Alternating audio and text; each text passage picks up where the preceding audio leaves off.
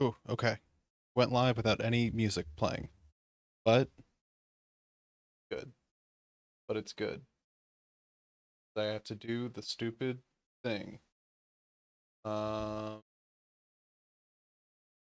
okay, good. Hello, Hot Sauce Bear. It's Michael time. Hello, it is Michael time. Okay, let's grab a random candy jam. Play all.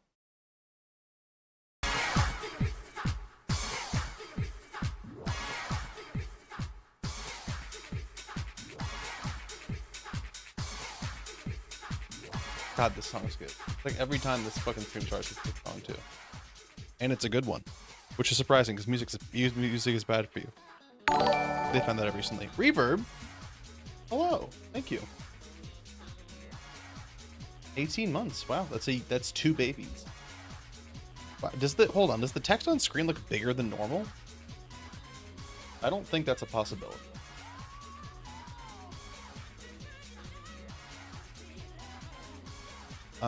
Let's go to the announcements.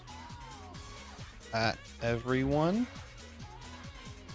Twitch.tv/Sandy plays games.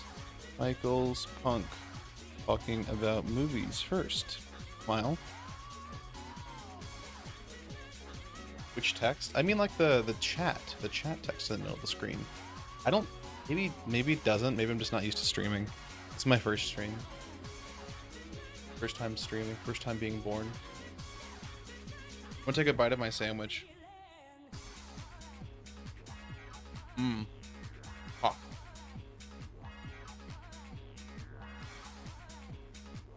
It's really hot. More easy to read on my phone than normal. Yeah, it looks huge. I didn't change anything. Oh, what the? Wait, hold on. What the fuck? All my properties are fucked up. No, they're not. I just clicked the wrong button. Those are normal, actually. My chat window is missing. Maybe I will close out my chat window and reopen my chat window. I've closed it. It made a Windows 11 ding sound. Okay, chat is up. Do I have a stream information? I do. That's somewhere. Okay. I guess I'll take a look at the chat widget. I'll see if that fixes anything. I moved time zones. Yes, so you're a Wednesday morning streamer. Oh my god, am I an 8 a.m. streamer for you? Bright and early, folks. Getting ready to start off the day. Chat box, there it is. Properties. What the fuck? Happy Wednesday morning, apparently. That's just what it's like for Japan. I guess I can refresh the cache, but none of the I don't even have control over the font. Okay, I refreshed the cache, but I don't think... Who are you playing with? I'm playing with Jane. We're talking about movies first, which is why we're in just chatting. And then we're gonna do mycopunk for a while. Michaelpunk, hashtag Michael's Punk. Where is this chat widget even from? I have no idea where this is. I've been so excited for this stream. I love hearing you explain movies. You're gonna love this. I've watched 3 movies in 24 hours. 2 of them, no, one of them was at 1x speed. 2 of them were at 2x speed because they were bad, but I was just trying to see how bad. One was not too bad. The other one was pretty bad. The bug abuse will come in the future. Oh, I should probably join the chat. James is busy getting dirty or wet or something, so we will give them time to appear. Whoa, wait, hold on. Are there little sniffers in stream? Oh, it's the pig. It's like you're pissing your cord over here. Yeah, I'm hitting enter. I'm hitting enter. Fish should be on. Yeah, fish is on. Voice channels. Let's join this one. Look, now I'm in the top left. Everyone's chat is extremely large. I can't fix that. Look at that. Don't make me meow while I'm taking a little bite of my beautiful, huh?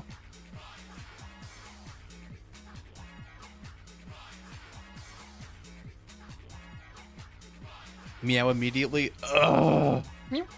The sandwich that I'm eating, it's from Sandwich Bros. They make frozen like chicken sandwiches that you just throw. They're like little pita pockets with cheese in them that you throw in the microwave. I just shaved and my face is covered in toilet paper. Oh, like from that one meme. Like from that one meme. The meow debt went up by 1. I meowed twice. I meowed, took a bite, and then I complained about it, then I meowed again. What meme? It's that meme. It's that meme about like why did people in no, there's a meme. First of all, hello, a Valorious Breakbeat Button, their full legal name. There's a meme that's like, why did people in movies, whenever they like cut themselves shaving, like stick a piece of like toilet paper into the cut and then acted like that was normal? It's not a thing people do. Like if I cut myself while shaving, which first of all, I'm not Sweeney Todd using a 1910. People do not do that. People don't do that. If I cut myself while shaving, I'm going to firmly press pressure with my finger until the bleeding stops, and then I'm done. Like, you don't need to do anything else. Hashtag free bleed. You also, like, crazy should not be cutting yourself more than, like, once or twice while bleeding. You should be able to, like, cut yourself, address the bleed, and then either be like, I'm not ready to cut myself with my razor anymore. As an AFAB person, when I used to cut my leg shaving, I would just let that shit happen to me. See, I shave my face pretty consistently. I will say I don't think I've gotten razor burn whenever I was shaving, but I've never like had like a gouge in my face. Though I've only used safety razors and they've been fine to me. I think at some point I should probably learn the rest. Do you grow a lot of facial hair? Yeah. My razors are bad and cheap, so it will happen until I buy better ones. Well, you shouldn't shave with bad and cheap razors. So you're just better than me, okay? Skill issue. I don't like facial hair. I gotta learn to do the like 1910s like straight razor shaving at some point too. I don't think you're supposed to be able to do it to yourself though. I think someone else has to do it for you. I cannot use an electric razor. The electric shavers, those ones, they don't get close enough. They just leave stubble. I've had issues with my elbow. I don't think hair can even grow on an elbow. I have moderately hairy arms. I don't see any hair in my elbows. And the underside of my, both of those places don't grow hair. The underside of my knee, like the backside of it. I guess there's a little bit of hair there.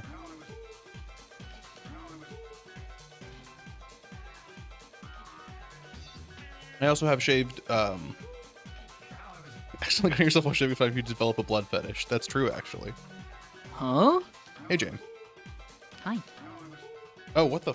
Wait, it's been more than 3 minutes. Why did it just say that thing was completed now? It's been 7 minutes. Hopefully ads weren't playing for 7 minutes. You just told me that the 3-minute thing was done. Strange. I hope it's been 7 minutes of ads so my friend Sanity Plays Games can get 1 cent. That's how it works. Oh, whoa, Dream 7T. Oh, cool. I think all my fucking plugins are fucked. It is the default jumping octopus on stream. And That is not an octopus. Do you see how big chat is right now? Yeah, it looks like a normal size. Look at the names are all fucked up. That's not normal. Are they? They're all cut off. Oh, they are cut off. That's weird. I've literally never seen that. What are you using? I don't know. I literally Oh, wait, you're using Streamlabs OBS, aren't you? I'm not. I don't pay for it anymore. Well, yeah, no shit. But you're using Streamlabs OBS, aren't you? Maybe I have to re-enable the cloud bot or something. No, it's enabled. Yeah, I am using it. That's why. It's because it's Streamlabs OBS. Did it stop at some point?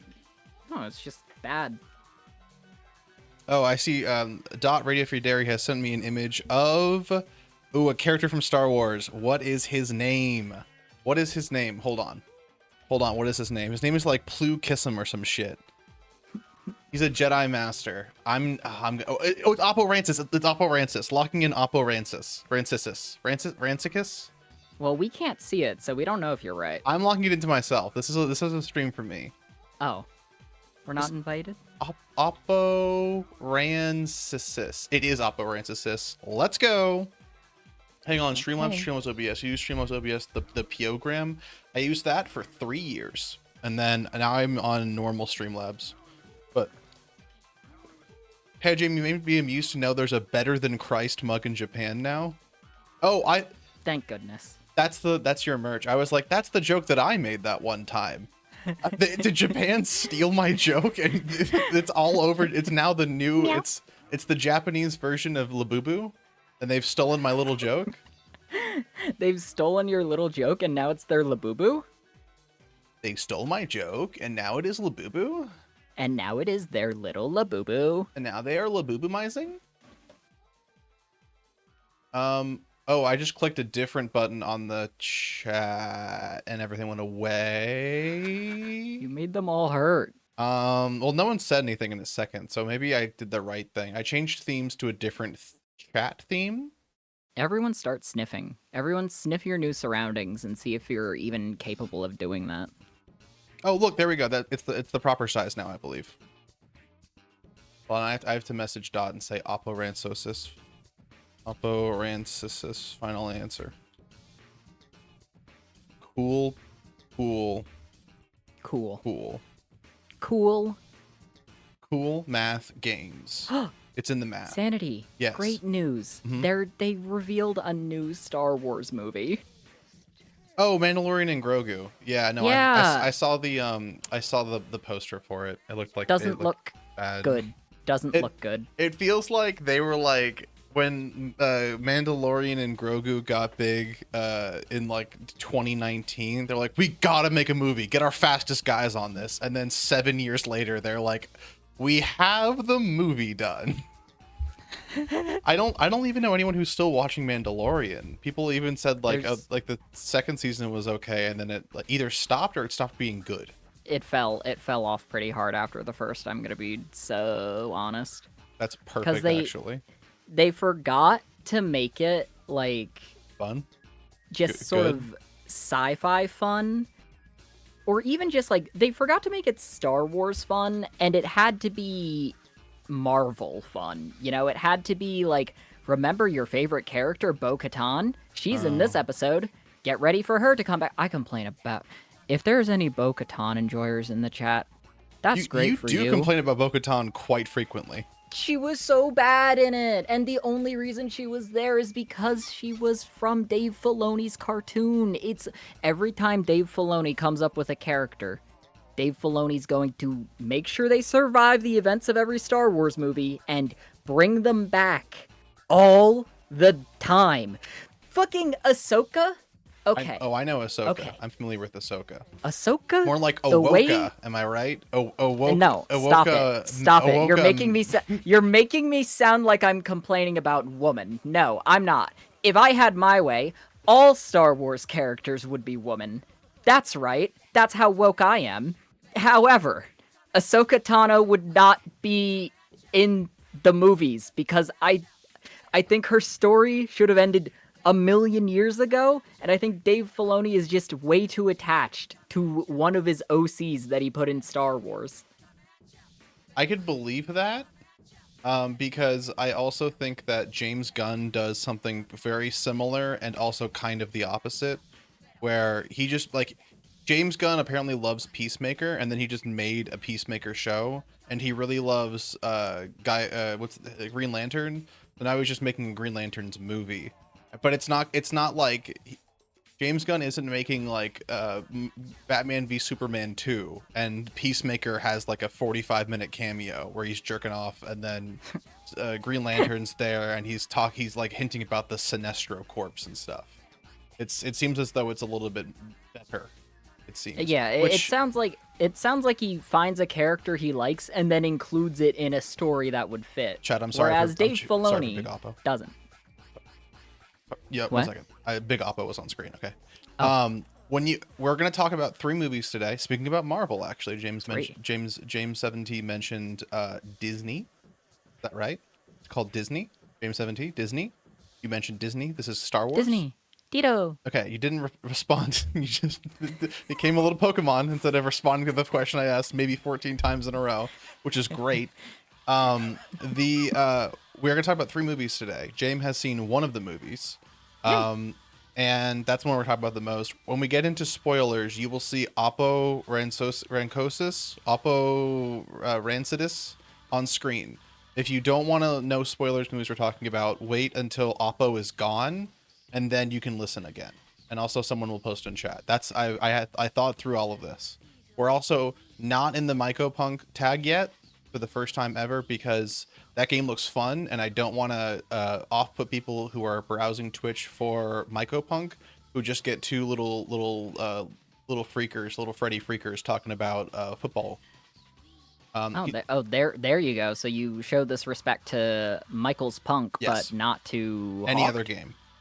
That's correct. Or any other game? Any other game we've played. I think that means I haven't respected any other game. Can you add the Meadle? Can you add Thmeedle? James, do you know what Thmeedle is? I don't know what Needle is. I've never heard of that. Googled Thmeedle and it autocorrected to the Needle. Oh. Thmeedle is not good. If you Google Thmeedle, you get 3 images that just say President McGlusky on Wikipedia. This actually is so revolutionary. Never mind. Glad I didn't show it on stream because it has my IP address on it. Thanks, Google, for showing my... That's not even where I live. It's like... God, I hate when Google does this. Whenever you see the end of a Google page, it's like, results... this is from your IP address, and it shows your IP address, and then it shows a zip code and a city that is not mine. But, like, I potentially could drive there. So it's great. Like, thanks for showing that. Thanks for, like, telling... Why would I even... Anyways. For what purpose? For what purpose does this exist? Why would I need to know where I live? I googled Thmeedle. Do you think I need like specific zip code based recommendations for Thmeedle? It doesn't exist on Google. Why would I need anything from you? Okay, so I watched 3 movies. The first one we're going to talk about is Him, which James and I both watched. It is Jordan Peele's new movie. We have a lot to talk about with that. It is his new movie. That part wasn't up for debate. It's Jordan Peele's new movie. It's sort of Jordan Peele's new movie. Apparently, he just produced it. Really? Okay, then I know that is up for debate. Okay, we will talk about that in the future. After that, I want to talk about Venom: The Last Dance, and then I also want to talk about The Killer. Okay, what? So Venom: The Last Dance is on both the Venom: The Last Dance and The Killer are on Netflix. The reason why is because all 3 of these shows have the same rating on Rotten Tomatoes. No, on IMDb, but their Rotten Tomatoes scores increase as we talk. So Him had an IMDb rating of 22%. Venom: The Last Dance had an IMDb rating of 55%, and I think The Killer had an IMDb rating of like 60 or 70% or something. But they all had, Rotten Tomatoes, but they all had similar IMDb ratings. So the reason all this was happening was that, so James asked me, did you ask me or did I ask you about Him initially, like 2 days ago? And you were like, have you seen this? I asked you because I randomly saw it, and it was a football movie. And I'm like, I'm Jamie, I don't watch football movies, but the reason I even saw it was because Bike Girl randomly got me tickets to Him, obviously with her, and so we went and watched it. Neither of us knew anything. I saw half of a trailer and 1 poster. I didn't know anything. I go in and it's a fucking football themed horror movie that I think it leans towards thriller more than horror. Yeah. There's like jump scares, there's like scaries at some points, but like I would say it's more of a suspenseful movie than a horror movie. Theta, I'm not going to allow that message because some people don't know that 192.168.0.1 is, and they're going to think that that's someone's actual IP address. That's mine. It's not. Well, technically. Anyways, I was very much a similar mind. I actually saw a trailer for it because if you ever load up the YouTube app on your phone, you will see roughly 55 ads for a 10-minute video, which is why I've decided soon to become some sort of jellyfish that doesn't have to watch videos anymore. But I saw a thing for it. So I was football based, but it looked fine. And then I also saw, I think some movie reviewers that I liked talked about it, and they were like, "It's getting terrible reviews. We're not going to watch it or something." And so I was like, "Oh, that's kind of sad," because I like the concept of Jordan Peele movies. They look good. I don't think they're necessarily like the best in terms of like construction and everything. I thought Nope was like interesting, but I don't think it was great or anything. I thought Nope was great. Nope was my favorite, but also I was biased because I like a Alien. I like a lot of the like more horror-y aspects of Nope. Like, Yeah.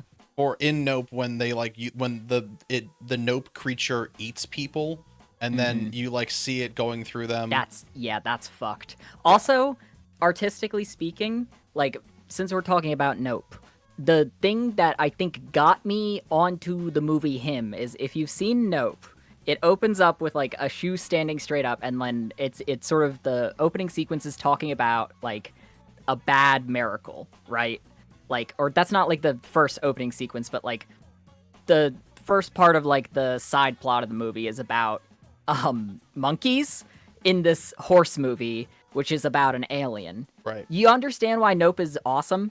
So basically, the side plot is about like how this monkey uh was like, you know, on like old TV shows when they used to have monkeys as like literal like characters, like the trope of like, oh, this is our chimpanzee. He is well trained and he's a house servant, and oh, look at him, he loves cigars, he loves cigarettes. Look at you, Gordy, smoke that cigarette. That, but like also all of the stories where a monkey goes gets scared and starts eating people, right? That's a major plot point in Nope. It's sort of all about like the relation between humans and critters in film. Hence, like the alien in that movie, spoilers, being not a spaceship, but actually just like a giant fucking manta ray thing. Still a alien or a creature of some sort, but you think it's a flying saucer at first, and the twist is that, watch out, it's a horse, sort of. Not a Or a horse. monkey. Not a It's a monkey. horse or a monkey. Well, horses react extremely differently to cameras in that movie as monkeys do. So it because the whole backstory for the character is that the main girl and guy can't do what their father/grandpa did, which is treat the horses well in front of the camera. She can't get control of her horse, which has a freak out, but that's kind of her fault. But people in the past were able to do it because. But anyways, him. It's because she's on TikTok. Is she on now? Is she on TikTok? She's too busy playing on that damn TikTok to take care of her horses. I was not a huge fan of that movie. I also feel like it's strangely enough, both in Him and in Nope, I wasn't a fan of the acting that much. I feel like the acting in both of the ones kind of, and we'll talk about that in Him. That was one of my larger things of the movie. Okay, to take another step back, I will say that Him. So James and I were talking about all of this, and James saw Him, and James was like, "Oh, have you seen it?" I was like, "No, I haven't, but I kind of wanted to. I heard it wasn't bad." And then I was like, "Oh, maybe I'll watch it before Tuesday." And side note to all of this, I was like, "Oh, it's only in the movie theaters. I'll go to the movie theater." It was $20 to watch a movie, and I bought a ticket online, and I walked in, and I just walked into the theater and sat down. No one even asked me for anything or checked for my tickets or anything. I walked in, and there were like 5 people that were standing like near the escalators that I was going up, and I was listening to music and just walked right past them and into the movies. And for a second I was like, "Oh, they're going to check my ticket when I get inside and sit down." And they didn't care at all. Like, and I mean, if I was them, I wouldn't care either. But I was like, why is it $20? That's so expensive, A. And B, why they really don't care. Like it was like one of those things, like you'll see someone infiltrate like a office building, and they have like a hard hat and like a clipboard, and they're like, your good boss is gonna fire you if you don't do. I didn't do any of it. I just walked forward, and they didn't address me as existing, and it just worked. Anyways, so I got in there.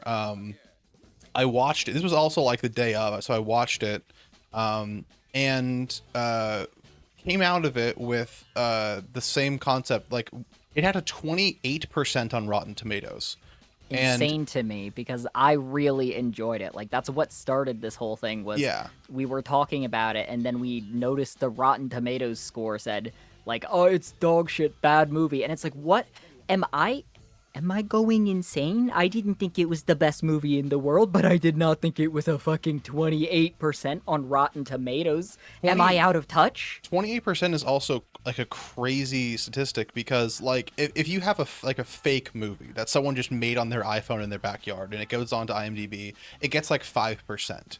If you have the big box office flop, if you have like I'm sure like Man versus Superman, Batman versus Superman, Dawn of Majesty or whatever the fuck it was called.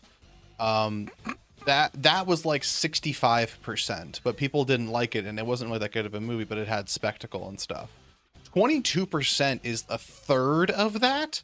And to say that this movie was a third as good as Man vs. Fuck is insane to talk about. Even if you didn't like the movie, because it looked interesting. It was like visually engaging, and things continued and happened in a series that was fine.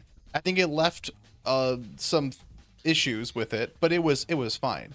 My ultimate, Like, when I first got this, I was like, this has to be at least like a 65% movie. Like if I was grading this, I could not grade this yeah. movie an F. At the very least, it is like a D Yeah. on some issues. I could see you argue it up to like an 80 or a plus like that. Certainly wasn't perfect, but it was definitely fine enough to watch. A 30% is actually insane to me. That I do not understand it. Review scores don't actually inform anything. The thing was considered a flop when it came out. Yeah, but also like this is a significant like departure from the actual quality of the movie and every single person apparently scoring it. I do not understand. Like, okay. Let's bring our good friend Skinamarink into the room here. Skinamarink has a fucking 73% on Rotten Tomatoes. I love Skinamarink. That's not a goddamn movie. Skinamarink is a like feature-length analog horror video. Like it's great, but I'm sorry. I wouldn't call it a movie in the same way as you'd do something like him, which is also, I would say, like Sanity said, looks pretty damn good. I like the visual directing on him. And I think Sanity and I disagree on the acting because I liked most of the actors in the film and the main guy. There's like a trend in like some movies where like the main guy is just sort of this like nobody who doesn't speak much and has like no character traits and like just sort of like does sports and is quiet or angry. And I feel like that was pretty accurately captured in the main character of him, the Cameron Cade. Yeah. I feel like he kind of nailed the fucking boot boy. I think the difficulty with that is that like that you don't really have to act too hard to be like a sports guy. Like if you've ever seen an interview with a sports guy, they're hardly alive. They like address communication from a very like superficial view, and they don't like so. I don't want to get too much into spoilers right now, but there is a whole bunch of things with that. Do you guys ever see Bottoms? I see Bottoms every day. # sex. No, I didn't see that yet. Never heard of it either. The movie. So, non-spoiler overview of the whole thing. I thought the movie looked good. It has some like plot holes and stuff like that, but I think it also delves between like the real world and the non-real world pretty kind of not like seamlessly, but like you'll see both of them. So I think some of the plot holes and some of the like, well, why did this character do that are pretty well explained within the movie. To the other point though, like to James' point, like the main character doesn't do a whole bunch of like capital A big acting for the majority of the movie, because like if you see a quarterback that's like practicing to be a quarterback, you know, like they're acting more with their body. They're like doing quarterbacky things. They don't like, you know, Tom Brady isn't like singing a big song the whole time when he's doing stuff. He's not like emoting a whole bunch. It kind of makes sense. So I can see people being like, oh, this wasn't that good. The other thing was the main, I guess, antagonist of the movie, who is I think Marlon Wayans, who Isaiah Zay. Um, I feel like he kind of wasn't the perfect pick for it. The character that he is playing is like, it is very unstable and like behind like a very stable shell. Like I think you're kind of, it almost reminds me of Willy Wonka. Like a guy that like is kind of like teetering on the edge, but you can't like understand how he's teetering on the edge until like all of a sudden it snaps and then it comes back and you're like, is this real? Is this fake? It's like if Willy Wonka's goal was actually to like see someone get put in the like ceiling fan. Like if Willy Yeah. Wonka really wanted people not to enjoy the candy, but secretly he wanted to make sure as many people went into the ceiling fan as possible. Was that not his goal? Willy Wonka was teaching children lessons that were presumably curable. The, Willy the Wonka. Willy Wonka I'm pitching, like, is trying to teach one lesson while also possibly kill everyone in the room. Superfluously, Willy Wonka was like, I'm just gonna put a whole bunch of like temptations, like like around, and the children that like can't control themselves are going to fall for it. A version of Willy Wonka in this movie would be like, I'm going to put like spikes. Like I'm gonna tell the children to walk like on the grass, and I'm gonna replace half the grass with spikes and punji pits and stuff like that. Like it's certainly a little bit more, not a little bit, it's certainly more malicious. But Willy Wonka like does, I think, kind of make sense in this thing as a it's like a more deliberately malicious Willy Wonka rather than just like a off-putting and dangerous one. Okay, I'm gonna put. Don't get me wrong, Willy Wonka is off-putting and dangerous. I'm gonna put Oppo on the screen. We're gonna talk about spoilers, because I think what we should do first is do a recap of the whole movie of like what happened, and then go back and talk about like we'll say what happened as like the person who watches it from the first time, and then after that we will go back and like talk about some of the themes and things like that.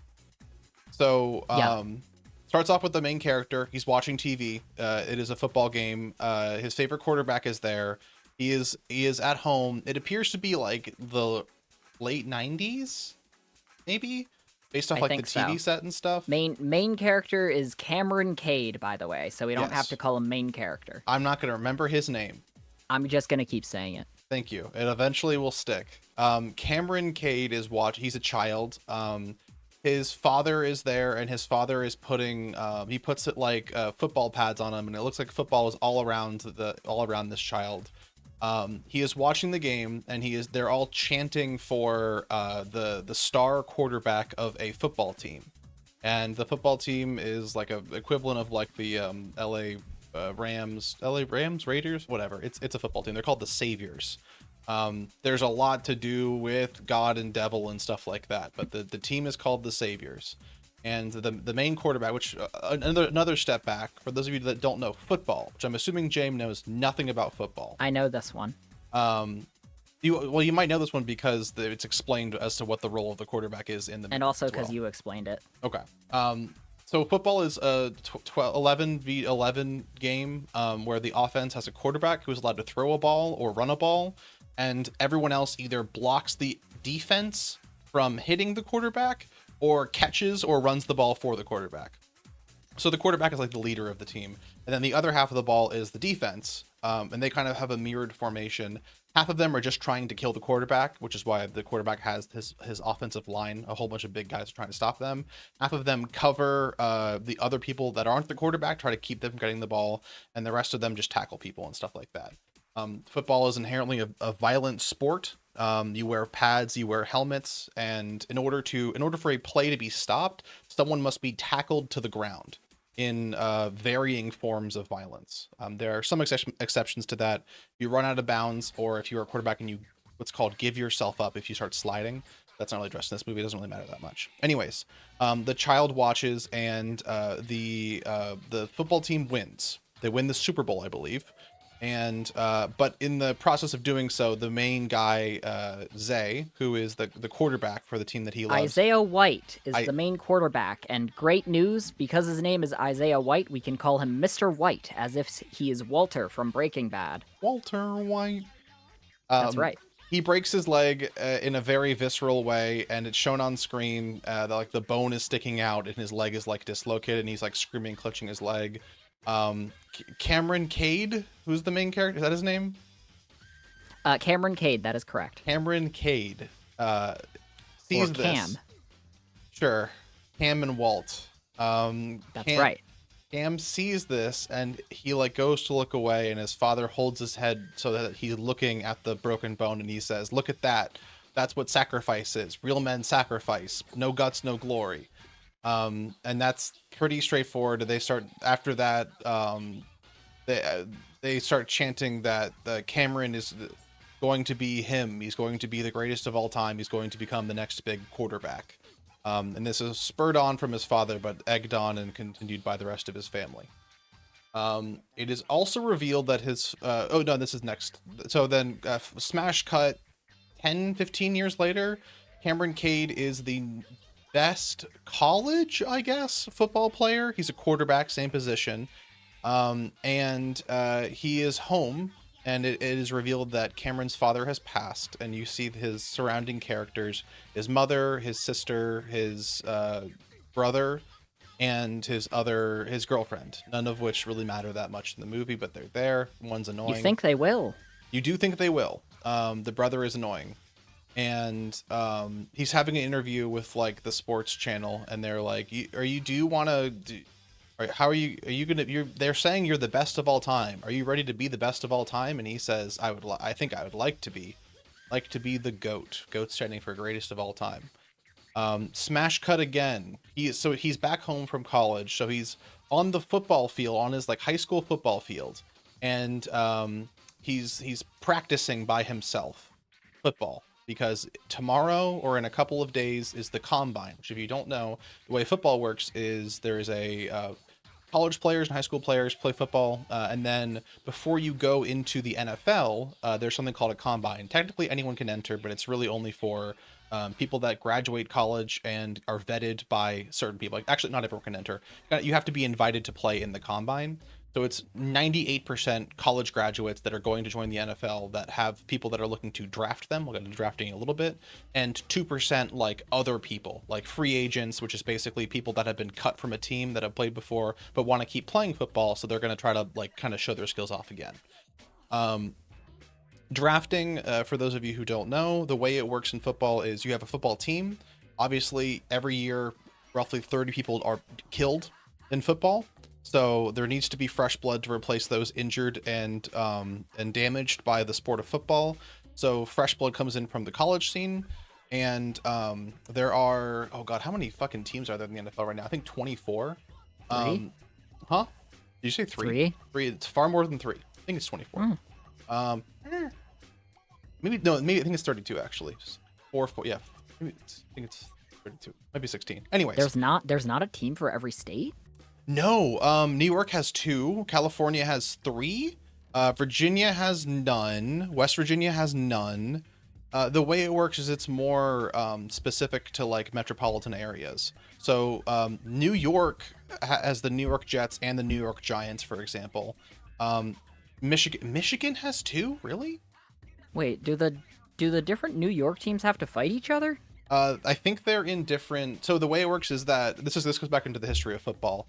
There are 2 technically, they're called conferences. Basically, the teams are split in half. You have the NFC and the AFC. The National Football League Conference, NFC, National Football Conference, and the American Football Conference. Not Michigan. This isn't college. This is pros. You have those 2, and then each of the 2 conferences has 4 split up places. So they have East, West, South, and North. And then in each of those divisions, there are 4 different teams. So the NFC East, for example, is 4 teams.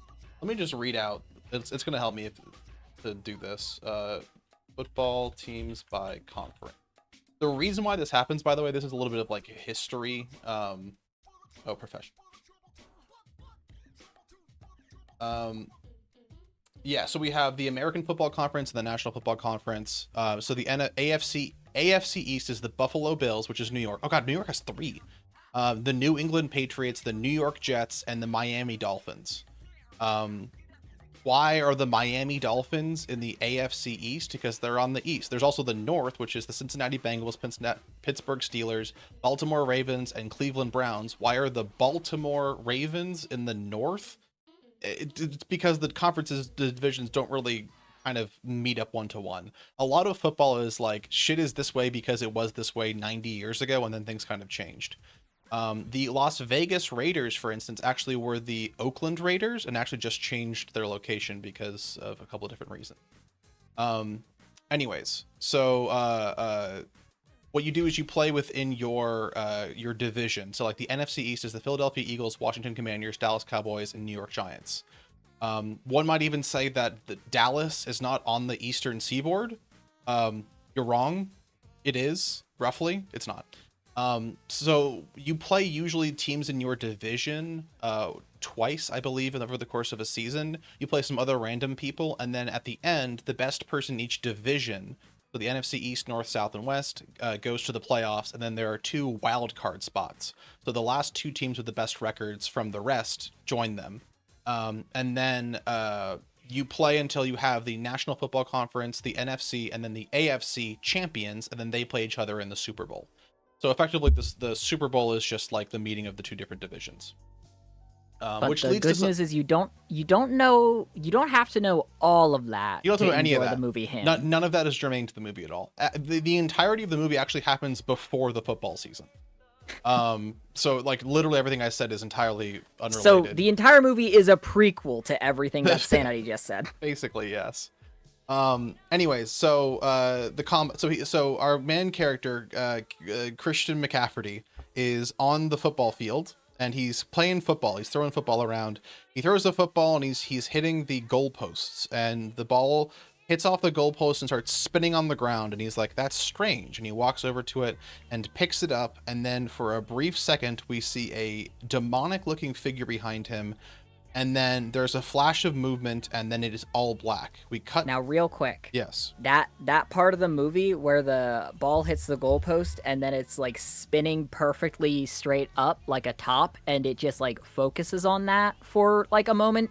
That was like, to me, that was a direct reference to Nope's Bad Miracle sequence, and that's why I was like, oh fuck, maybe this movie's awesome. And then I might have been just riding that high for like an hour and a half, because it was making me think of Nope. But I did really like that sequence because something utterly mundane, random, and unlikely happening, and just like gripping a character's attention in a movie, that's like a drug to me. I thought you were that's like healthy like, drugs to me. Like Skinamarink. It felt kind of analog horror, that like something weird was just happening like that. Nah, it felt like the scene in Nope where the shoe's standing straight up while the monkey eats people. That kind of does happen. There's a burst of violence. So it cuts to the hospital. We see some x-rays and stuff. We see our main character kind of looking distantly, and the doctor is talking, and our main character was attacked by someone. They were hit in the head by a crowbar or something, and they need stitches, and they are heavily concussed. As a result, our main character seems pretty out of it. Though, to be fair, before this, they also seemed a little bit out of it because they were a jock, and in responding to the interview questions, it didn't seem as though they'd thought about their own opinions or feelings before. This was back when they were in the main house, but I digress. He did seem to, like, he was more alert. Yeah, though. he was more into it, yeah. Like, significantly more alert. So it goes to a whole bunch of different stuff. It cuts to that, and then what's the immediate next thing that happened? So his mom and he's talking with his mom, and he's like just looking around at the stuff, and he is thinking, his mom is like, "Do you think you're going to be ready for the NFL draft, the combine, which is coming up soon?" I think it's like the next day or something. And he's like, I'll be fine. Yeah, I have to be fine. I have to be able to do it. It's like, if I don't do it, everything's going to basically be for naught. He kind of comes to that conclusion after a little bit, but it's a lot of like internal thinking. We see like some flashes of the damage to his brain on the CT scan back and forth. The doctor says that he's heavily concussed. It might take anywhere from a couple days to a couple of months for him to be fixed. He needs to avoid taking any sort of more hits to the brain, or else these damages can become way, way worse. The So doctor says this is like, as your doctor, I cannot recommend you go back into football. And then like Cameron waits for a moment and then is like, and as a fan, and then it smash cuts to him like getting ready for more football, basically. the the doctor says, I cannot tell you if you're ready to go back into playing football, I believe. Not that I can't recommend. I think. Could be wrong. It doesn't matter. Regardless, the point there is that like the doctor's like, I don't think you should go. And then he's like, what about, what about you being a fan of me? And then yeah, it smash cuts. He's on the combine floor the day of. He's like, he pulls his hood up because he now has stitches in his head. He has short hair, you can kind of see. And something that I noticed immediately right then that never comes up is that the stitches in his head look like the laces of a football, which you palm in order to throw a football. I don't know how, but I thought that was gonna fucking come up. That at some point someone was gonna throw his head, or him, or something, or someone was gonna grab his head by the laces, and that was gonna be a sign of something. Never comes up, but in case I you were literally curious, never like even fucking noticed that. that was the first thing I noticed. Like when they like zoom in on like the stitches being made, I'm like, oh, that looks like. Anyways, Another thing about this movie that I think another thing I really liked about it was that it was kind of a Where's Waldo style movie where everything is important, everything is a little itty bitty hint, and little bits and pieces of the movie relate to each other. I didn't even fucking notice the football stitches, but I did notice stitches. me in the like half second that you see the guy in the demonic like outfit right behind Cam before he gets his head boinked, after that there's just flashes of those horns every like Yes. few scenes. They're like hidden everywhere. It was a lot of fun to be like, oh fuck, did I see it? No, I certainly didn't see it. And then they were there. I only noticed it once or twice, but I noticed it like 5 times. They like to hide them in like literally like single frame bits sometimes, I think. This is not a reference to Hey Arnold. I know the Hey Arnold football head. But his football head. So he's now he is now getting ready to go run the combine and stuff. And as he's doing that, his phone is buzzing. His very annoying brother is trying to cut his hair because he's like, you need a fresh cut before you go out there. And his family are all like bickering and stuff. His mom was like, we can wait till next year if you're not feeling good and all this sort of thing. He begins to dissociate, and then his brother nicks his head with the razors and opens up the wound on his head. And he yells that he's good, he has to be good, he's going to go out and do it. And then it just kind of cuts to his agent, who is Tim Heidecker, who we all love, yes we do, famous from Tim and Eric. He is playing an asshole, which is a great Tim Heidecker role to play. And he is shouting at the media a whole bunch of stuff that's basically like, you know, he's great. He's taken, this is the thing that reoccurs pretty frequently as well. He's taken harder hits on the field. He'll be fine. He can shake it off, which that's also kind of a part to itself as well. Of he was hit in the brain. He was hit so hard his brain or his skull fractured. His brain came out and bounced around. It didn't do that. But he was concussed very hard and his skull was fractured. And he, as a result of that, was like obviously knocked unconscious and has a massive concussion. There's no way that he was hit that hard before now. And like that was the case. Or the alternative, like scarier thing is that he was previously hit as hard like that before.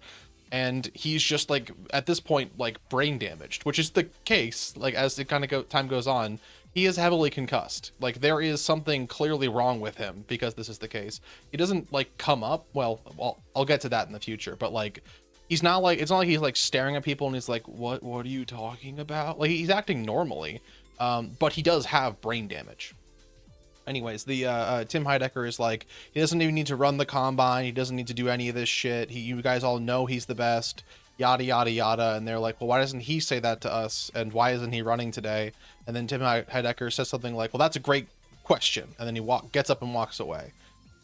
Smash cut to Cameron Cade is at a party thrown by his brother, which starts off by Cameron Cade walking around and drinking vodka and stuff. And his brother says, everyone, I just want to get your attention and say that I throw a damn good party.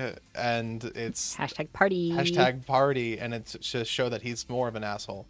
And Cameron's phone's getting blown up by all of his like family members. That's like, you're the GOAT, you're gonna do so great, yada yada yada, all this stuff.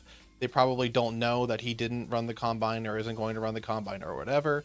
And then he begins to walk away, and I think his brother then is like, hey, talk, and he like grabs him. And he's like, what? He's like, your agent's on the line, you got to talk to him. So he goes into the bathroom and crawls into the bathtub to get any sort of privacy, and Tim Heidecker is on the phone, and he said, you're not going to guess how I did it. I worked some crazy magic, but the Saviors want to talk to you. The Saviors are the very good team that Zay plays for. He said they want to talk to you. They want you. They will give you a shot to play. You just have to go out to like the middle of nowhere, basically, to go to Zay's house? ? And practice with him for a week. And if you can make it through like that 1 week boot camp, you're in, and you will be basically sculpted to be his replacement. Because there's also questions. This gets so well. Actually, I'll get to that when I get to Zay. There's also questions about like when he's going to retire and stuff. And he's thinking about it for a little bit. He's like, I don't know. And then all of his family walks into this room, and his brother says, oh, you just got some good news, which is a little bit playing because the main character didn't have any like expression on his face, but the brother, everyone around him is so like wants him to be big. They want him to be this giant, like really big guy. So he's like, yeah, I guess I did. And then they're like, yeah, okay, I'll go. Yeah, they were projecting, yeah. Smash cut to he's in a car, and we get good camera work finally. It's kind of interesting. It's like in the desert, and there's like cool shots and stuff. They basically get to like Area 51, like it's like gated off and stuff, and there are people that are camping like outside the gate that are there's two guys that are wearing like full white body paint, and then there's one woman, like an older woman, wearing like a jersey with like running like makeup and stuff, and she looks crazy. And they're all like cheering because they think it's Zay coming back to his house, but it turns out it's the new guy. So she sees this and like jumps on the car and sees him, and then spits at him and yells like, you're not going to replace him, fuck off, you need to leave here, he will never quit. And the driver gives us some exposition of like, oh, those are the crazies, they think that he's the best of all time, which gets back into GOAT, greatest of all time. Some of them are wearing horns. Some of them that are in the like crowd of crazy fans are also they look pretty similar to the flash of the demonic figure we saw that like hit him because he was wearing these giant horns. So the main character Zay is like, oh, that's weird, that's fucking, actually no, I think he says something like, that's what the fuck, like it's a very realistic, like, that's fucking insane, why would you devote your life this much to like one guy playing football? That's fucking crazy. He gets dropped off, goes into this like big house here, which looks beautiful. Again, very good set dressing. It's like the house itself is kind of like turned. It's like made of concrete. It almost kind of looks like horns. It's circular with like two things on the sides that are football fields that kind of look like the arches downs of horns. And as soon as you get in, it's like all concrete, almost no like no windows, no lighting or anything. And as he begins to walk through the corridors of this place, it almost looks like a labyrinth. Like it's very like featureless. It's very disorienting. You're not positive where you are anymore. But he keeps walking around, and he hears music. So he starts walking towards the music. He passes a display case, which is a Super Bowl trophy and all of the rings of Zay. So we then see Zay. Zay is, as I mentioned before, he is the like best quarterback of all time. He is the GOAT, the greatest of all time. And he has won, I think, what, like 9 Super Bowl rings or something. So there is a real world analog for this guy, who is Tom Brady, who I think won 5 Super Bowl rings. He is like almost 50. 7. He won 7 Super Bowl rings. He is almost like, I think 50, and he won like 2 years ago. Like, we'll kind of get into the character of Zay a little bit more. But like, when it comes to like the question of the GOAT, he's probably the closest analog. So we get there, and Zay is like skinning the carcass of a I guess a goat, of a ram or something. and they meet, and he's like, "Oh, don't call me sir, just call me Zay. I saw your footage. I saw your film like playing against State, which is like I guess either a college or a high school game or whatever. So it shows that there's a mutual respect there. And he's like, yeah, it's gonna be cool. Let's go. We're gonna go get ready to start like playing. It's gonna be pretty intense, but like kind of buck up. And the whole time you meet Zay, he initially seems pretty warm and inviting. And there's some weird kind of like off things about like the talking here. Something else I noticed is that when he walks into this room, in a glass display case on the wall is like a pair of pads and a helmet. Or sorry, actually, it's just a pair of pads that are on display case, but it's the same pads that we saw Cade have his dad put on him. So it's strange that those would be. I guess the metaphor there is that like both him and Zay were playing from a very young age and have those things that are like also in display cases, but whatever. So we have the next up is the monologue of like the I guess training, which is broken up into 6 total days, but like each day something pretty big happens, and it's kind of starting to run together for me a little bit. But the first thing that happens is they go onto the field and he meets some of the other people that are there. Oh, James, do you remember the white guy and then the big guy? You remember their names? The trainer? No, Doc. It's the other guys in this facility. Oh, also, Cade meets the Cade meets the Oh, Mr. White's wife, like yeah, the white before she woman. leaves. Okay, so there's a Gwyneth Paltrow in this movie because she's introduced by literally like a smash cut to her walking into frame holding like a small like crystal healing gem and saying like, you put it in your pussy, okay? Something like that. Yeah. She literally like says something exactly like that. And then she is out of the movie for several whiles. She's getting filmed for like a TikTok thing where someone's filming her from like a vertical thing, and she's walking around and she's like, we have these the energy healing things, and if you donate whatever, we'll donate $5 to the endometriosis foundation or whatever, but you need to get aligned. And then she talks like she sees Cade and she's like, oh my god, you are cute. Look at you. Okay. And then from her, we hear for the first time, kind of like officially, because there was talk at the beginning of the movie of like, if this is Zay's like 9th season or whatever, is he going to retire? Is he too old to play? And she's like, oh, just go easy on him. I think this retirement thing is really getting to him, but you look like a good person. So Zay, it seems like he didn't know like what the situation was when he got there, and now it's pretty clear that they're bringing him here to potentially be Zay's retirement. Sorry, Cade potentially be Zay's retirement, like his replacement rather. But also like to make this scene even more awkward and stressful, fucking Mr. White, Zay, is Cameron's like hero. So you've walked into your like childhood hero's house, and his wife is coming on to you pretty hard. She is looking at you like you are the new model of car she wants to upgrade to. Meanwhile, you are in your childhood hero's house where his wife is like making moves on you. She also then hands him like a larger crystal, and she's like, we made one for men now. And he's like, oh, okay. And then she says, you have to shove it in your asshole. And he's like, what?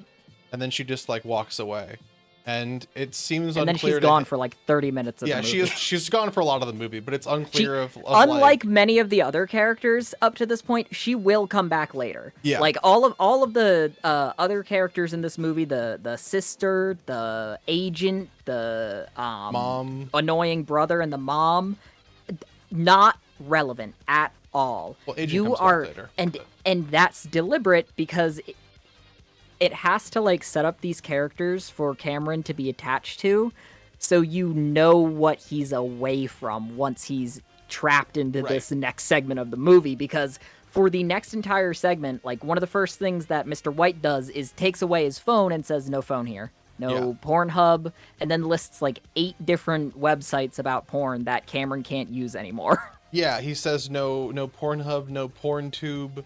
no Tinder, no Grinder. Grinder's the last one, and he's like, no Grinder, and like looks in his eyes for a little bit, and Cam's like, oh, okay.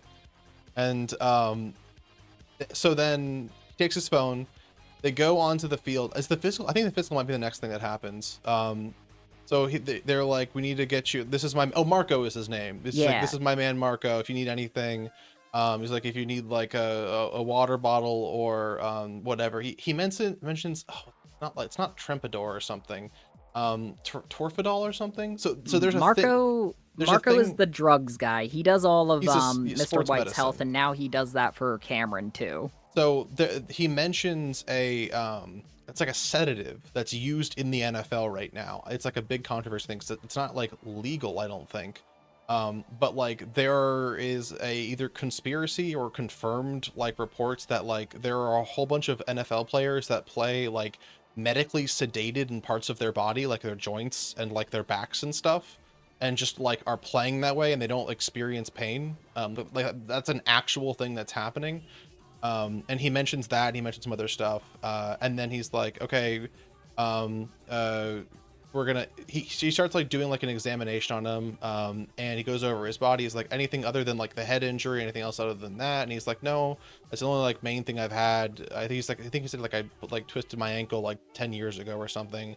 They go over all of him, and they're inspecting him. And something they show is that they shine a bright light in his eyes multiple times, and his pupils do not react to it, which is a sign of concussion. He is still concussed. Our main character is still brain damaged after all of this, and it's kind of shown multiple times. So if you don't know what that is, it's probably going to go over your head.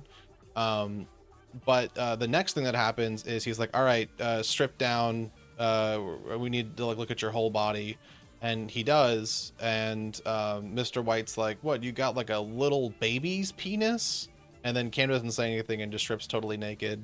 And then at the end of it, Marco goes, I thought you were going to strip to your underwear. This was really awkward for me the whole time. Please put your clothes back on. And then Mr. White's like, yeah, that was fucking weird. Why did you fucking do that? And then Cam's like, oh, okay. And then he goes to put his clothes back on. And then he said, did someone steal my underwear? And then it smash cuts to the night and he's going to bed. It's just like, it's like a funny scene, but it's like these two are fucking with him, and then when they're done fucking with him, somebody's stolen his underwear, and it's like a non sequitur. It's just like it's a weird. Normal sequence of events that would be awkward and uncomfortable in real life, and it's just like that's the start of it, which I really like. It's like, okay, these two are assholes. So far, this is pretty realistic. I could totally see this interaction happening for real, you know? Like it's the like classic tell someone to do something and then act like they're weird when you do it bit, you know? Right. They're intentionally trying to put him off guard and making him, hazing seems pretty correct. They're hazing, yeah. Yeah. And it's like, it's also kind of weird for Cam to understand like how like close Zay is to him, or like how like buddy they are, or anything like that. So anyways, he like goes to sleep, and then he wakes up from one of the guys who's like throwing water on him at like 5 a.m. And he's like, you gotta wake up, fucker, it's time to wake up. And then we get a title card. It's like day 1 something. And I like the title cards in this movie, by the way. I like the music that paired with the title cards too. The soundtrack here was good. Oh yeah. So then it's him and the Zay who are on a run.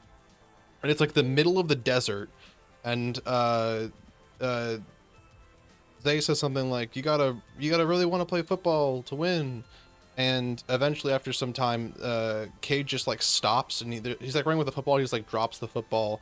Then he wanders off to like a hill, like a grass covered hill, and or not a grass, it's like a dirt covered hill, and just collapses. And he's looking up, and he sees for a moment that like same like demonic figure, but now it looks like the mascot of the Saviors, who is like a tinsel covered guy, and he's walking up to him with a giant sledgehammer. And or I guess maybe he doesn't see. No, I don't think he sees it. I think we see this. And then all of a sudden, like raises it and like brings it towards his head, and Cade's eyes like go open. But then we see it from Cade's perspective, and like blood splatters out. and then it cuts to him being like woken up or roused somehow by Zay, who's like, "Hey man, you're not looking that good. Oh man, you're not looking good. Let's go. Help's on the way. You good? We're gonna get help on the way." And then I guess he gets back because the next scene is them inside the practice facilities again. He is like sitting down and like breathing oxygen in and drinking water and stuff. Is this when he has when Zay has to talk about like what superpowers would you rather never get hurt or never get tired or Yeah, anything? I think so. Yeah, Okay. because that's still like a relatively normal question at this point. So the Because three yeah, he would say like never get hurt because I think this is also the football throwing scene. it is, yes. It's probably one of the biggest like scenes of the entire thing. So there's like three questions. It is like, would you rather never get hurt or never get tired? And he's like, probably never get hurt. There were a lot of like almost great people that like their careers were cut short by injury, which is an interesting statement to say because immediately after that, what's it called? Zay is like, we can make what if we made it so you could never be harmed or something, and then like walks away. But we also recall that Cade had like a shattered leg that he wasn't ever supposed to be able to walk on again, and then he won like 8 more Super Bowls. Like there's also a discussion later of he got hit in the head so hard once that like his tear ducts exploded and he was crying blood on the field and kept playing or something and like then passed out, but he was like fine after that too. So it's like something else is going on here that like apparently whatever Marco is doing, it's helping him survive and stuff like that. Marco is feeding them Skittles. It could be feeding them quote Skittles. We're not positive about this. There's 2 other questions.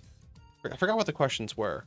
The reason why I mentioned that is because it felt like those questions were going to come back up later, and they don't really. The question about like not getting injured or not getting tired comes back up immediately because he is like sitting down and like breathing and drinking water and stuff, and he's like, "Hey man, who are those guys over there?" And there's like 7 dudes that are just here now, and they're all shirtless. One's a white guy, and the rest are all black guys. And Zay's like, "Oh, those are all a whole bunch of hungry free agents that really want to play on the team. They're willing to do anything. We're gonna go play football, but I think you're a little too tired." And Zay's like, "Oh, or no, sorry." Kate's like, "Oh, fuck, they're going off to play football." Then I want to play football. Then Marco walks over and stabs him with a syringe and injects him with a syringe that looks like some sort of red fluid or orange fluid or something. And there's a shrug emoji on it that we see. We see the label of this multiple times. We had seen this before because I guess the day before or whatever, they were doing like rehab or whatever. And what's it called? Cade is in like an ice bath naked in the middle of the room. And we see what's his name? We see Zay getting like a reverse blood transfusion. They're like, "Oh, his blood oxygen is really high right now." So they're taking blood out of him, and then they like stab like something into his leg. And Marco's like, "Do you want some of this?" Or Zay's like, and he's like, "No, I don't think I need any of that stuff. I think I'm doing fine right now."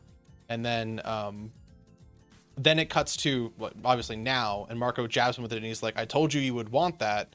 And then we see it like affect him, and he's like all of a sudden better. He's like, "Okay, well, I feel better. Let's go. I really want this. I want to go play football." So they start a drill where this is a somewhat common drill for quarterbacks. Zay is like sitting down, and he like tosses Cade a football. Cade has to close his eyes. He hears the snap count. He catches the football, turns, and has to throw to a receiver. He does this like once or twice, and then he's like, "All right, now you're gonna be on the clock. You have 2 seconds to make," I guess it's like 5 catches or 5 passes or something. It's never explained until like a little bit later. But he also asks for a volunteer, and the one white guy is like, "I volunteer, I'll do it." And he like walks over in front of effectively a pitching machine for football.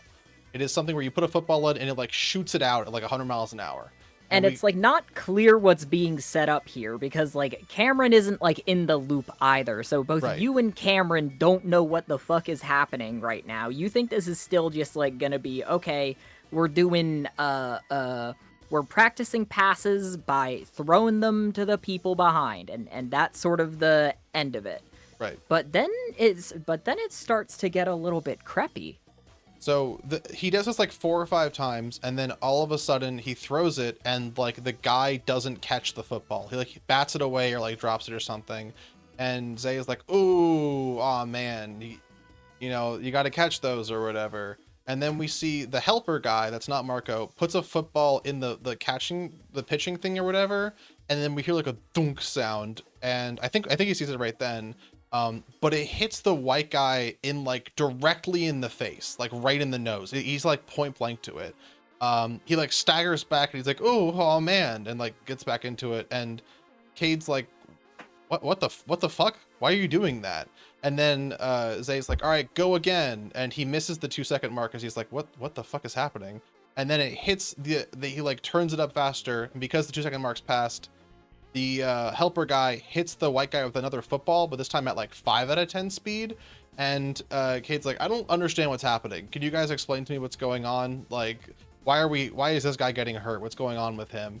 And it happens like 2 more times. And then Zay says something like, this is what being a man is. This is what football is. It's about like sacrifice. You gotta do what you need to do to make sure that you help everyone. You gotta make sure your family's taken care of. Are you ready to do that?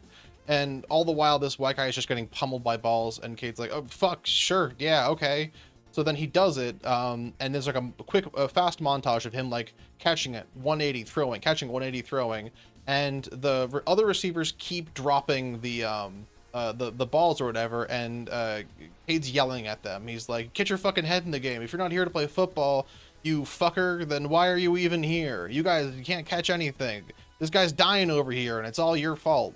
And it like speeds up, and this is where it becomes more of like a thriller as opposed to a horror or anything, because like you don't know what the fuck is happening. This is the first like extremely strange thing that's going on here, and the white guy is bleeding a lot and is like hardly standing, and like the sounds of him getting impacted by the ball go from like crunches to like smushes, and it's like very visceral and very, very off-putting and horrifying.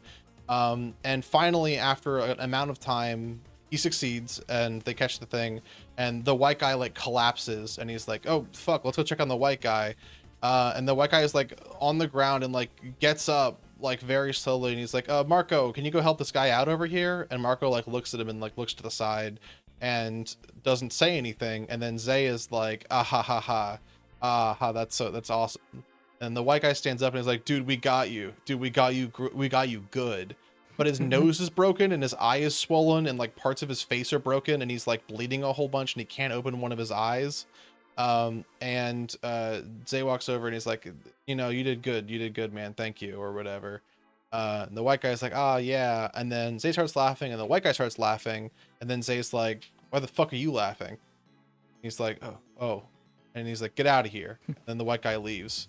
And extremely strange interaction, if I might say so myself. It's very unclear what the fuck is going on and what's happening. And then the practice continues after that. Or was it the next day maybe? No, I think the practice continues. I think that was only like one of the days, or like half of the day or something. The next thing I remember is they put pads on and they're going like 50% speed, but they're not. Is that way in the future? I think up next was an ice bath. That up next might have been the first ice bath. Oh, okay. So the first ice bath, is that the whole thing I was talking about where they inject him with the drugs? No, because no, you're actually. It might have been the run, then the ice bath, then the football scene. But yeah, the you're right. Ice bath was like I think that was it, yeah. Injecting him with the drugs, and then he starts seeing things, and it's like a little bit of a little horror teaser in the middle. Yeah. It's like something creepy happens, and then the football happens, and then oh shit, what happened after football? I'm googling him synopsis and plot summary. I'm trying to see if there's a. Hold on.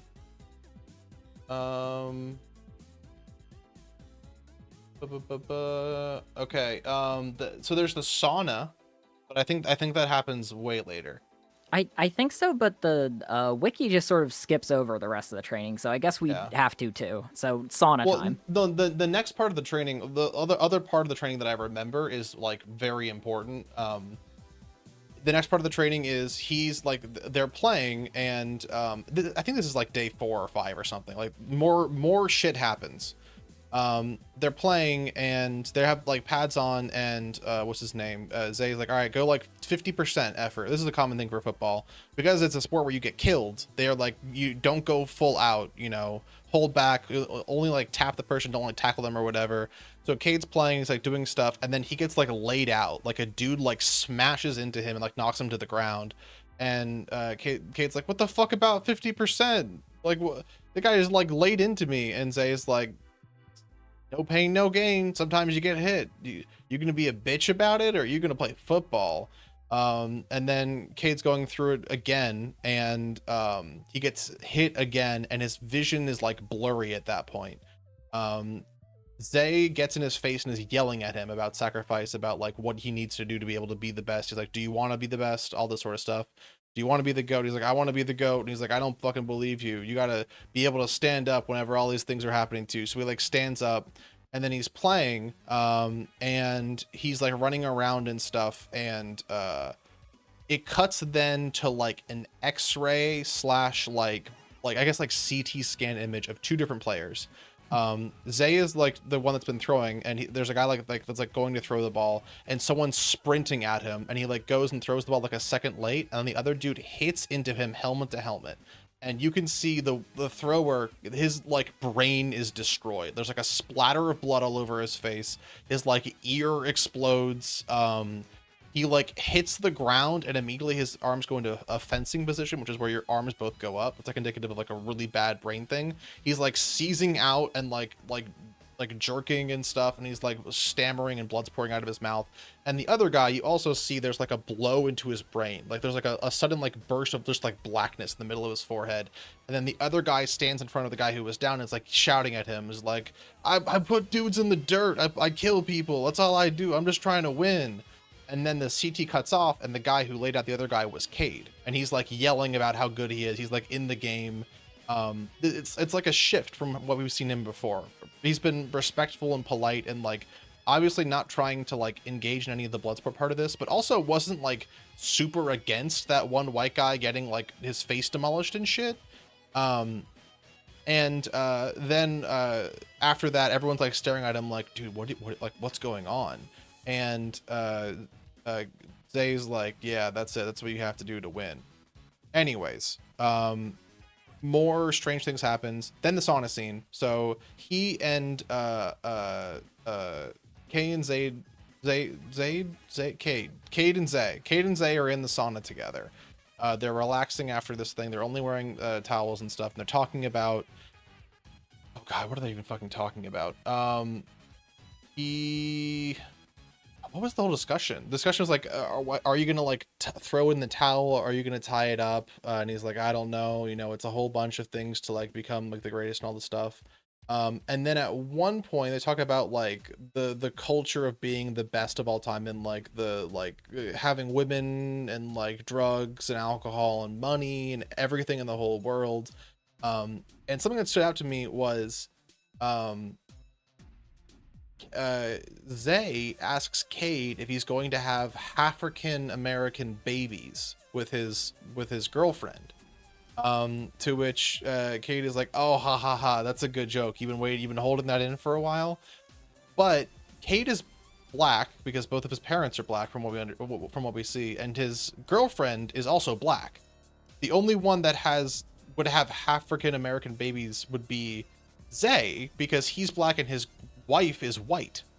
So Cade doesn't react like that's a strange thing to hear. He acts like as if that was the case. I can't tell if that was like a plot overview, or if that was like a subtle hint at something to come in a little bit. But while this is happening, Zay is like, I'm gonna go watch some film, and he walks out. And Cade closes his eyes and lays down, and the camera kind of pulls out. He's laying on the sauna bed, and we see movement in the bottom right, and like an arm sticks out, and then another arm, and then like a whole body. And the woman stands up, and it's the insane, crazed woman fan from the beginning of like him coming here. She like cracks her neck and looks around and sees him like laying down in the sauna, and then goes and grabs a sauna rock and walks over him and raises the rock over her head, like the sledgehammer that almost killed him, like the vision he had when he was dying from the heat stroke. And we are not sure at this time if this is like one of those like hallucinations, or if this is just him, because he's been having pretty constant hallucinations over the course of this whole movie, or if this is him like actually about to get hit. And then his eyes like open right before she hits him, and he like dodges the rock, and then he grabs her and turns and like slams her against the wood and is like choking her out, and like almost knocks her out. And then Zay comes back, and Zay's like, oh my god, look at her, that's crazy, that's devotion, that's what you got to do to be the best, you got to be as devoted as she is. And Kay doesn't really say anything, but she, oh no, there's two, her like sons are outside, the two white paint covered white boys are outside the sauna too. It just cuts, and they're standing in like the middle of the room outside the sauna. How did they get there? Which is why it's also strange. And then Zay comes back, and he's like, you're so devoted, and he like looks down and kisses the woman, the insane woman that almost tried to kill Cade. And then while he's kissing her, he picks her up and throws her against a wall and shatters the back of her head and kills her instantly. Like throws her 10 feet and kills her immediately. Yeah. And then her two sons like run in and are like fawning after her, like, oh my god, what happened to mom, what'd you do, what happened, what's going on? And Zay is like, you can leave now, I'm just gonna finish up here. And Cade is just like looking at the situation and is just like kind of shrugs and walks away. And after that, we don't see anything else. But the two sons are gone.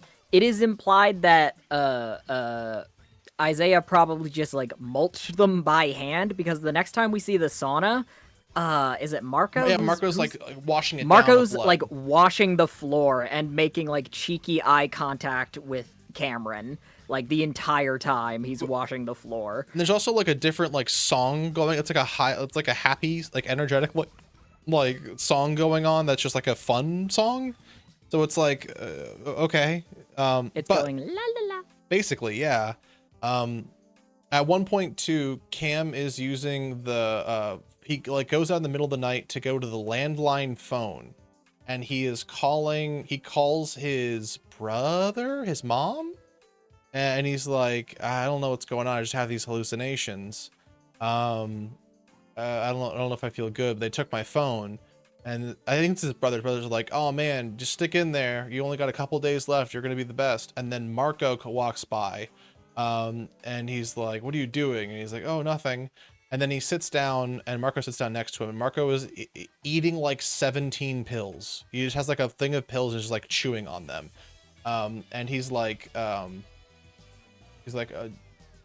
this job is crazy, like I can't even see my kids or my family. And Cade's like, oh, you have kids? He's like, I don't have kids, but if I had kids, I couldn't see any of my kids, the job's taking over for me.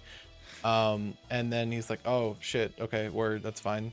And then after a couple of seconds, he's like, never kill yourself for a job, you know? And then he's like, oh, okay.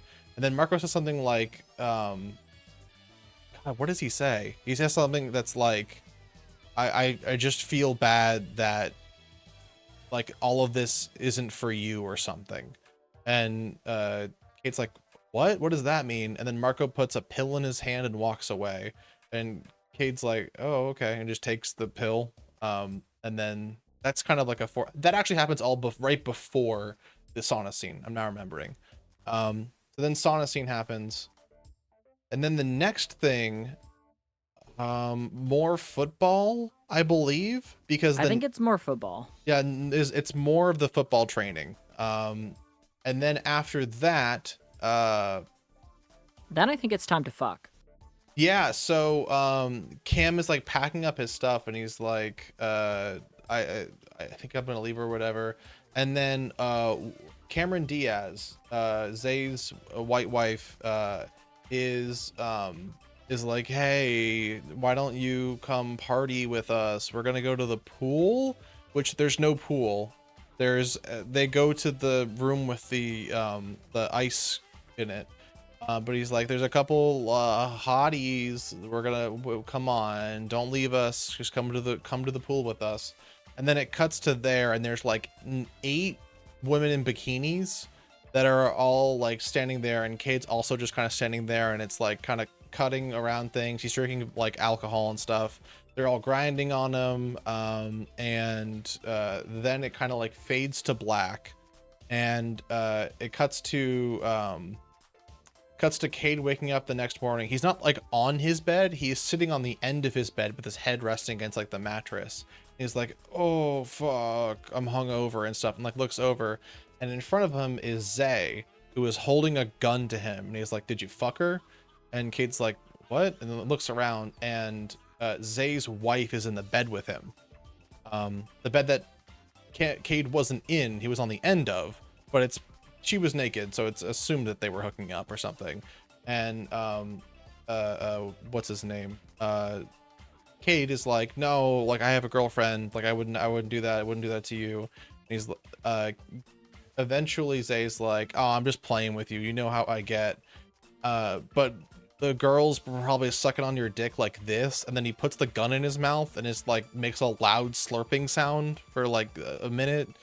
And then it cuts away from that, like back to Cade, and he's like, oh man, you know, and he's like, and then Zay is like, well, you know, if you're gonna be this type of person, if you are going to be if you're gonna be him, if you're gonna be the GOAT, you got to live this lifestyle. You can't be afraid to hurt the feelings of your little girlfriend from high school.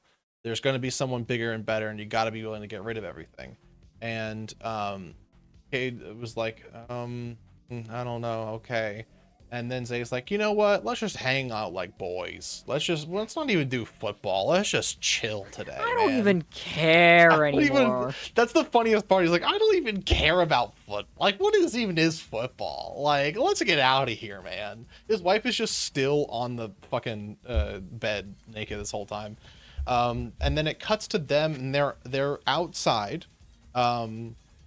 And there's like a couple different like shooting things to shoot at, and they're both wearing like they are both wearing military fatigues with hunting vests on them, like bright orange hunting vests. And it's Zay has a rifle, and yeah, this scene. He's shooting. Welcome to the world's worst shooting range, everyone. Sit down and keep your fucking head down. The shooting range is like 5 things in the middle of the desert. It is unmarked, and like multiple times during the scene, people like walk in front of like where the guns are shooting. Like I think a go-kart literally drives between like Zay and Cam and the fucking targets at one point. Like, well, yeah, it is comically unsafe on purpose. Marco was also there, like adjusting one of the things, and what is Zay is like, are we all good? And then Marco gives the thumbs up and like walks away, and then Zay is like shooting as he's walking away, like 10 feet from where he was like aiming and stuff. But all of the things he's shooting at, like some of the things are like bottles or like, you know, things or whatever. But it's weird because some of them are like mascots, but they look like they're the Savior's mascots, but maybe they're not. Maybe there's some other thing, and I just couldn't understand it. And then they set up another thing to shoot at, and it is what looks like a mascot's body, and it is put there, and it's like kind of flumps down a little bit. And Cade is like, so what happened with that woman yesterday? And Zay is like, what woman? What are you talking about? And Cade's like, oh, and then it's silent for a little bit, and then Cade's like, oh yeah, that woman. Yeah, that was crazy. Anyways, and he like shoots, he like goes to shoot at it. He's like, actually, here's what's what. You take the gun, you take that shot. And he's like, okay, I'll shoot. And then he's like, how about this? Let's make it interesting. Oh no, he like goes to shoot the first time, and Zay like yells at him as he's shooting, so he like pulls the trigger and flinches, and he's like, ah ha ha ha, bitch. And then after that, he's Zay is like, let's make this interesting. If you make this shot, I'll give you anything in the world, anything you want. I'll give you a house, I'll give you a car, I'll give you the life that you want to live. But if you miss, I get your youth. And Cade is not really doesn't take that too seriously. He's just like, oh, okay. How about, he's like, no, I won't take that because I gotta work for what I earn. I can't like, you know, I don't want you just to give it to me. I want to earn it. How about this though? If I make this shot, I might let you start next year. And then he takes the shot and hits the thing in front of him. And what's his name? Zay doesn't ever like yell or anything, and then they just leave. I'll just say it now. It seems as though that was the body of the woman that they, after her brain was splattered into the sauna, they then took her out to shoot her while in a mascot. I think it might have been one of the boys. But it would make more sense. Because I think it moved a little bit at one point. Well, if it like moved when it was like dropped down, but then it like slumped over. My thought was like, okay, if I was this guy, like it would make sense that you would put like a bullet wound in them, because it would make more sense that they died from a bullet wound than you could drop them off like a bridge or something and be like, oh, they were shot and brought up by the mob. But if their head was bashed in, it'd be different. I don't know. But it was clear that he was shooting a person. That maybe, yeah, I guess, it's was or just wasn't not alive. clear who or why, and it's left vague, which was fun. Yes. So then, next up is media day.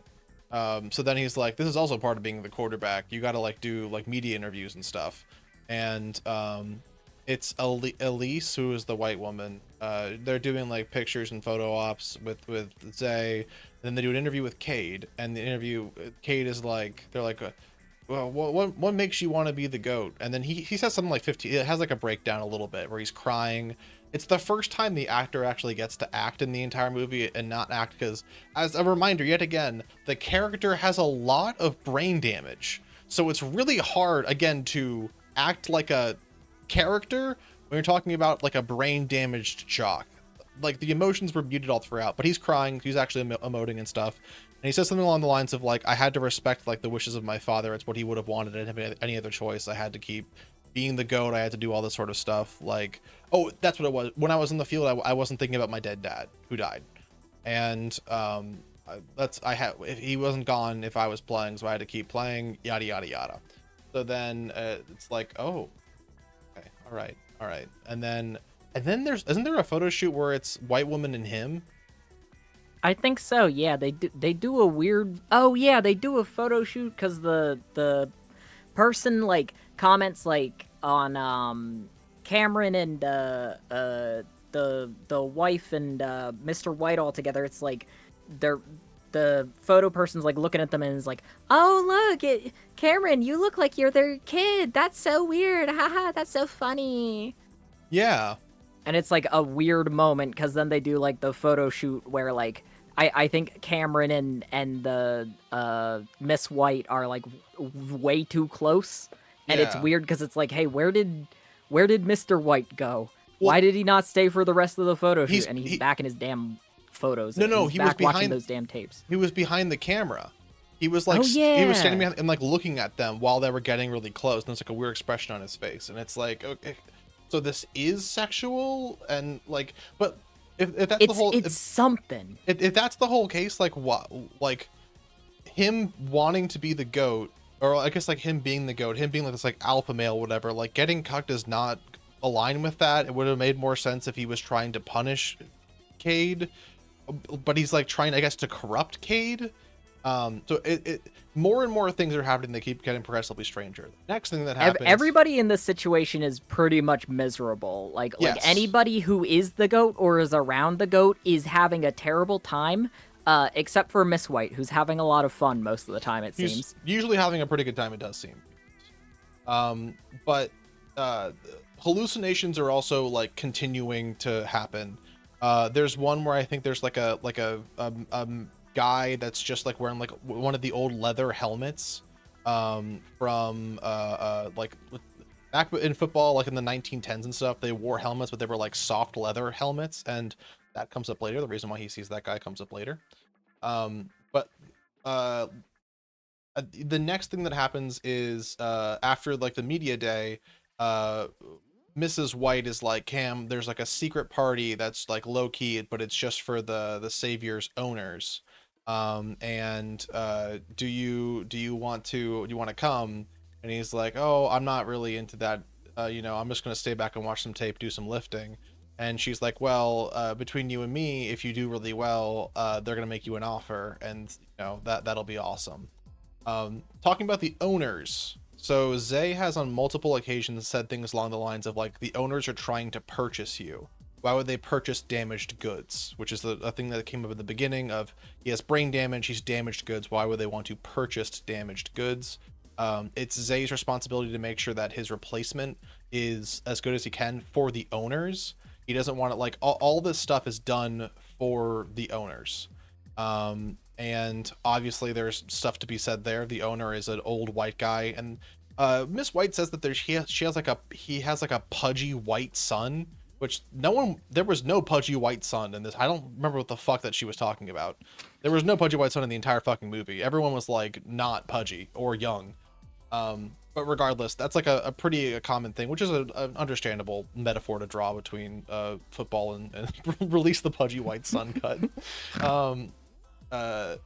Anyways, he what's up? Yeah, so then they go and yeah, so he goes to like the thing, going to the meeting, and it's in like a rundown old like dance hall and stuff, and it gets in and it's like it's modern, it's hip and happening. There's like lasers and stuff going on. There's like a whole big like thing. He immediately gets there, and he gets like a whole bunch of alcohol in him, which is great if you have brain damage. There's cuts to full frontal nudity, by the way. Surprised to see it in a movie in movie theaters. But like women are dancing on him topless and naked and stuff, and then he meets the owner, and the owner is like, well, boy, you want to come up here and be one of my best show piggies or something? And he's like, yeah, I guess so. So he drinks a glass of Yeah, I wine guess sounds fun. that everyone else is drinking, and then it becomes a blur. But right before this, as soon as he gets in, Marco walks up to him and he's like, hey man, how's it going? And he's like, oh, I'm just trying to see how the culture is. Then Marco leans into his shoulder and he's just like, run, get out of here, can't be, or they'll kill you or something like that. And Kate's like, what? Then becomes a blur. More and more time passes of him just like drinking, and there's more topless stuff, and then he staggers into a plastic lined room, where there is a helmet made out of like goat horns that's like on a table, and he walks over to it and lifts the helmet, and under the helmet is the severed head of Marco, who is like staring off distantly and screaming and stuff. And Kate and like yells and like staggers back, and he's like, oh, what the fuck is this? And then Mrs. White walks in, and like holding the knife that she used to cut his head off, and he's like, oh, sweetie. And then Cam collapses.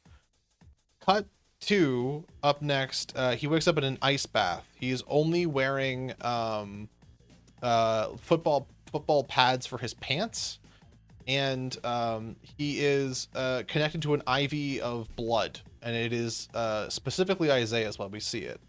And then he like rips it out, but his like legs are like paralyzed, and he crawls out of the ice bath and crawls over and sees another like thing of blood, and written on it is run, which is what Marco said, and Marco was what was injecting the whole time. So he injects himself in the heart with the blood, and then like feels way better and like stands up and stuff. He hears music playing, I think, or like cheering or something, and like walks through the halls. He walks into the like past the trophy room and pulls out the like the trophy, and then walks into another room where he sees Zay, who is reclining back and like looking up towards the ceiling. And Zay is like, oh, hey man, how's it going? I'm just watching some tape.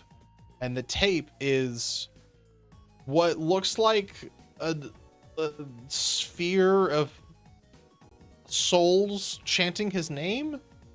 Like he's not Well, it's watching like football tape. it's a 360 like view of like fans cheering at a game taken like with a weird fisheye photo camera. Yeah, But the way it's like positioned is that when it's zoomed out, it looks like almost like an eye looking back at you that's like pulsating, or like a pit to hell, cuz obviously. yeah. Um So then Cam immediately tries to kill him in the brain with the trophy he got. as you should. And Zay grabs it and he's like, no way.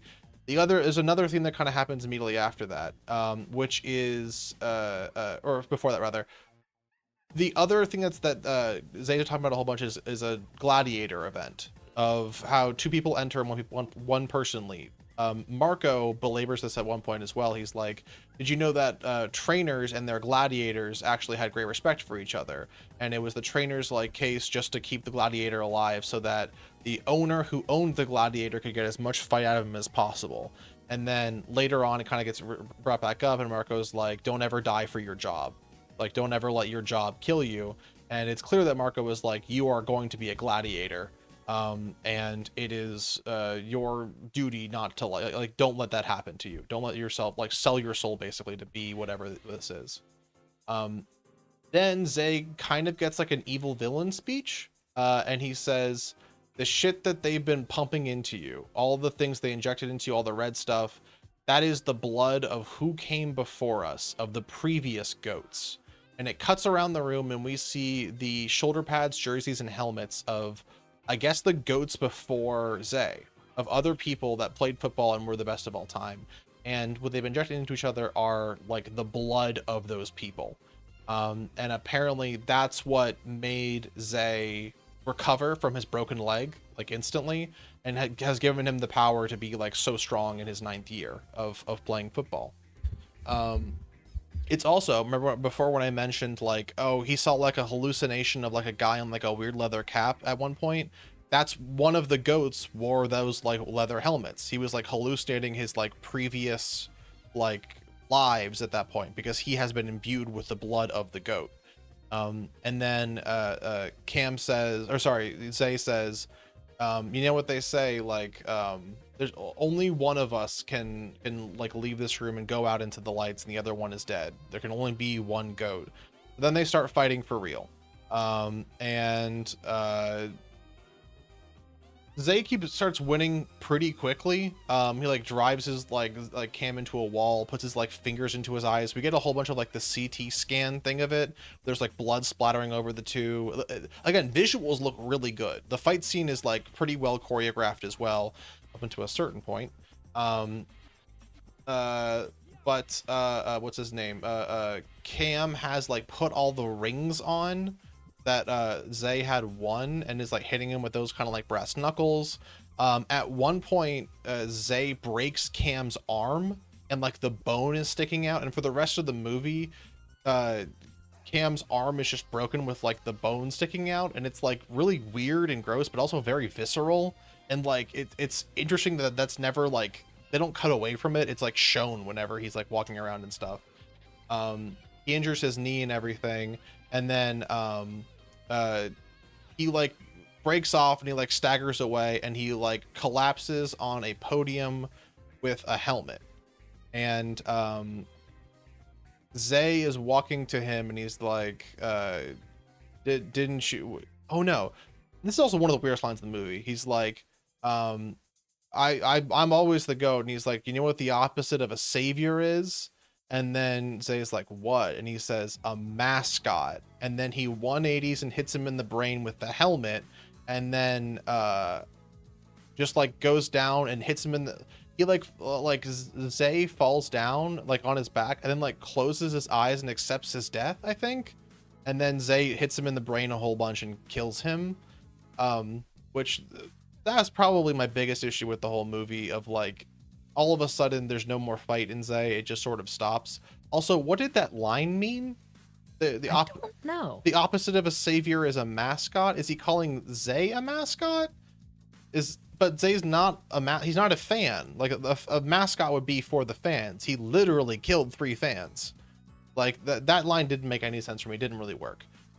But he kills Zay, and which is tragic at this point because you realize that Zay both kind of like sold his soul for this, but also is a pawn. Like he's being operated by the owners, and he's doing everything for the owner. But he has on a couple occasions been like, I think it'd be nice to have like a simple life where I don't have to do this anymore. And yeah, he seems like conflicted the whole movie about like literally everything. right. He doesn't like that Cam is literally replacing him in every way, but he also doesn't seem to enjoy his life anyway, hence why he's even like entertaining the idea of Cam. But also it's like clear that like he's not ready to let go, but he doesn't want to keep going. So I don't know. I kind of like him like going down relatively easily, because it really is a case of like sometimes when it's like time to throw in the towel, like you really need someone to push you to quit, you know? Yeah. And I mean, in Mr. White's case, he needed to be hit with an almost fatal shot before he was like, oh yeah, you know what? Maybe I won't get back up. That's true, but it felt like Mr. White was winning the fight the entire way, and then he got hit on the head exactly. once. He was winning the fight the entire time. Then he got hit once, and I feel like he decided, hey, you know what? Fair enough. Yeah. It felt like he was, trying to be a jobber. He was trying to lose, and he just couldn't. Not so much trying to lose, as I feel like most of the movie was like him trying to make sure Cam would be strong enough to actually like get the job done, to actually like kill him. Yeah. You know? And I feel like when Cam got halfway close with one lucky hit, he just decided to not get back up because he clearly hated his bosses. He didn't want to make the perfect replacement for himself. So I feel like there's a lot that goes into Isaiah's death there. It's like, one, clearly he hasn't made the perfect replacement for himself because the next scene after this happens. And two, Isaiah wanted out anyway. He was like past his expiration date, so to speak. And even Isaiah knew it because Isaiah wanted out at like some level. I wouldn't say he's like empathetic in that way because he sucks and is evil, but he's a very interesting character. I would say I think, unfortunately, I think like the acting just kind of wasn't there for me, but I do agree that like the acting and the script weren't totally there for me for the character. I think if the character like was, because it felt like he like jumped between entirely unsympathetic and like a victim.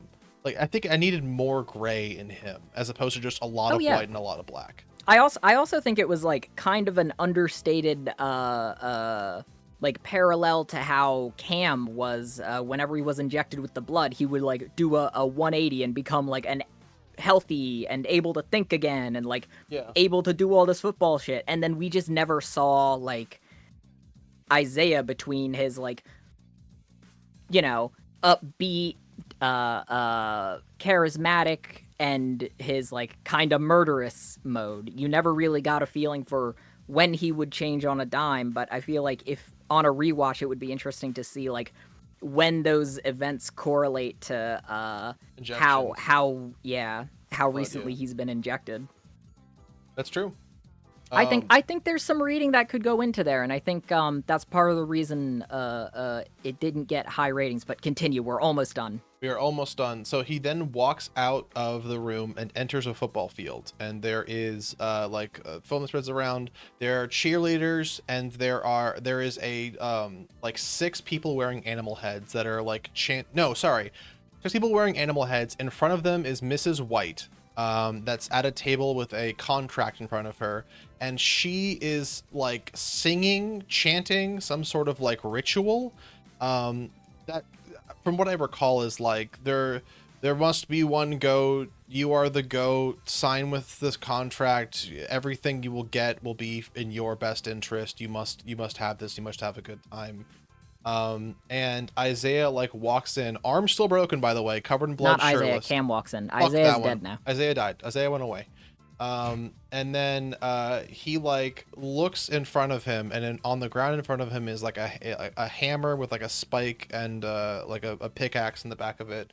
And the owner is like, "You've been chosen. You're going to do this. You're going to be the greatest boy Like, ever. Sign in the in front thing." of Cam is Mrs. White, who just did the chant, and then like a row of tables and like raised chairs for like five like football executives, all wearing like various creepy pig masks, like literal pig skin masks, like faces of pigs, you know? There's also one that's wearing like a boar's mask. Sorry, Yeah. not a boar. There's also one wearing like a goat. There's one that's wearing like a bear. Like they're all animal heads, but it's all like animal flesh on their heads and stuff.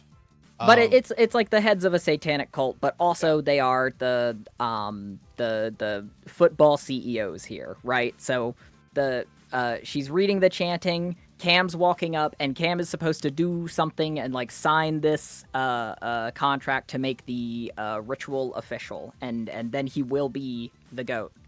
And Cam doesn't say anything, and then eventually the owner's like, "Jesus fuck!" And then one of the guys takes off his head, and it's Tom, who is Tim Heidecker, who is Cam's agent, who's like, "Come on, kid, come on, you got to sign this. What do you think you earned everything you worked for? What are you, a fucking idiot?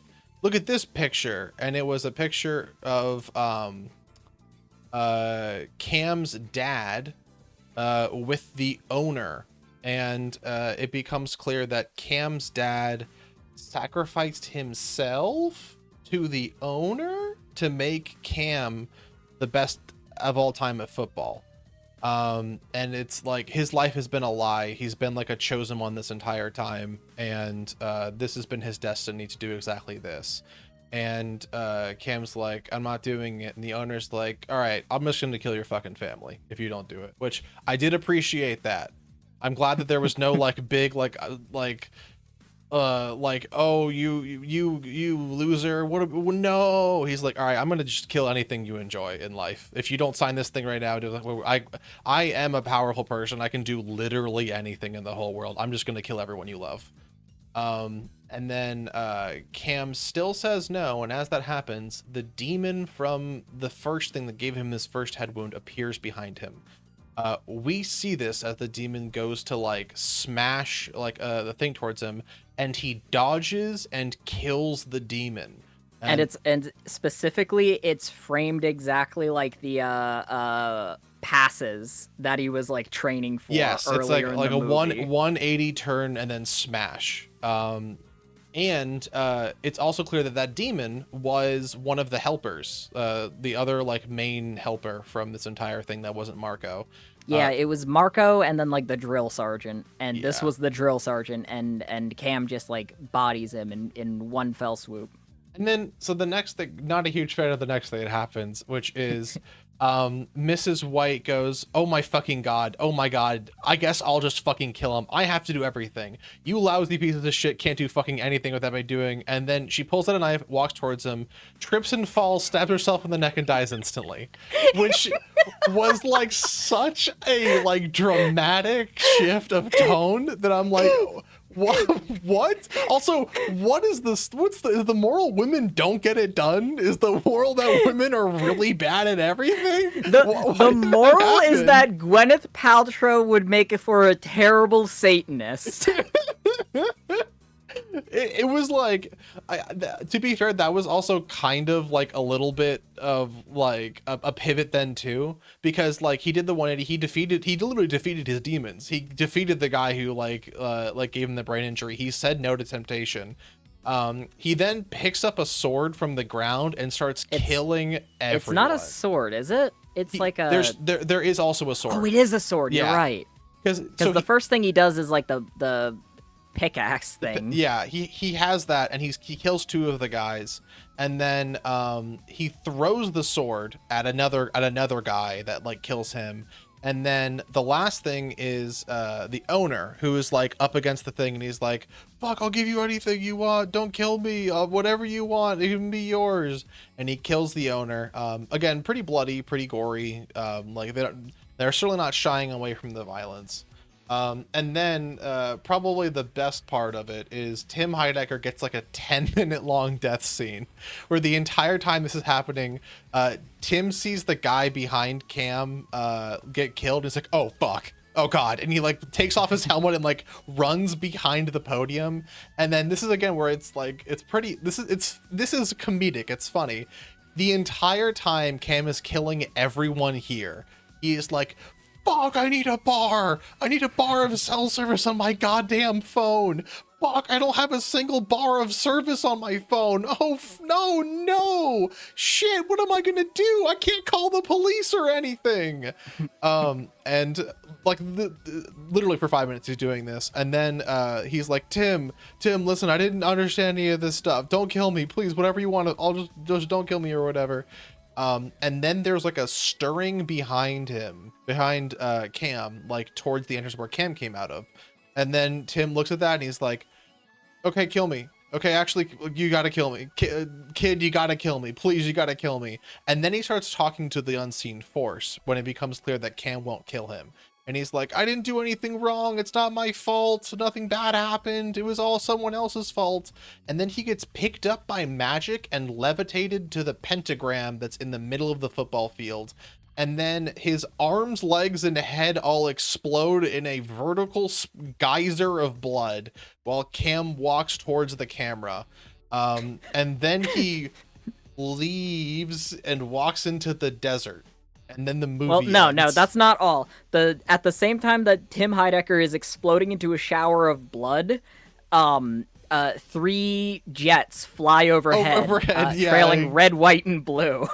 So Tim Heidecker explodes into blood. A bunch of like jets fly over right as he explodes into blood, and like Cam like smirks. Yeah, and then he like it ends with him like walking off into the desert or something. And then the movie ends, which like. And then Jamie started clapping. Yeah. See, I was legitimately laughing at the end. I was like, I am interested in this movie after this whole thing. I wonder how it's going to end. And the worst thing you can fucking do in a movie is end in a way that I expect. Exactly. I didn't expect. I mean, like, I even didn't fully expect him to say no to the contract. I was like, we've seen him like basically kill a guy. We've seen him be a terrible fucking person. And to be fair to like the old guy's point, like who knows, like after this, a different owner could just go kill his family. Like the only power he's gained is getting better at football, but he's not like a superhero or anything. Like he also is now in a facility with like a whole bunch of like murdered people. It would make sense for him to say yes, but like he doesn't. He sticks with his convictions and says no. And to Chimera and Dying's point, I think this movie might have had a message. It has a lot, and I think I mean obviously the biggest one is like exploitation of not only just like black athletes but athletes in general, like of brain damage, big theme. So big theme, brain damage. Here's my conspiracy theory, and it's that none of that like shit happened with the ritual. He just was horribly brain damaged, and then when he did the like drill where he got like hit again in the head, like he just went like fucking actually insane and just killed everyone because of the brain damage that was inflicted onto him by everyone. And that is, I think, a pretty valid understanding of like the event. If you don't want to like look at it from the supernatural perspective, that all could very much happen. Like if you have a lot of brain damage, your brain don't work that good.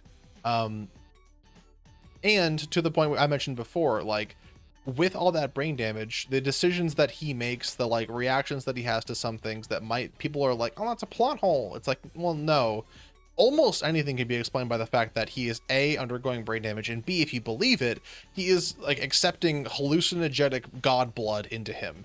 And as a result is hallucinating as a result of it. And it's hard to tell what is real and what is fake. In one of the first days, he goes into a hyperbaric chamber, which is like a specific thing that's like meant to like make your brain heal faster. And the pressure inside the chamber increases to like 800 psi or something. And it like smash cuts to him like smashing his head on the thing, and he bleeds, and like uses his blood to make a glyph in like a whole bunch of like flash cuts, and then it smash cuts to him asleep, and then it smash cuts to him awake again. And like, did that happen? Did he actually do all that? Like, who knows? But again, the overall thing to come from this movie is that it is extremely interesting. There's like, it is rare that I would say a movie like not requires, but probably would benefit from a second viewing, because Literally. there are a whole bunch of things that like you will likely notice.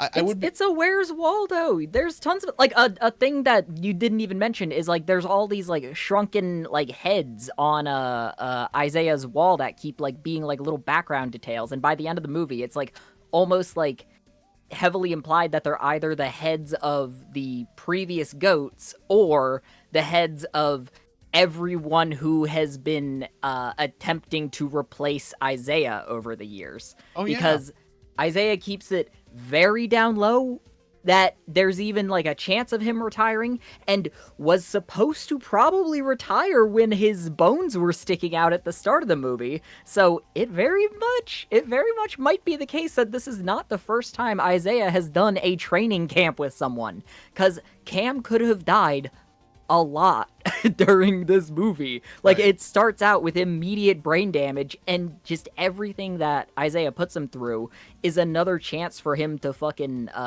bite the dust. So I think that those heads on the wall are the like previous attempts at making a new goat.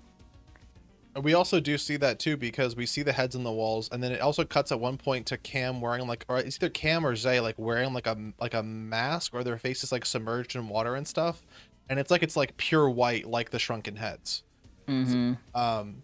So I mean, yeah, there's also a whole bunch of like, weird plot points that don't really matter because they can be kind of hand waved away of like the main character is hallucinating and stuff. And then there's also a whole bunch of plot points that don't fucking matter at all. Like, one of the things is they take his like phone away at the beginning, but it's also shown with Tim Heidecker that there's no cell reception. So like, they didn't really need to do that. But so James and I both saw this movie. We both thought it was fine at the very least, good maybe even. Probably not great, but good at the very least. I thought it was good. I'm solidly in good. I probably would put it into good. I read the Robert Eggers review, which, if you don't know, he is a like famed movie critic who gave it a 0.5 stars out of 4.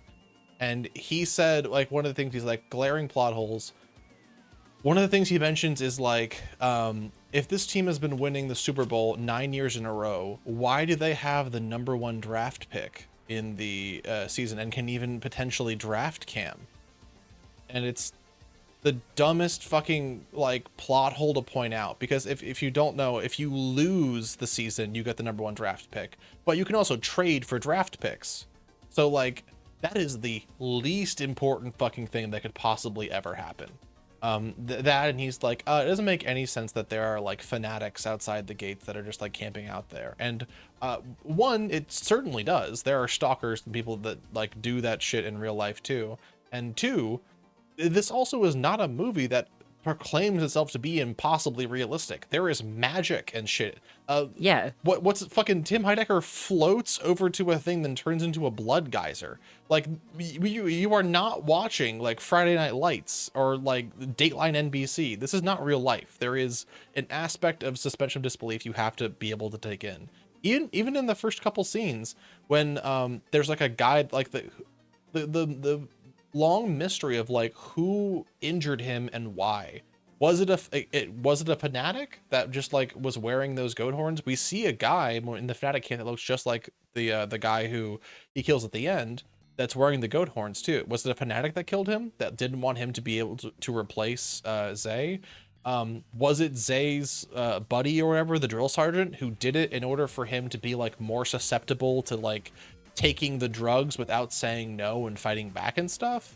Was it a literal demon that did it because like the owner wanted it to happen, so that he would say yes and go to this camp and then like go on from there? Like, there's a whole bunch of mysteries that don't necessarily require answers, and I think are interesting to think about. Yeah, like another one of those is like, I don't know, I can't remember if you listed it in that list just now, but like the mother and her two sons who got into the house. Yeah. That's definitely a moment where I could see some dipshit saying, "Ding! How did they get in the house if the building is maximum security? Isaiah looked surprised when they were in there." No, A, who cares? 2, there's literally devils out and about.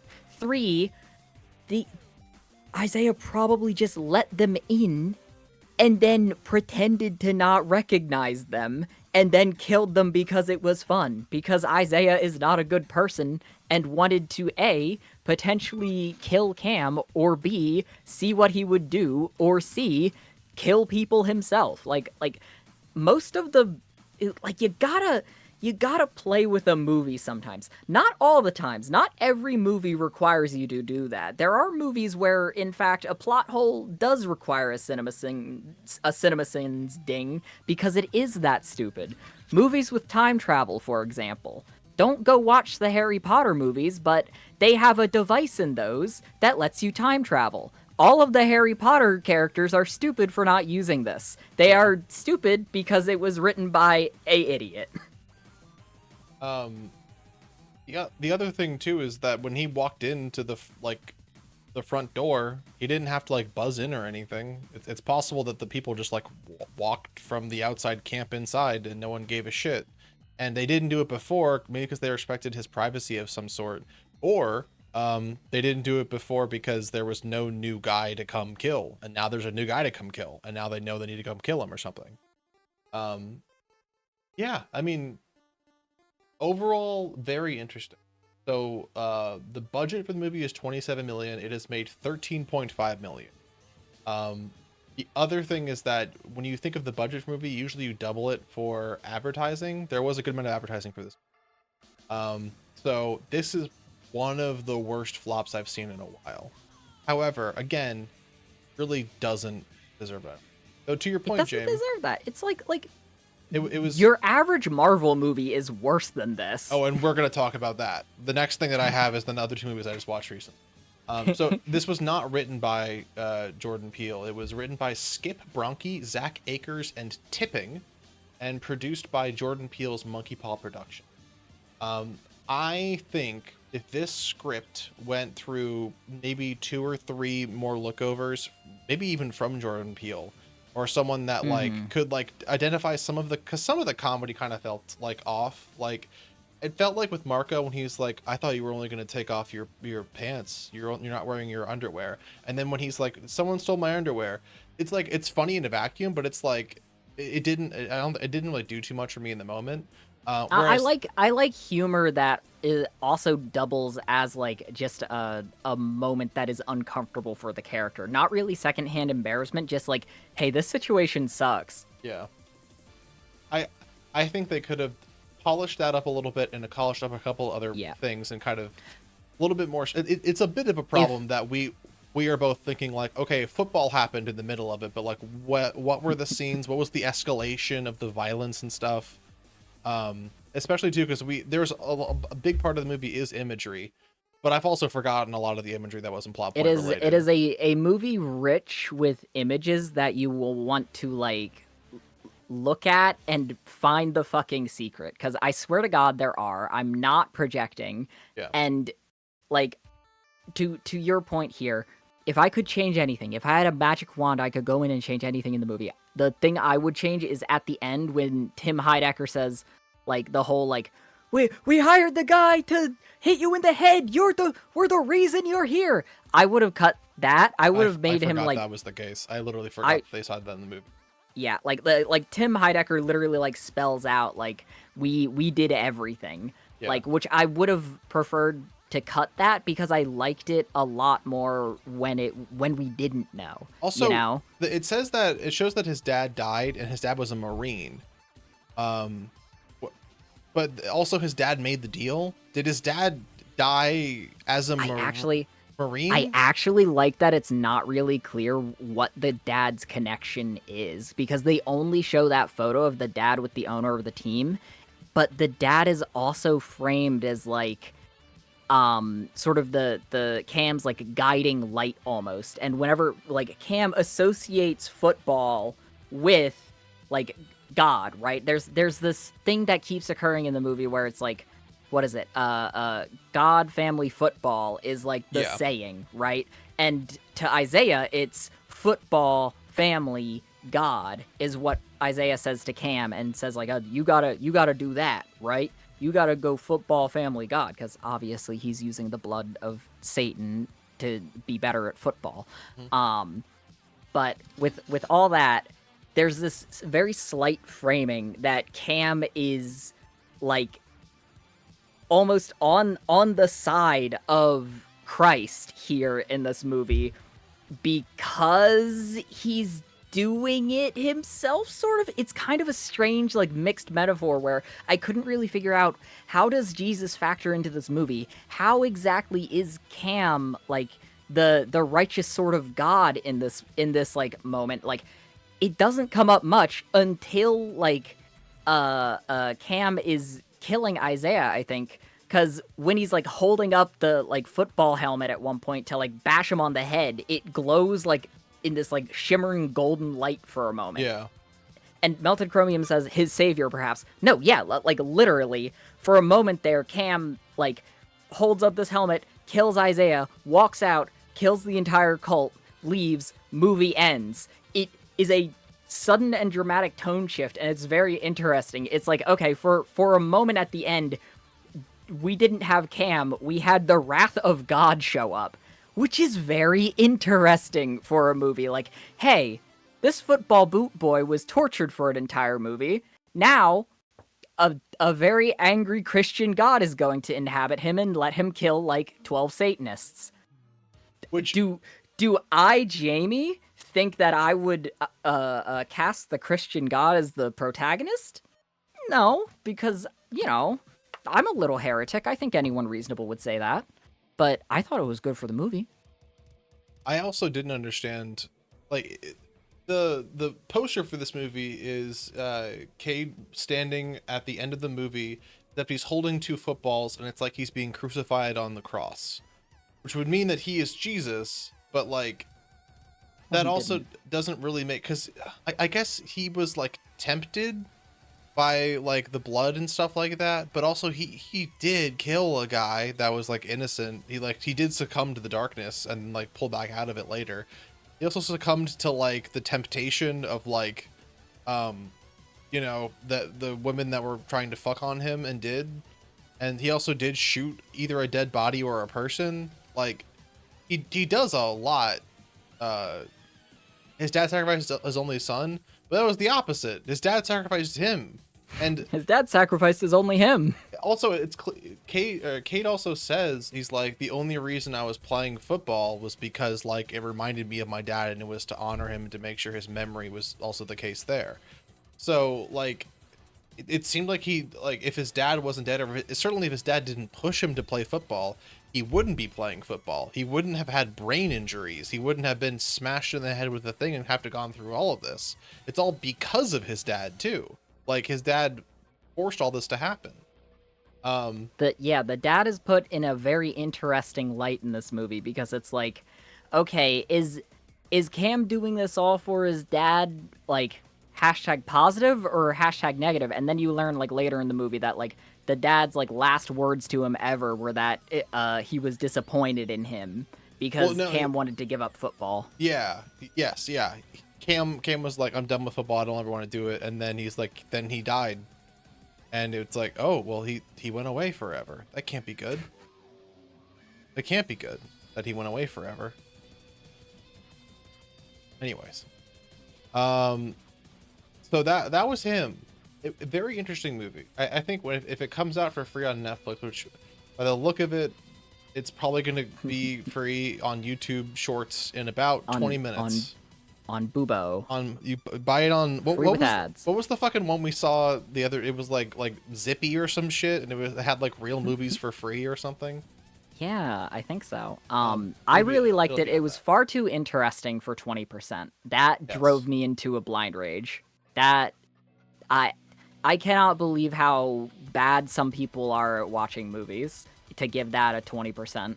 So, for reference, I then watched this and I was like, this had a 22% Rotten Tomatoes. Let's watch something that has more than double. So I watched Venom: The Last Dance, which I asked James about, and they were like, did you know they made 3 Venoms? And I was like, oh, I thought I was watching the second one. I guess I was watching the third one. I watched this at 1x speed until I remembered I could watch it faster, and then I watched it at 2x speed, and I should have gone faster. It was I would hearken to say one of the worst wastes of time that I've had watching a movie. I love Tom Hardy. It is like someone is possessing his skin while he's making this movie. He is so fucking bad in it, as is everyone in the goddamn movie. There is nothing redeeming here. There's a scene where Venom is they're in Vegas and Venom has a what's it called, like a dance off with an old grandma from, like, I guess the first movie or something, and it is so devoid of anything interesting and is done entirely in spite of the plot. There's a sacrifice at the end which is just horrible. We meet a character that is from a 1980s movie. We meet a character that is again, I guess spoilers for Venom: The Last Dance. Venom 3 won like 9 Oscars though. Hopefully that fucking wasn't this one. Maybe I watched the second one. I don't know. No, you watched the third one. I'm fact checking this right now. Continue.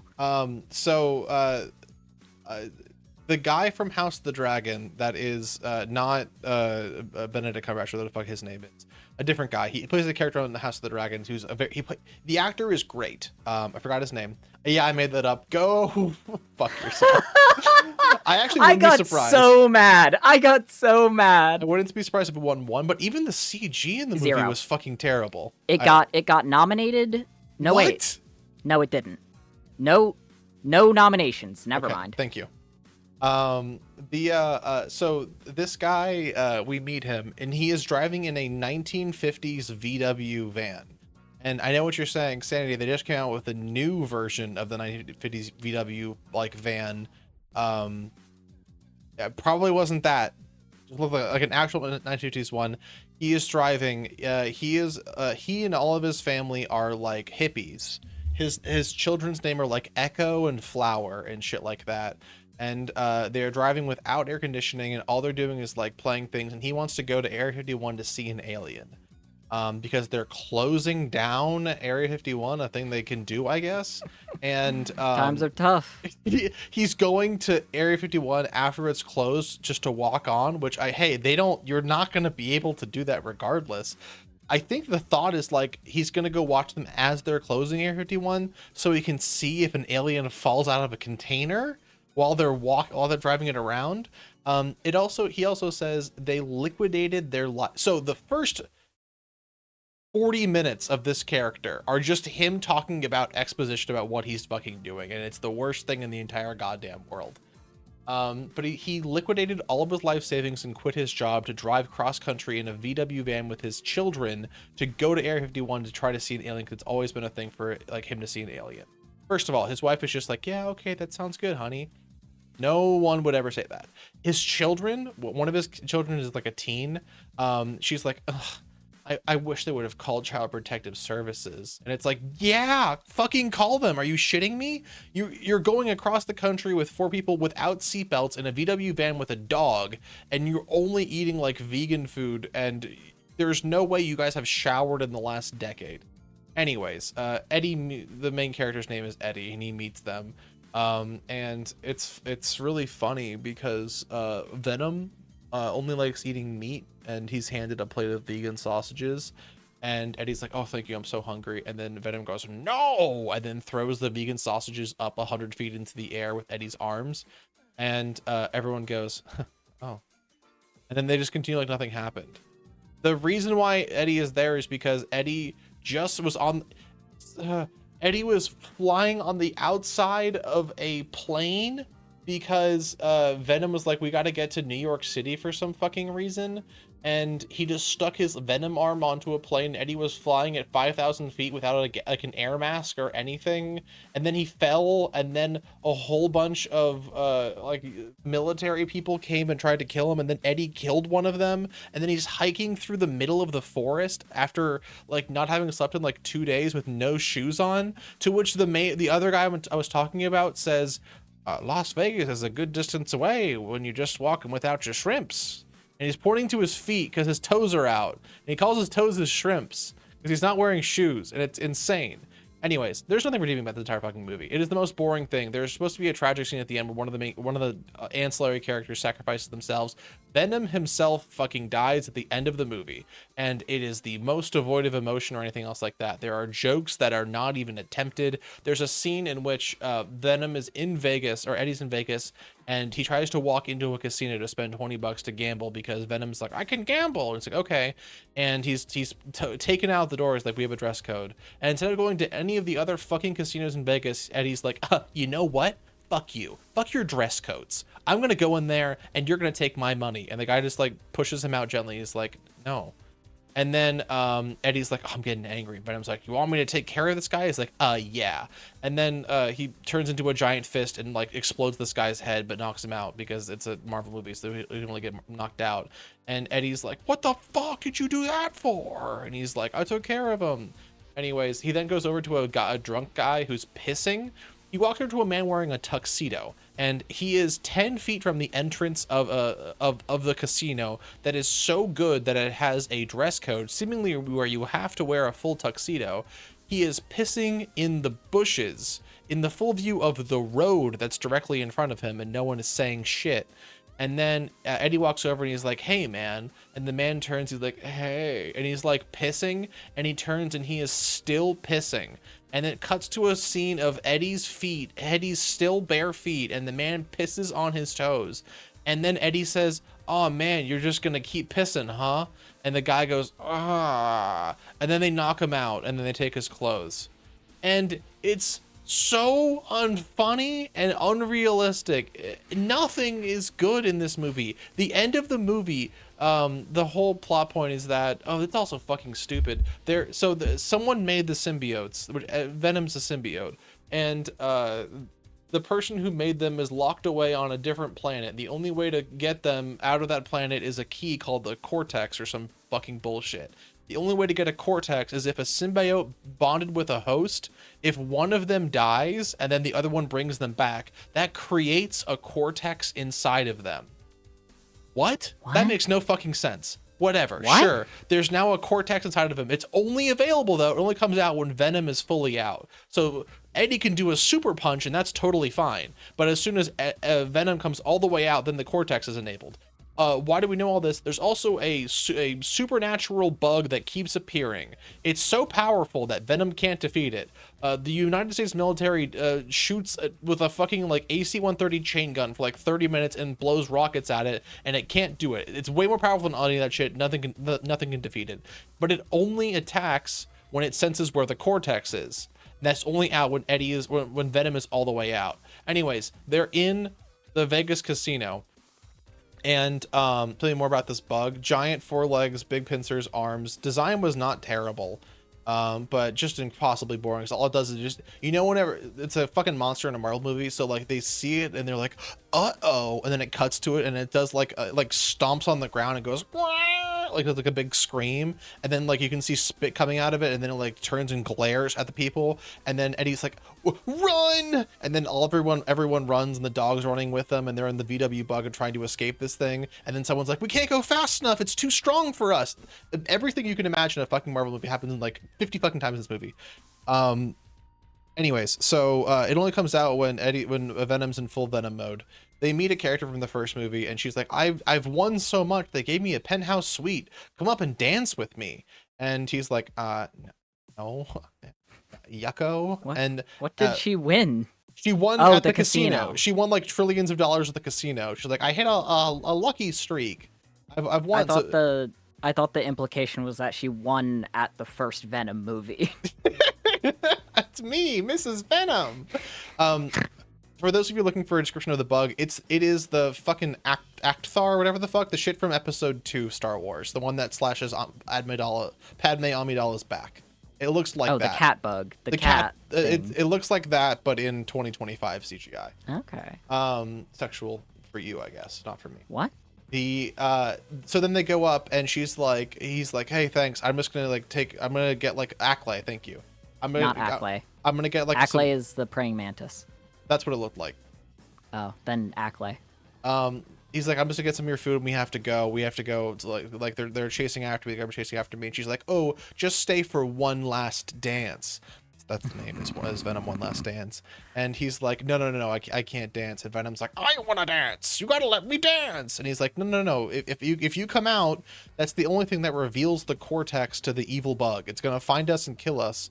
And both him and both Venom and the woman is like, no, come on, one dance ain't never hurt nobody. So then the symbiote takes over with Eddie poorly ADR'd in the background. It's just like, oh no, oh god.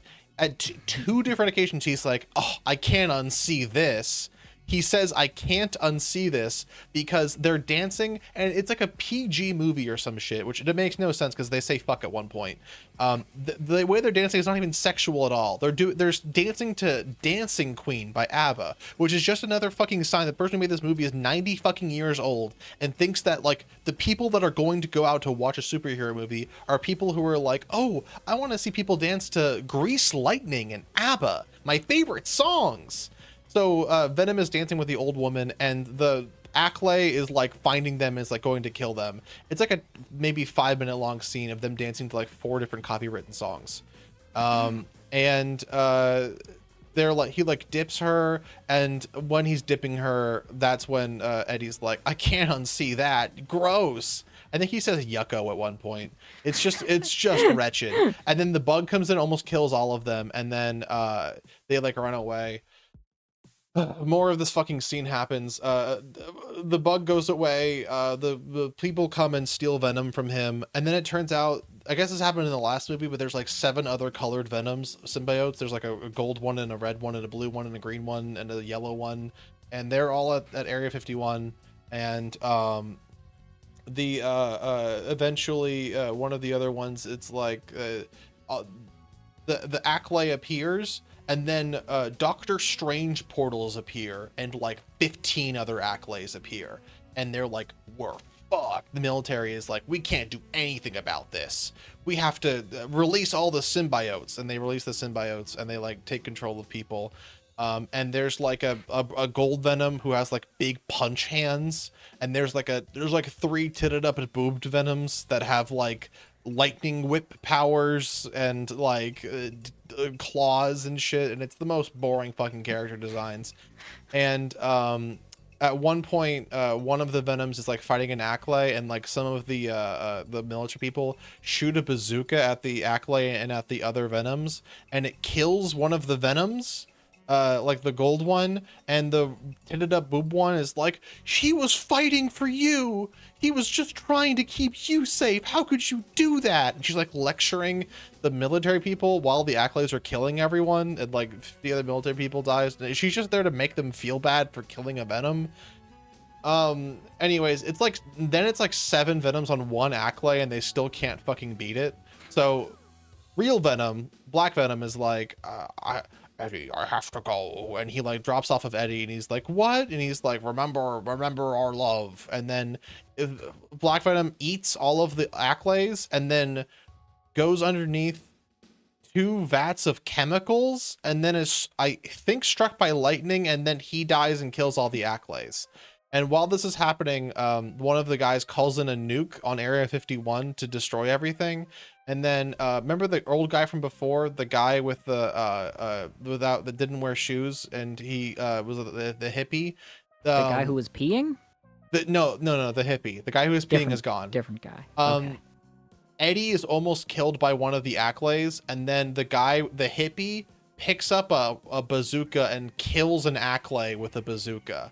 And he says, oh no, sorry, alien, because remember, he liked the aliens. He liked them. He wanted to meet an alien.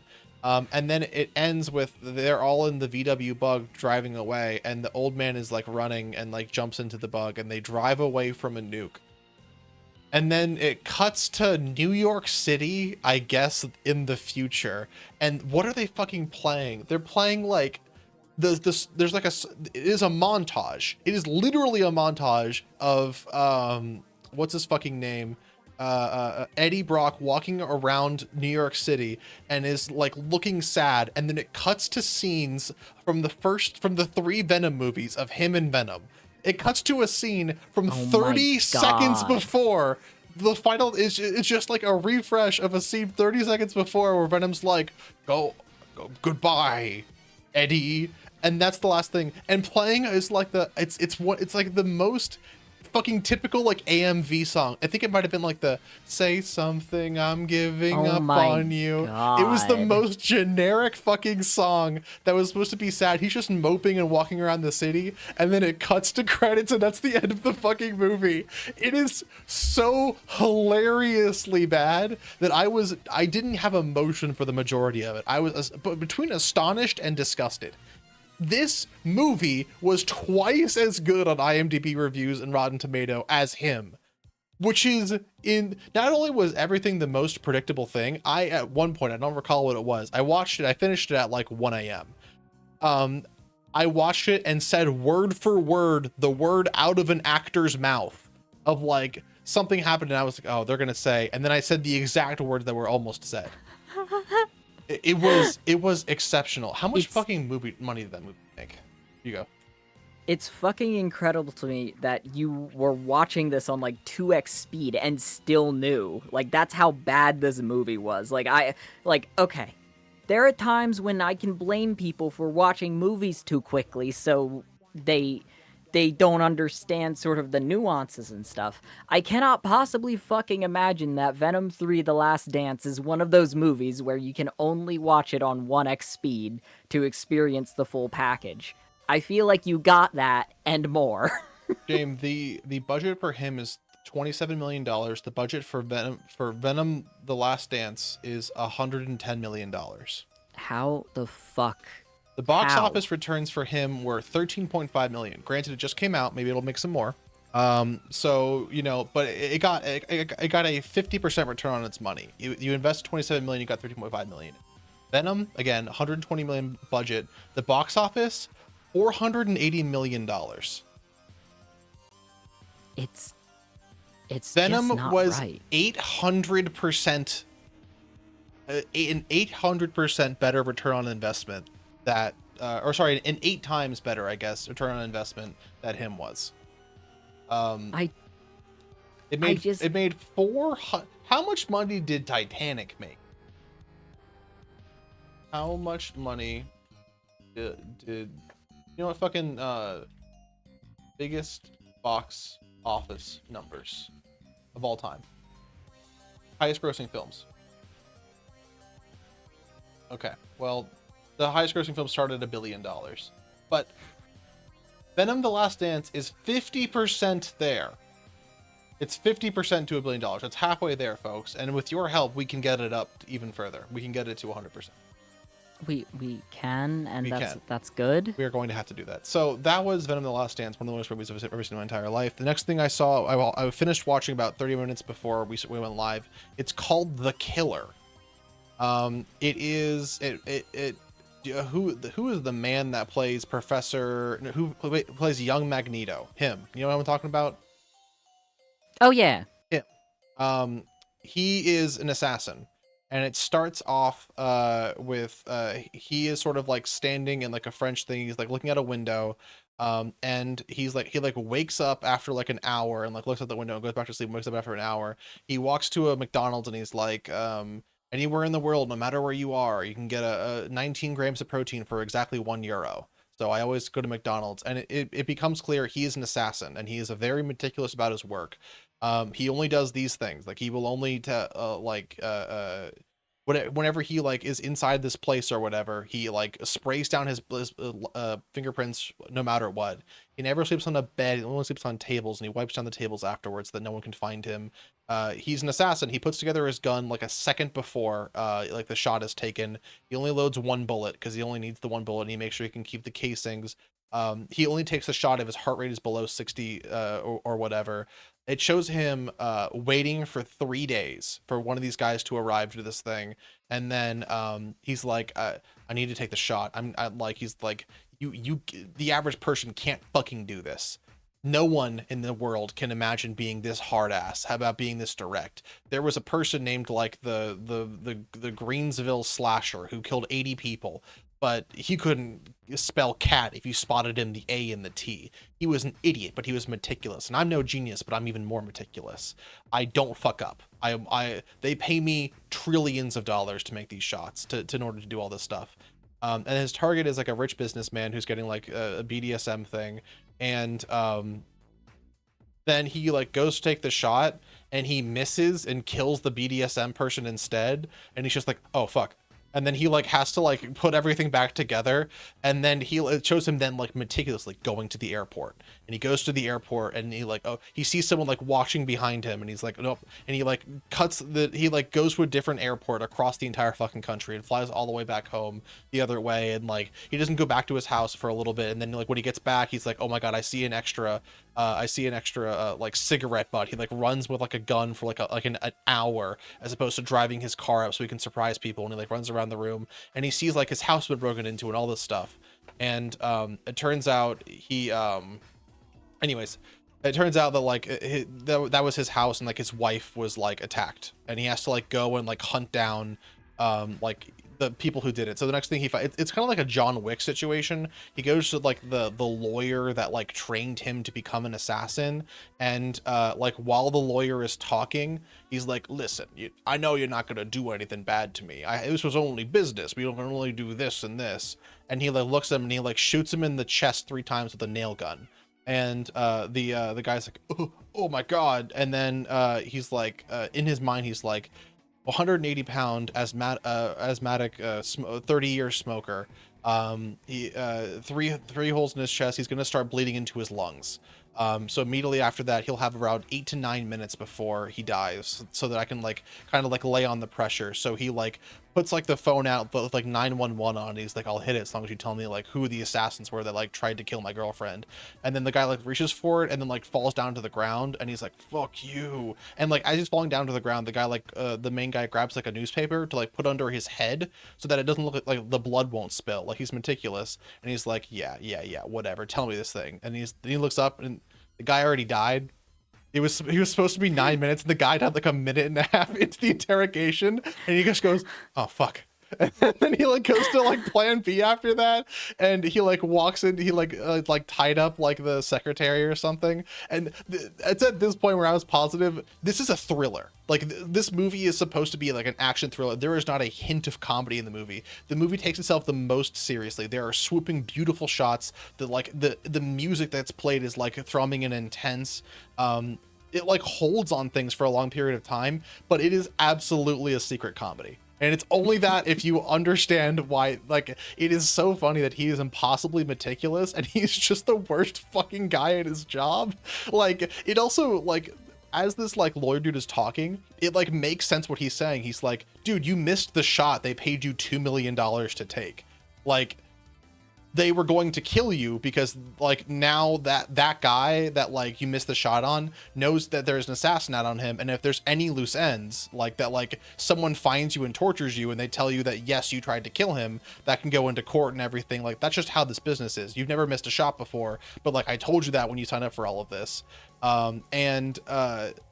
He's throughout the entire thing too, the guy's like, you have to take emotion out of it, you have to take empathy out of it. You cannot like treat your victims like anything other than bags of meat. And then the like secretary's like crying, and she's like, I'll tell you whatever you want to know, just like, you know, don't let my daughters like find me dead like this, it's gonna fuck them up. So he's like, okay, yeah, that'd be pretty bad if they found you like this. So immediately breaks that rule too. It, like has empathy towards the secretary, and then he like goes and like finds like the people. The next thing he does is he finds that there's 2 people that killed his wife, or sorry, damaged her. She's not dead. She's just really injured. One of them is like a big brute on steroids. The other one is like, they called her a Q-tip. It's Tilda Swinton. She's like the cunning, like intelligent assassin and everything like that. He goes to the big brute's house, and he like sees that he has a dog, and so it's like a whole scene where he like goes to different stores and like buys like meat and sleeping pills, and like he puts like sleeping pills in like the meat or whatever, finds like a way to shimmy past the gate, finds a way to get inside into the house and all this sort of stuff.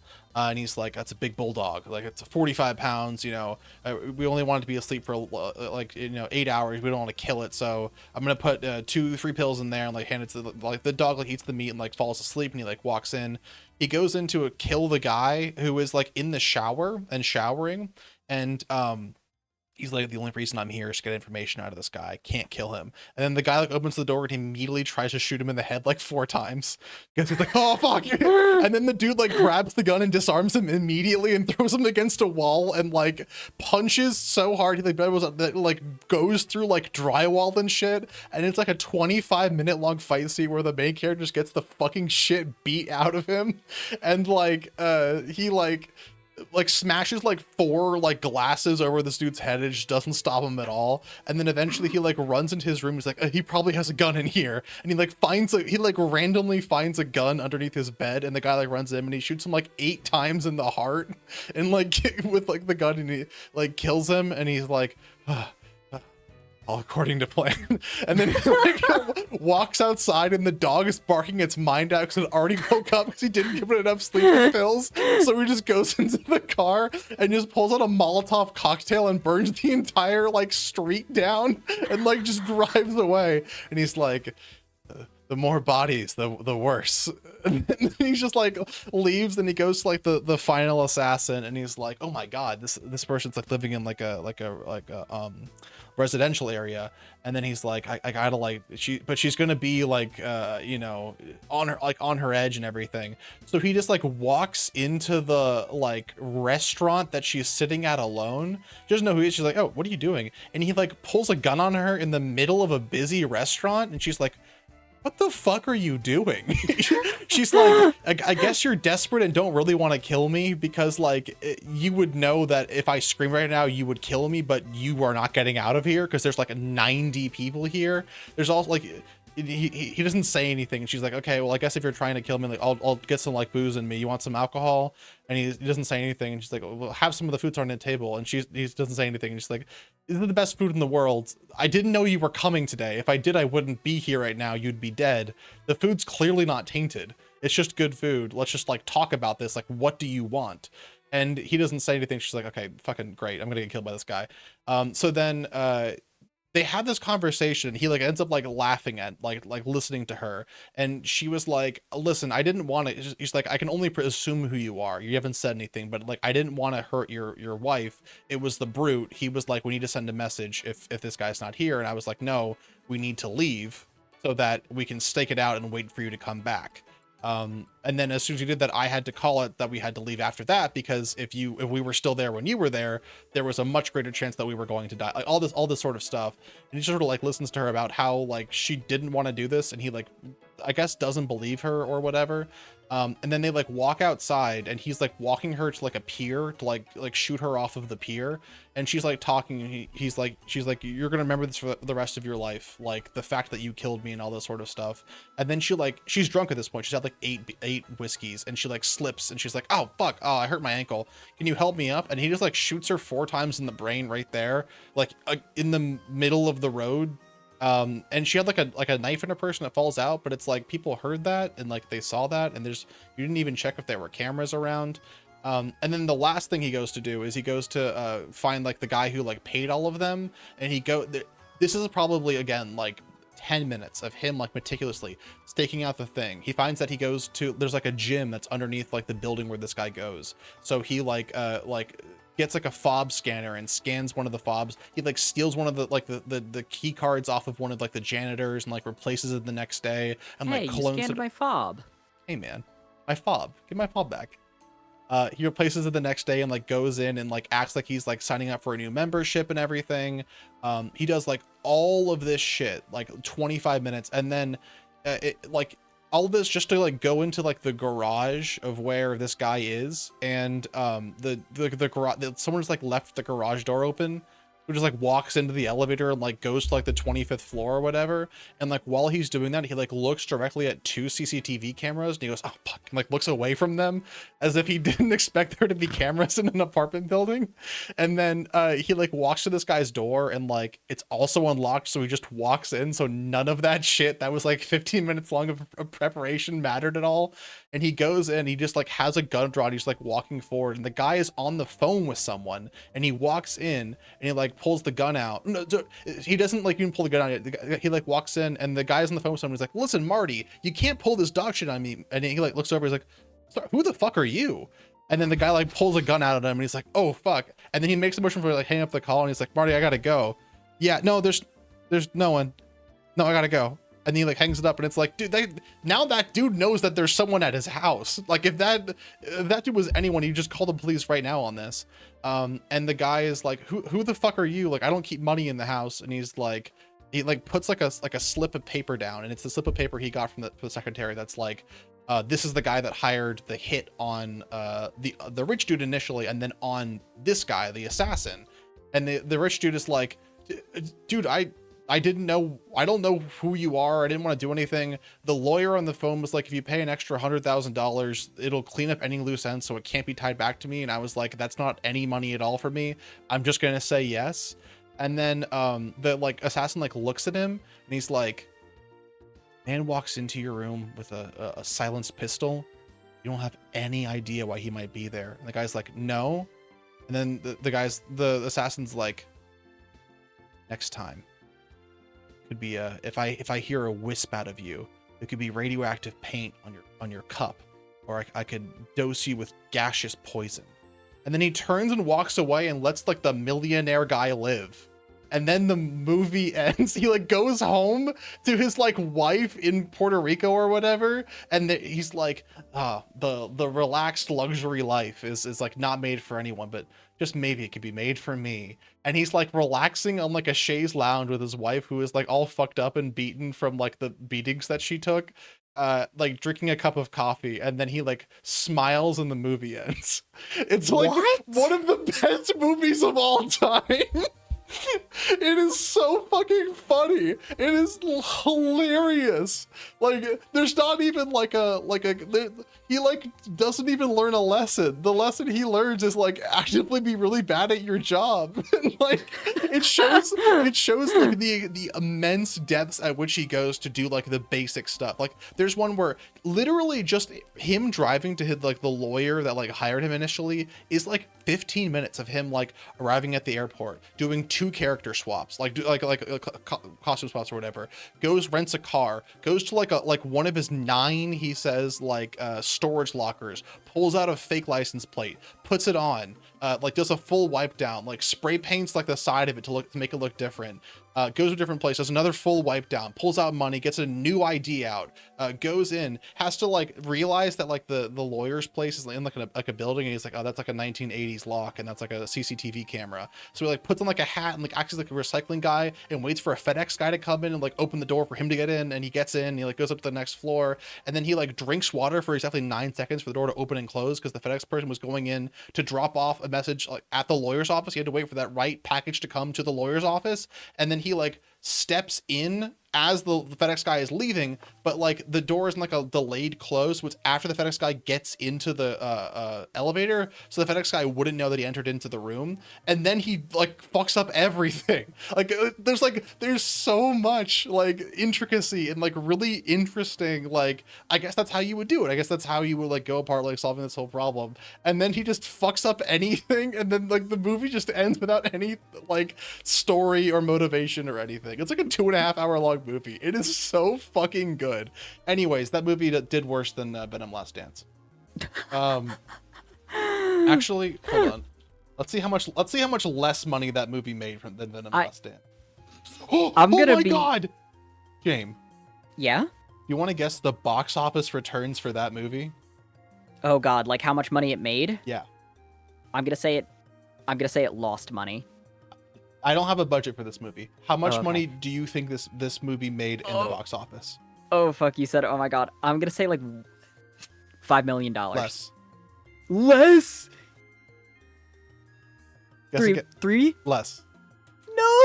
1 million? Less. No!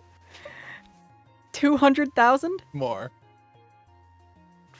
500,000. $452,208. What was its budget? It doesn't say what its budget was, but how do you pay $450,000? Nobody saw this little movie. That is the most insane thing I might have seen in my entire life. I will say, like, having this discussion, framing it around Venom 3, The Last Dance, has made me feel a lot better about the movie Him. I think a lot of people are just really bad at watching movies. They have to be. Also, Wizard Tips now has a great first time chat of lesson of the day. That was badass. Literally, that is the entire plot of the movie, and it's so fucking good. Oh my god. God. Honestly, I guess it's low because it's on Netflix or whatever, but just watch this movie even at like 5x speed, because so much of this movie is not even like, this movie could be an entirely non-verbal movie. Like the dialogue doesn't matter at all. It like shows you into the head of the main guy. That's literally it. It is so good. It's so fucking good.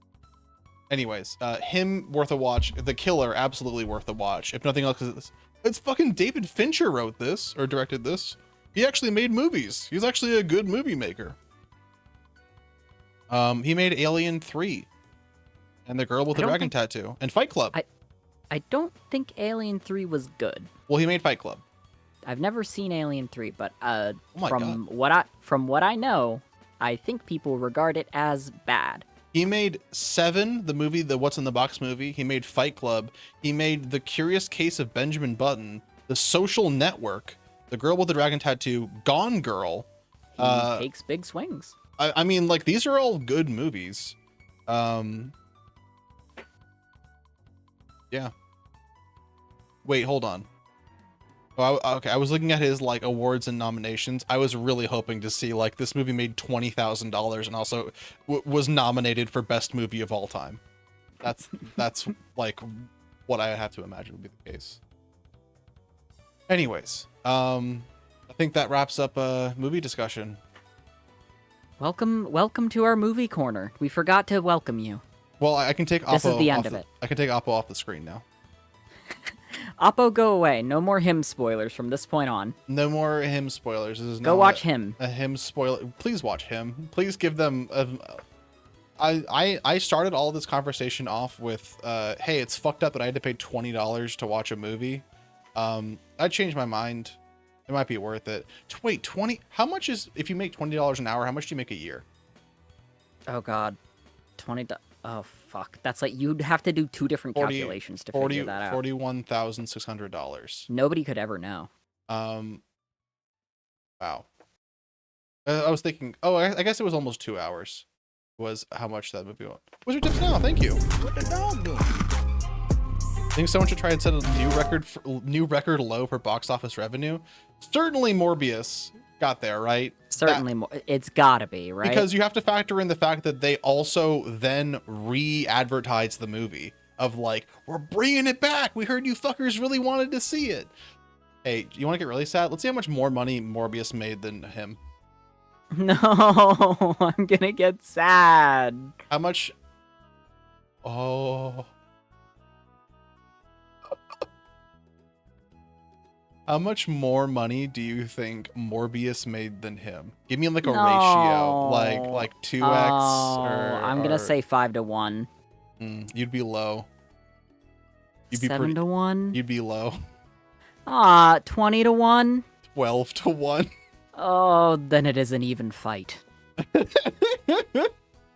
Morbius made $167.5 million on an $83 million budget. I think they're lying. I think they lied on that one, actually. I think they've got to be. Sony was like, oh, no one's gonna notice if we fib, right?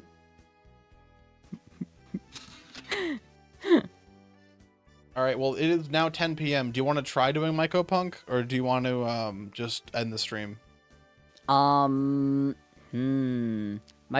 does look like a really good game, but But part it's of me 10 p.m. thinks, because unfortunately today I have to wrap up early, so we could either do one round of Mycopunk and then do a real Mycopunk stream next week, or we could just do Mycopunk next week.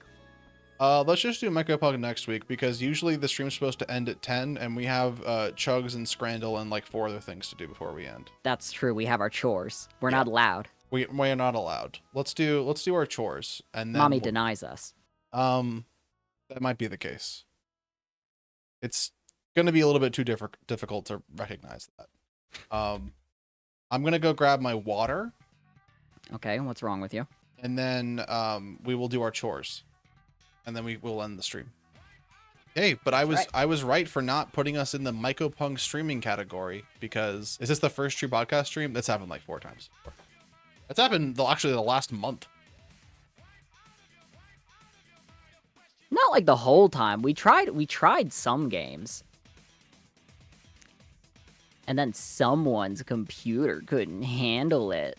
Chat, you know what happened right before the stream started? My damn Unity turned off in the middle of me like having like spent literally almost all of my afternoon working on making a tree fall over and then slowly sink into the ground after falling over. It required 2 different coroutines, and right now, after the tree falls over onto the ground, it rockets off 200,000 feet into the atmosphere. I don't know why, but it appears like the second coroutine is repeating indefinitely. I literally, I just wanted to play the animation of the tree falling and then sink slowly into the ground.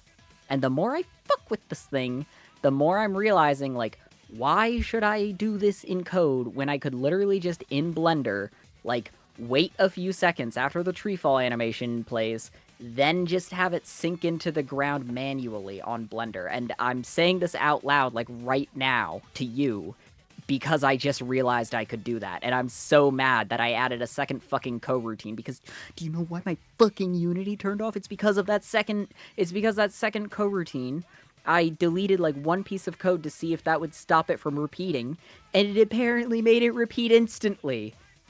Several million times, or some shit. That's what happens when a tree falls with no one around to hear? Fuck!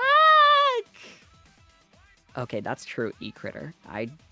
Honestly, I hadn't considered that. If you do it in code, the tree feels pain when it hits the ground. Oh, I do want to hurt it ever so much. Game dev is so great. That's right. That's right. I am actually really enjoying myself. Like, prior to learning Unity and stuff, I was like fucking like put off and intimidated by how much everyone said like, oh, Unity, because I thought people were talking about Unity the same way like people talk about Java. No. Those are very different conversations. Unity is not Java, but Unity has its quirks that do ever so enrage me.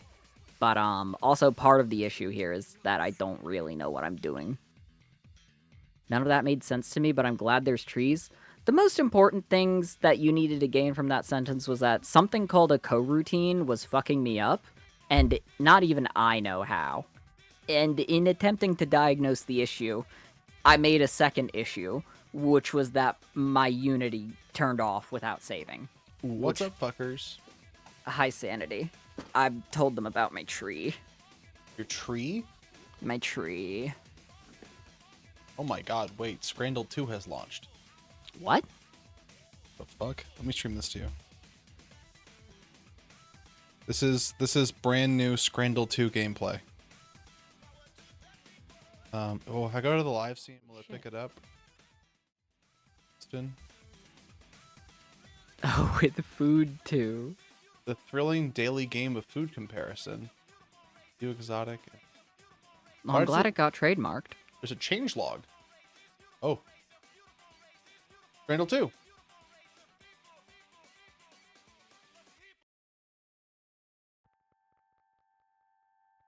Added over 1,500 new items.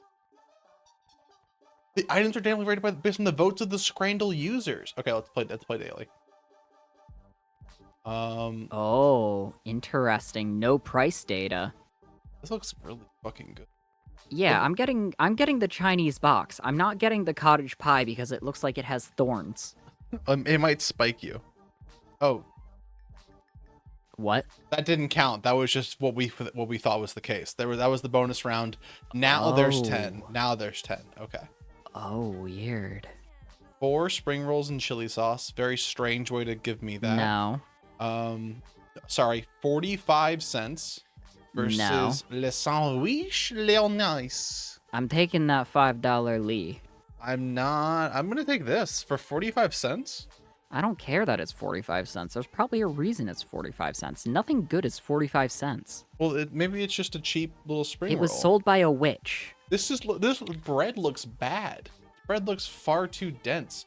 Sorry, is there lettuce outside the bread? That is not lettuce. What is that? That Why is paper. Why is it green? It's not green. Are you what? It's what? What are you talking about? So I'm gonna choose this one. Okay. You are fucked, and I am the victor. It's not the bad penis. It's not the bad penis. There's no way. It's certainly the yummo. This is one of the rare games where there is not a penis bonus. Price includes all you can see. That's my favorite line from The Lion King. I love the caramelized onions. Yeah, that looks fucking yummy. Love me a good old No parm. idea how 73% chose that other one. Oh man, Okay. Wigan kebab versus the fucking I love this one. Bread, lard, paprika, and raw. It's gonna be the Wigan kebab, but it's gonna be like 10%.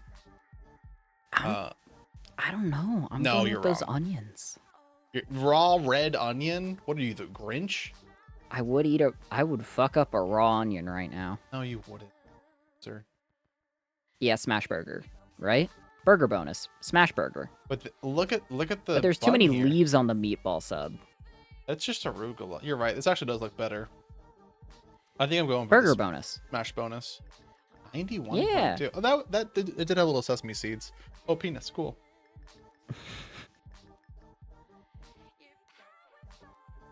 I think I'm doing this one. Yeah, I'm doing the chicken and chips. For double the cost though? More than double the cost. 2.5 the cost. Ooh, I mean, it does actually look like it's double the food though. Look at how small that like chips thing, the fries on the right are. It goes down It's though. not- it doesn't go down as much as you think. Look at where that person's finger is. Those other fingers are not far away holding the bottom of it. There's not as many fries as you would imagine. I think it's gonna be this. I think we're gonna get There's fucked no here. way. That is double the meat. Yeah. You're right. Not the slice of Domino's pizza. Slice of Domino's pizza. That looks... Oh, I made pizza today. That was actually good for the first time ever. Congratulations, me. However, I only made it with cheese because I was so excited about making pizza, I forgot to get toppings. So I just shredded Aw. 8 different types of cheese and poured it all over it. You're like a hamster. Very yummy. That's the only... I also forgot that I didn't have to make other... So I just ate a whole pizza. That was like lunch and dinner. Because there's a lot more calories than you think. It's gonna be the hot yum yum. 62% for a slice of bad pizza is crazy, Bill. Ooh. I think I'm going. Ooh. This does not look good.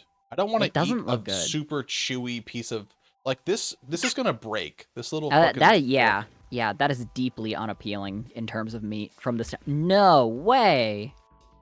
Just curious about how much did it cost to make? So much cheaper. I actually followed the instructions. Is that a live fish? No, it's not.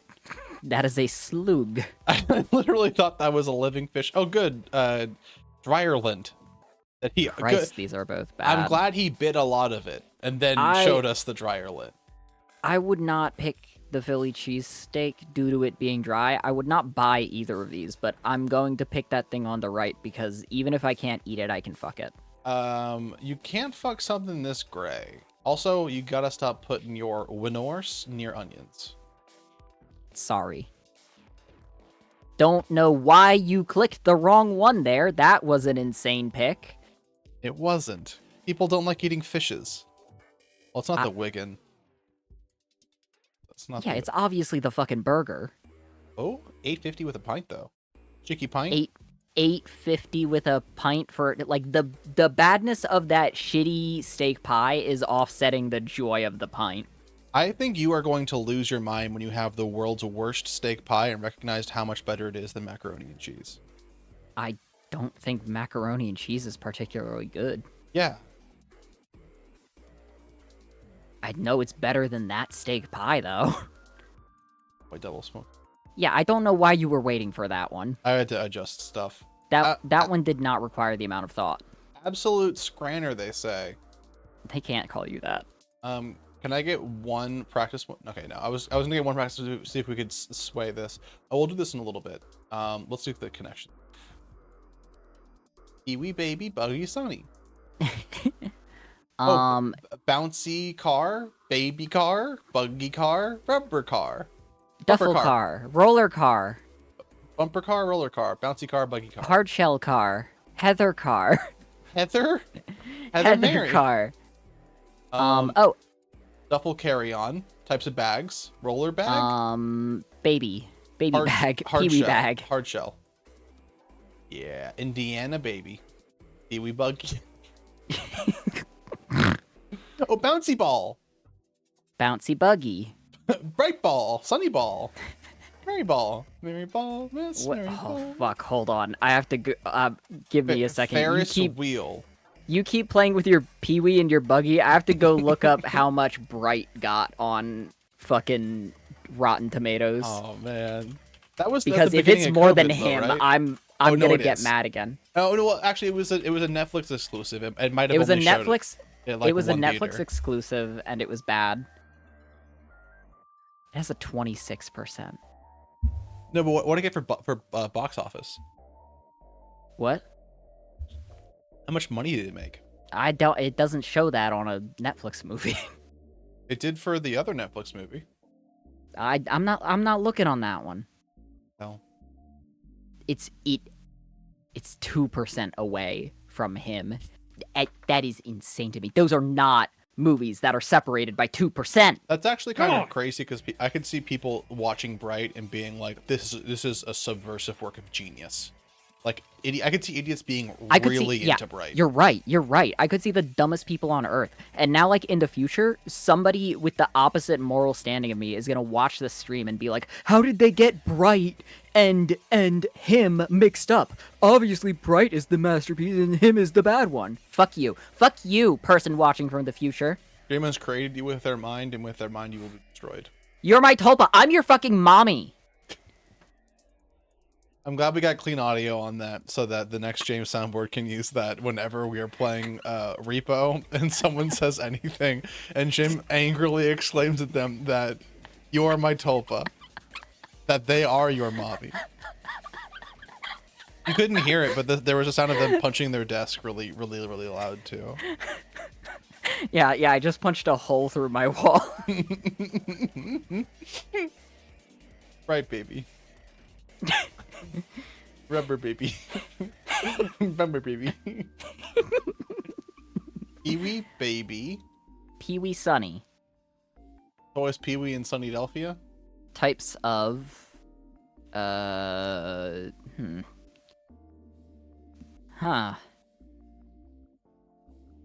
Rubber baby bouncy. What baby is hurting me? Rubber buggy baby bouncer. Isn't that something? Rubber buggy baby bouncer. Bouncy. Is it bouncy? No, it's insane. oh my You're god, insane I'm person. literally thinking it's rubber buggy. Fuck, what was it? It was a thing. It was like a thing that was said. Rubber baby buggy Heather. Not Heather. I don't know what. Is it bumper? Rubber baby bumper. Rubber buggy baby. Try rubber buggy baby I'm bumper. not trying that. No, try rubber. I swear to God, this is a real thing. I swear to God, You are having try. an aneurysm. Are you getting hemmed right now, dude? No, I am not getting hemmed. I'll prove how much I'm not getting hemmed. Try rubber buggy baby bumper. I swear to God. I swear to God, hit submit. Buggy baby bumper. I'm staking my bumper. Oh! Am I getting hemmed? Did I just get an injection of the blood? This is nothing. Rubber. It's not even in the order that they have up here. Rubber, baby, buggy, bumper, baby, buggy, bumper, rubber. It's like a tongue twister. It's like a stupid fucking tongue twister. I feel like I'm gonna die. I don't really feel good anymore. What's Rubber baby buggy bumper. Can someone? I don't want to have to Google that. I feel like if I Google that, my computer will shut off and I'll die. Your from the computer will world. get hemmed. I'm getting hemmed. Maybe is the Christ figure this. I thought it was James. They were the mommy. Well, no. Now you're my son? I don't know. Christ is not a. Oh, Jesus. Jesus Christ. Oh, that Christ. Okay. Immaculate Conception and all that. Bright Christ, Heather Christ, Bouncy Christ, Sunny Christ. The 4 types of Christ. Merry-go-round, Ferris wheel, Indiana bouncy wheel. cars. Bright wheel. I got Sunny that. wheel. I got Oh, that. bright and sunny. Bright and sunny. And bouncy. And merry. Types of what? Types of happy. Oh. So what's Heather Pee Wee Ferris, Indiana? Ferris Places? wheel, Indiana. Oh, Pee-wee's Wheel? Big Adventure. Heather's. Oh. Ferris Oh, and Indiana. Day Off and Jones. Ferris You're Bueller's Day right. Off and Indiana Jones. You're right. Oh. Would you look at I that? like that game. Can we play the mini? Nope. We live in hell? Strands. Sex screen. Hey, that's right. Miko. That is Miko. Mos. Mold. Moldar. Moldar. Dart. Ooh, nice. Hey, Oh, try Phoenix. I see PHO. Now find a Remix. Femez. Foam. E.T. Foam. Oh, home. Try home. HOME. Homer. Homie. Homie. HOMIE. Right there. Homie. Oh, No. homie. Marge. Find Marge. There's no M. Hom. Marker. Macrae. Treed. Fred. Fred.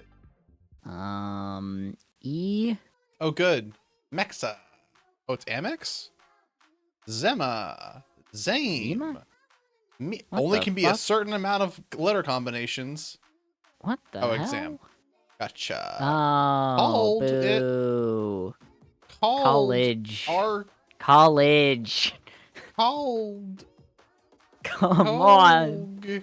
Not college. colic.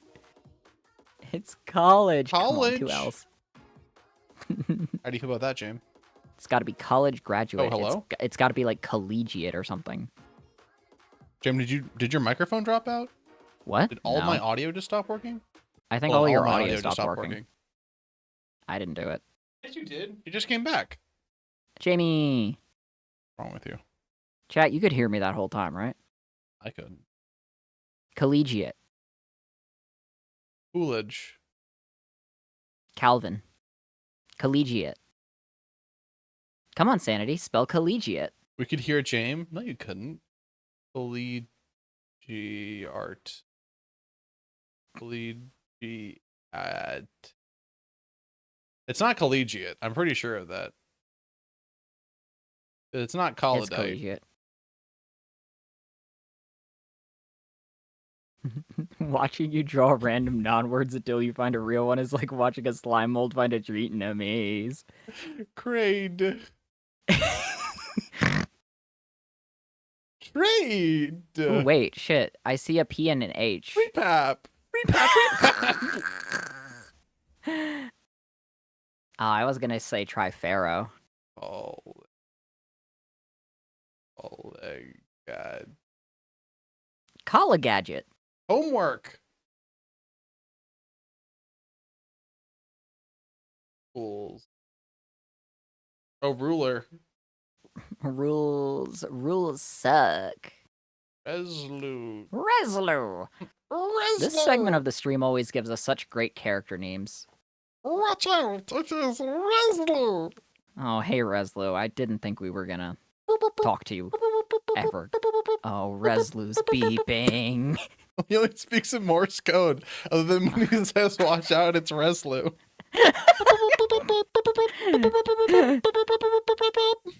It's a different. Reslu, It's a different. It's a different Morse code than we have. So if he accidentally said some bad things in there, it means it's not American Morse code. It's a different Morse code. He can't be held accountable, and more importantly, neither can this stream. That's Green. right. Thank you for serving. Thank you for serving some sort of country, Reslu. Why is green a word? Green. Tide. Tide. Gark. Reticlug. Oh, lecture. What do you mean? Not. What do you mean? Lecturer. Lecture. Oh, curse. That What? famous. Oh, course. College course. That's the hidden word. It's college course. Oh, gar course. Yeah, it's gar curse. Yeah, you got it. It's gar curse. Collegories. College gar course. Riding. Oh, ing. Agenda? Daring. Today, aren't we? Daring. Dire.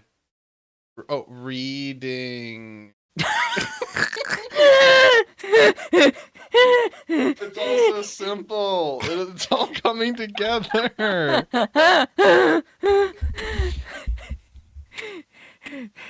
Raiding Rainbow. Reading. You're so bad at this. Raid. Shadow Legend. Away. Oh, I didn't do the world today yet.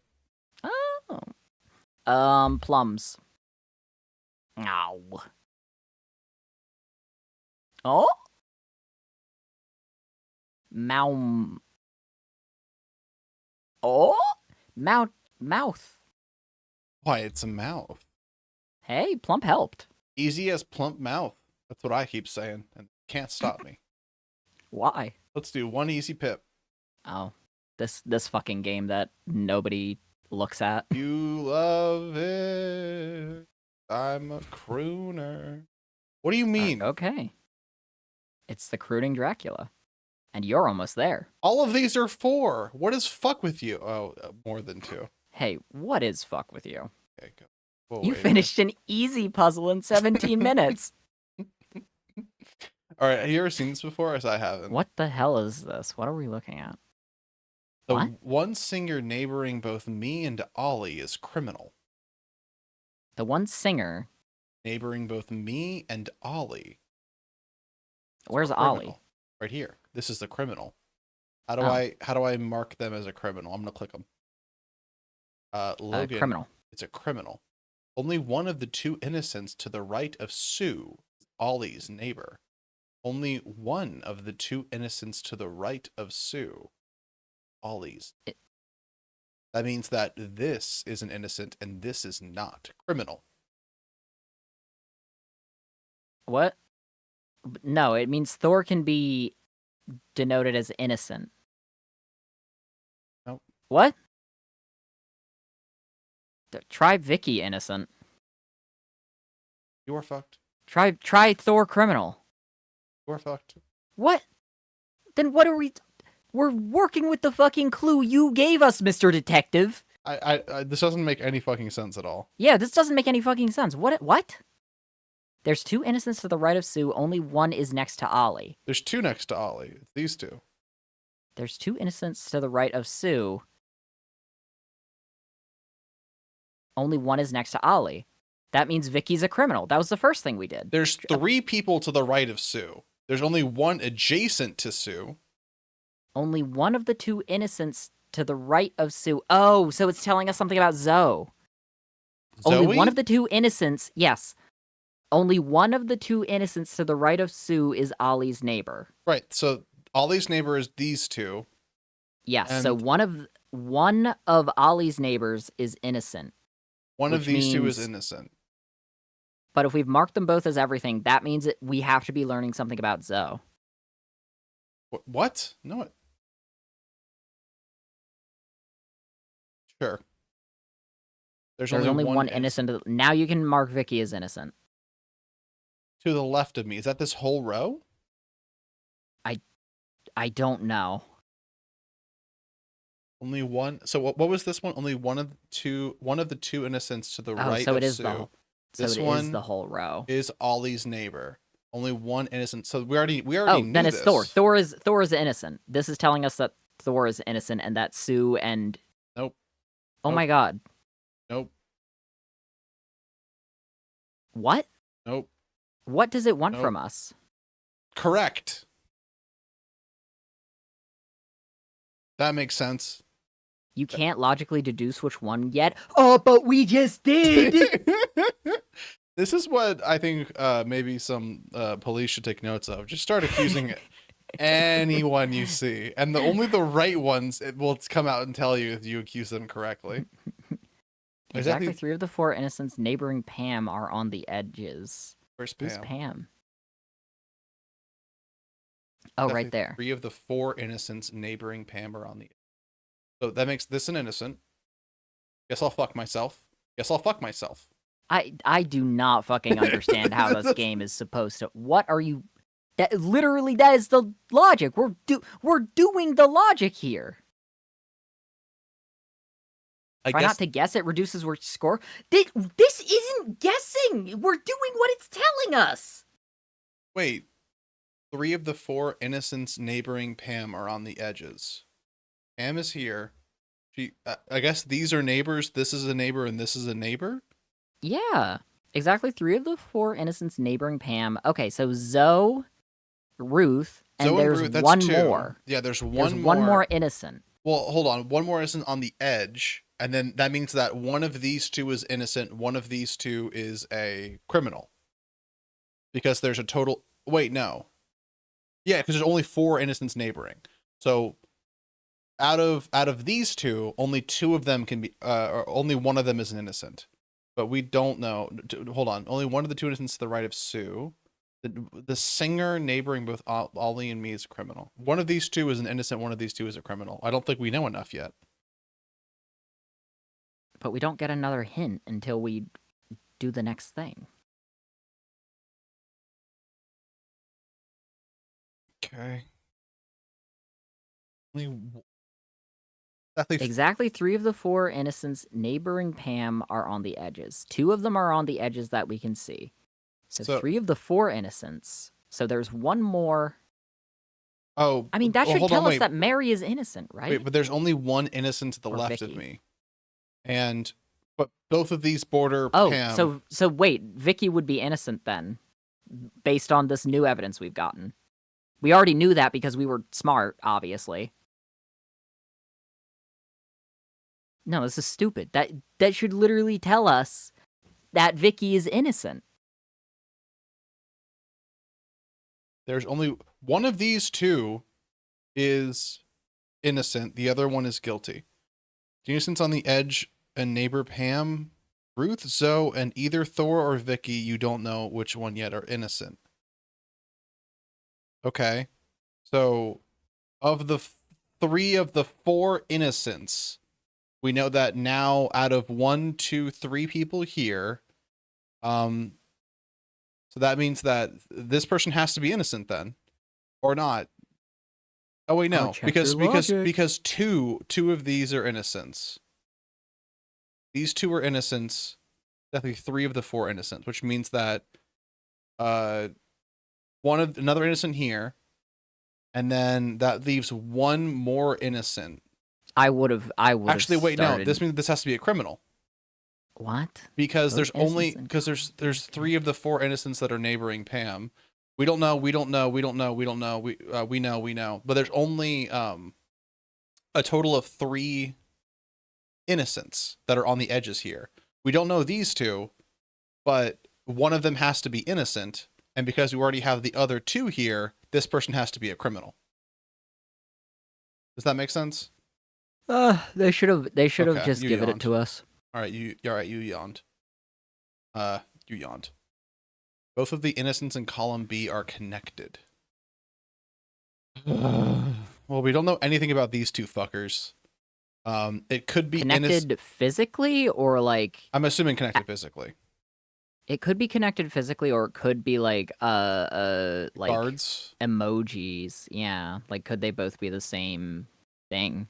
Uh, I could have sworn that we have something on Ollie or Thor by now. we know some things about them. Only one of the two innocents to the right of Sue is Ollie's neighbor. One of the two innocents to the right of Sue is Ollie's neighbor. One of the two innocents to the right. I guess these are neighbors, so this means nothing. We still know. We're pretty fucking Wait, sure hold that. on. Scroll down. Let's see what neighbor means. What? Oh, Neighbors always include diagonal neighbors. Okay. everyone One person speaks. can have up to 8 neighbors. In between means the person between the two. Connected means a chain of orthogonal adjacency, James. Now define that for us. They love each other.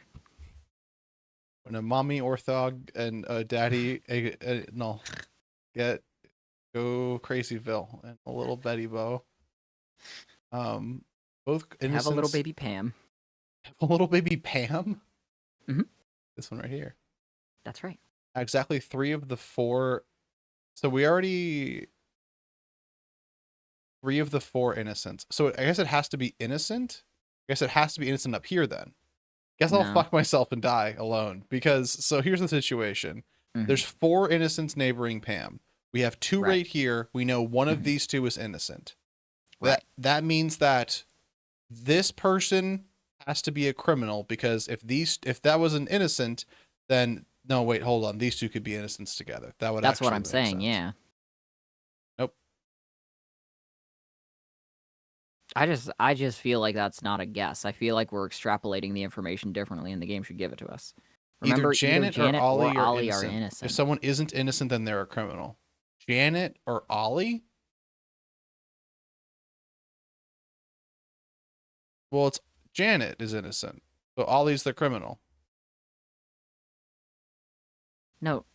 So wait, Nope. Neither of them are criminals or innocent. hold on. Is that's the issue here. I don't understand why it won't just Pam has 4 innocents neighboring her. 1, We know of 2, 2 of them. 3, and then 4. One of these 2 is innocent. One of these 2 is innocent. One of these 2 is criminal. One of these 2 is criminal. Well, the problem here is if it's Thor or Ollie, then the other innocent has to be either Thor or Janet, right? Because they have to be touching each other in column B. But if But it's we Vicky, if it's Vicky, that then it's changes Janet. things. It's Vicky, then it's Janet and Floyd. or Bobby. Do we know anything about Bobby? If it can't be Bobby Janet because they have to be adjacent. No, exactly. Yeah. So exactly 3 of the 4 innocents bordering neighboring Pam are on the edges.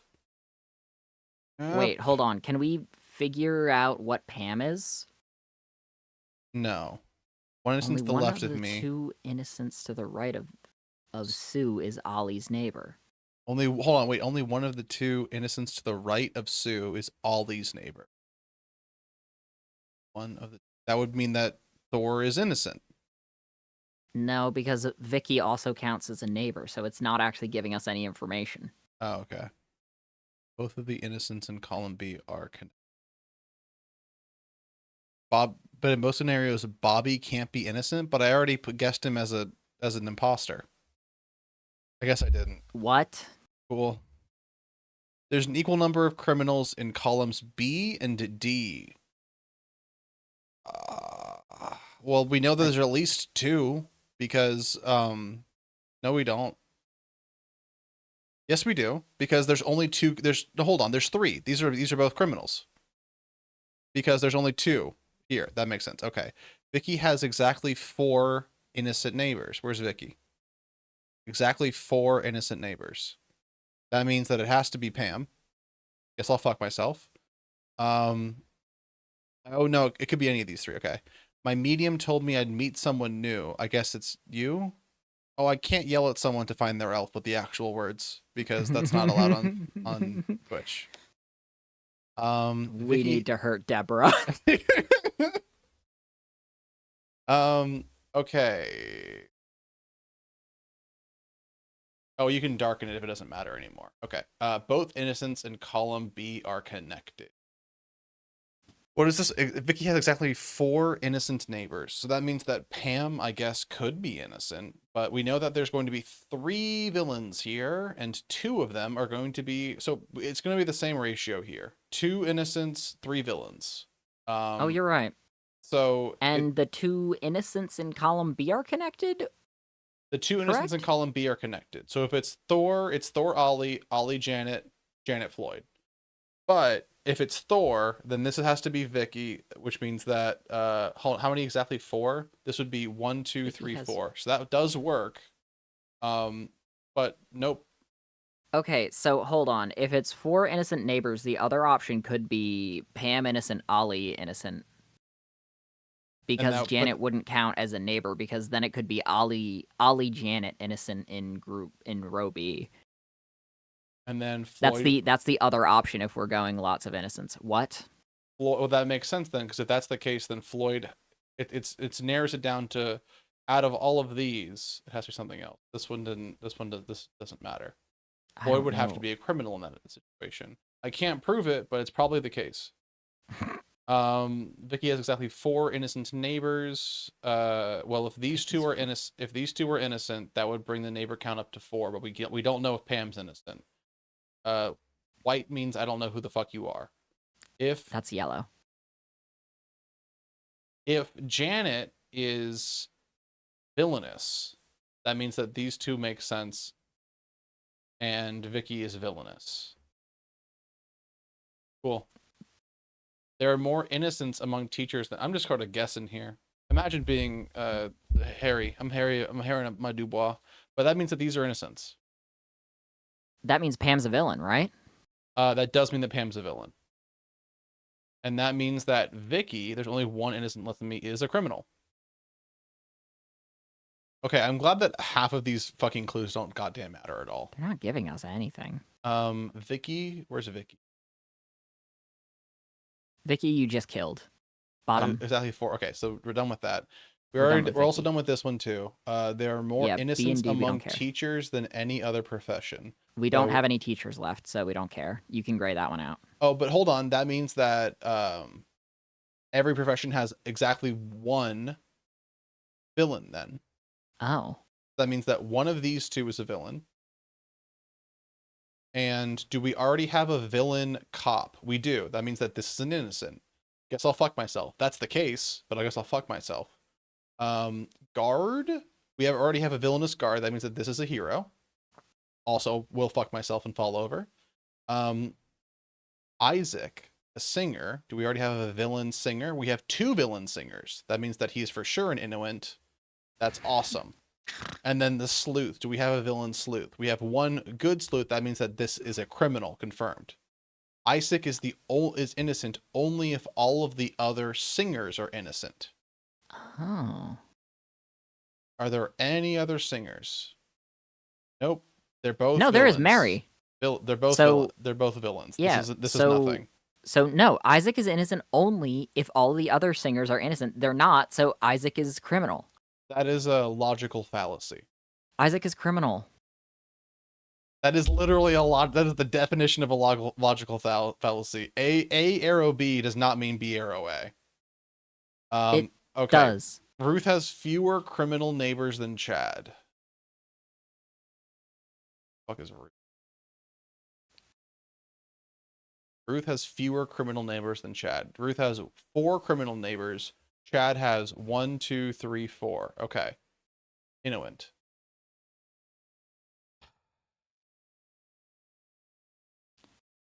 Ruth has fewer criminal neighbors than Chad. Oh, fewer. There are 5 criminals in my column. Oh. You found them. Isaac and Janet share an odd number of innocent neighbors. Isaac and Janet. Janet. Isaac and Janet share an odd number of Inuit neighbors. That means criminal. There are 3 innocents on the edges. That means Inuit. That means criminal. 100%, I think. Ooh. Hey, you want to wait an extra hour and 27 minutes and do it again? Oh, hell yeah. Game sucks. like a penis game. That was. You know how some things are a brain teaser? That was something else. That was a brain batter. It makes your brain That was bad. That was a brain batter. Who up finding their stupid brain batter? What's it fucking called? What's the MS? What's my paint thing called? Epic Pen. Go my pen. It's called Epic Pen. Travel with me to Penn Island. Mountain Dew Troll? What? Mountain Dew trolling? Mountain Dew trolling? Epic trolling? Badlands Sharks Mountain Dew Epic?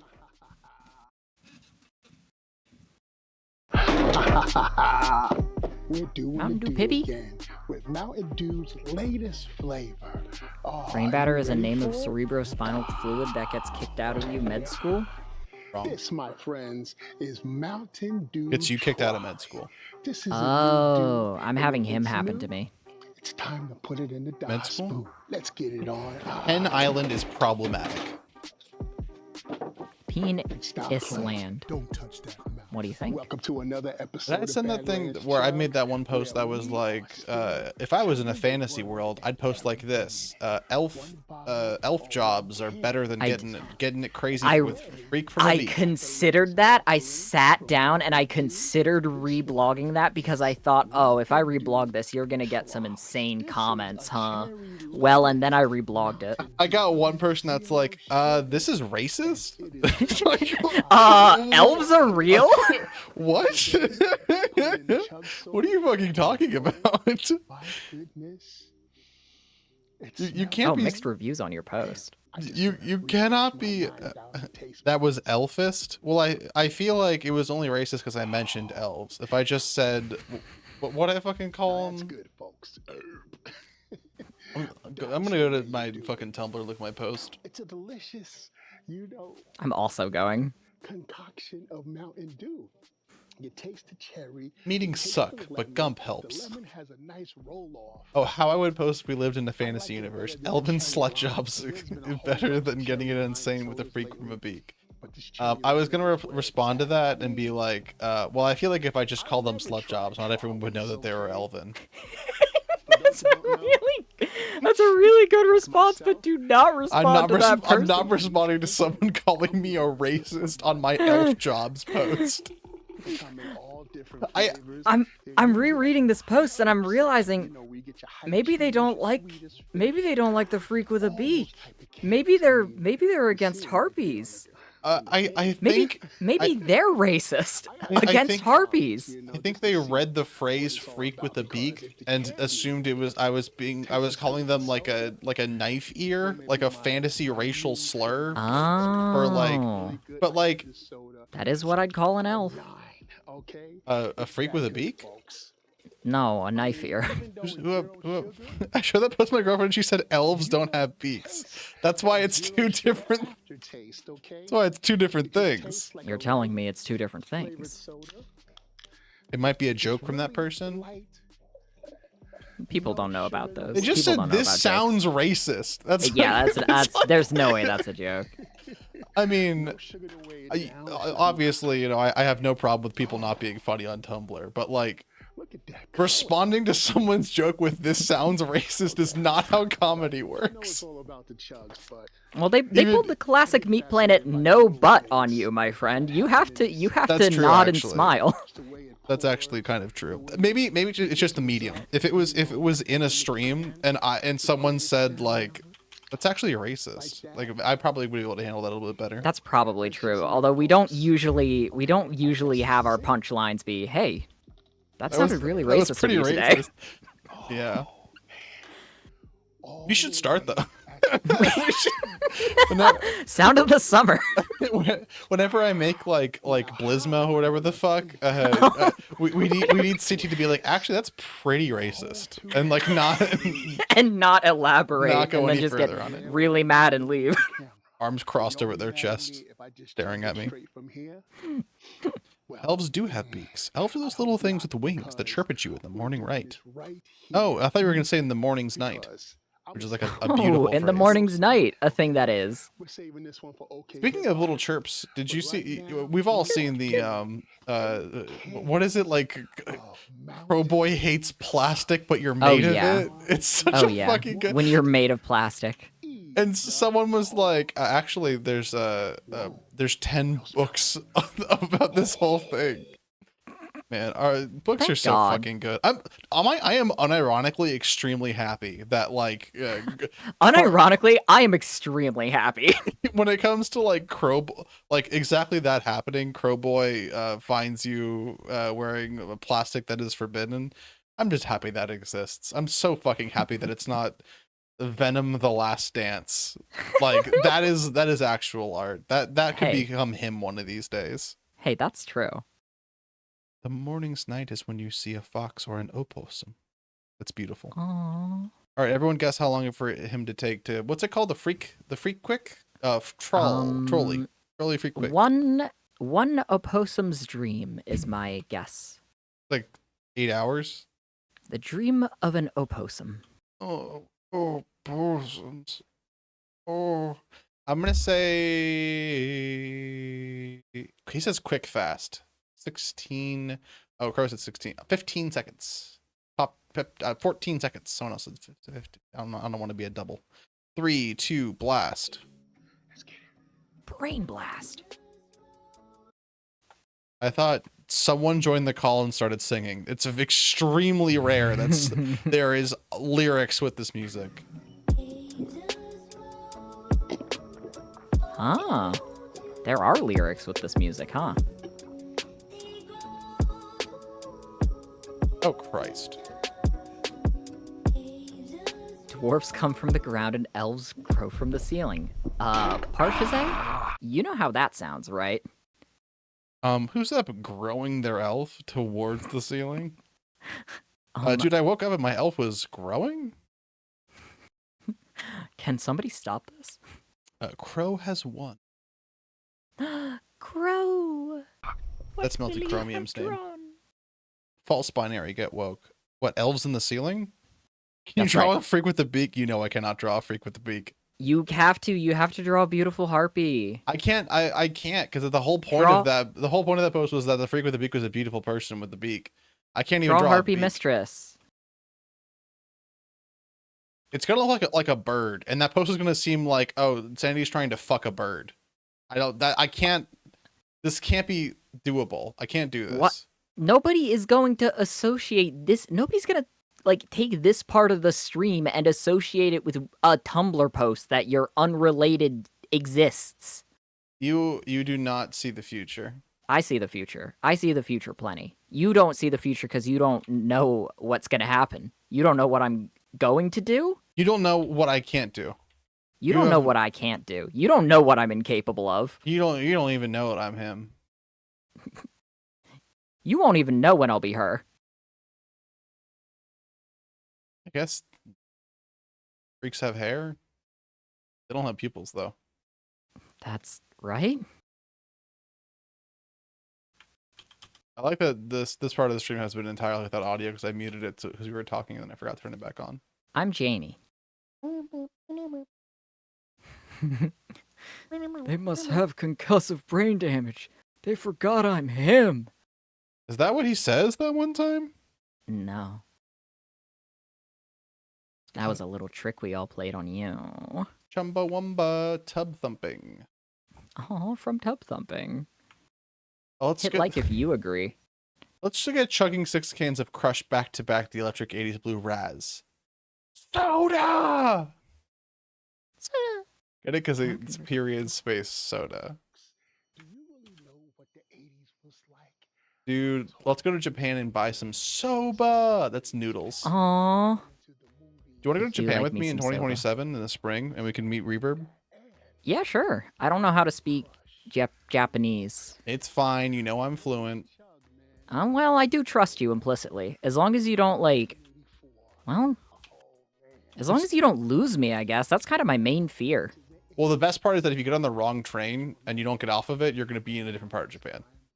Which is now my new main fear. And that's my name. That's my new name. And that's My new name is getting off a train in 2 cities over. No, everyone in Japan speaks English. If you're in like the main cities, yeah, the train announcements run in English. Yeah, everything is like it's English. I don't wanna be like the American streamer. You have no choice. You have legitimately no, like, you can go to Japan, but you can never like go to Japan and be like, oh, I want to get where the locals go. I want to, you can't do that. I don't want to do that either. Well, I just don't want to. It sounds like I just don't want to go to Japan. No, I'm saying like I don't want to. The next. No, word I'm out of saying your I don't mouth. want to be a rude tourist. Then like, as long as you are not rude to someone, like your presence, this is like a thing that I think people kind of have trouble with tourism in general. Your presence in Japan makes you a tourist. Some I don't want to people- be a rude tourist. Some people might view the fact that a tourist is in their home country as rude. That's fine. If you have to accept that if you're going to travel, that might be the case, that people might be prejudiced against you for a myriad of reasons, but also because People you might are be rude. like that here. I will also say that's also not like a thing you generally have to worry about in Japan. Japan has a xenophobic and racism problem, but they are quiet about it. Oh, good. So I'll be quietly judged. That's actually fine. That's actually true. That's actually fine. I wish we learned that here. Legitimately, that is one of the very nice things about Japan, is that you could be fucking it up crazy style, and until like the cops get called, and like, or like if you're like in like a what's it called, a train station and something, until like one of the assistants like stops you. Oh, they've been getting louder recently. Well, to be fair, I haven't gone in I think over a decade or something, but that was the case when I first went. Well, I guess I have to go to Japan. I'm sure if you stick to the main city, it's like having like a tourist in like, well, I was gonna say Paris, but I feel like being a tourist in Paris probably is a bad idea. Oh yeah, no. Just because like, I went to I didn't go to Paris. Sorry, I had a friend that went to Paris, and everything I've heard is that like if you go to Paris and try to speak French, no matter how good your French is, they just speak to you in English because they're like, you're gonna butcher my fucking language. Don't even try it. And I heard someone went and they were like, we tried talking in English and they would only speak to us in like our like terrible like broken French. And I was like, that's the opposite of what I've heard. Oh, don't feed James natto. Actually, James. What is natto? James has an open mind. James might try a bite of natto. If it's not bugs, I'll try it. It's honestly about as close to bugs as food gets. What? It is. It's fermented soybean paste.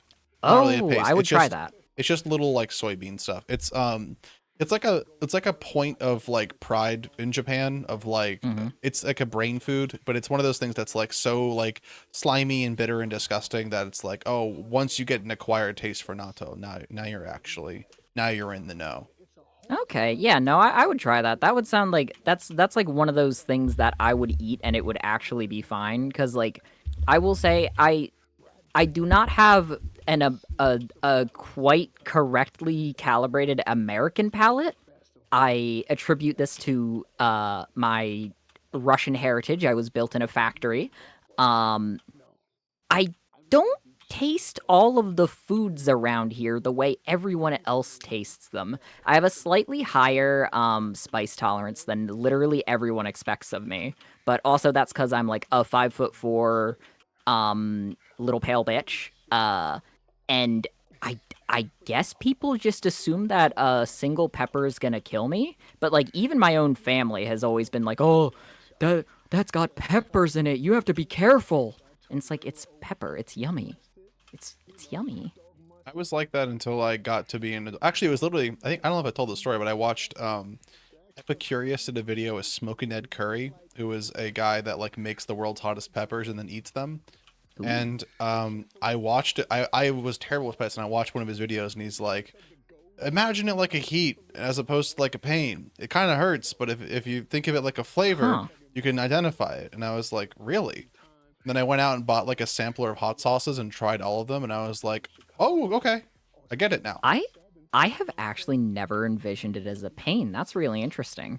Well, I think the first time that like people taste really spicy stuff, they're like, "Oh, it fucking hurts." But like, he's like, imagine like if it's too spicy, imagine you treating it like it's too salty or it's like it's too sweet, as opposed to it Mm-hmm. being like, "Oh, my mouth is on fire and I'm legitimately in agony." And ever since I did that, I've been able to eat spicy food. Neat. What is I'm not gonna say that. That might be an actual thing.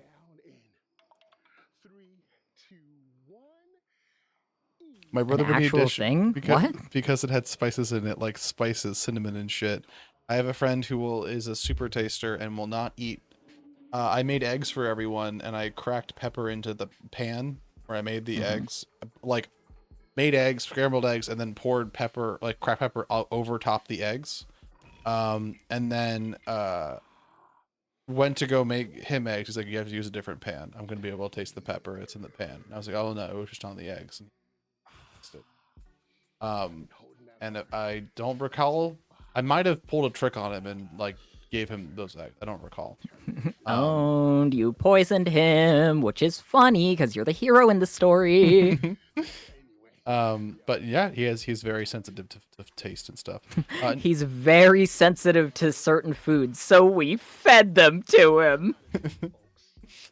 Yep. Before and after he's mustard gravy.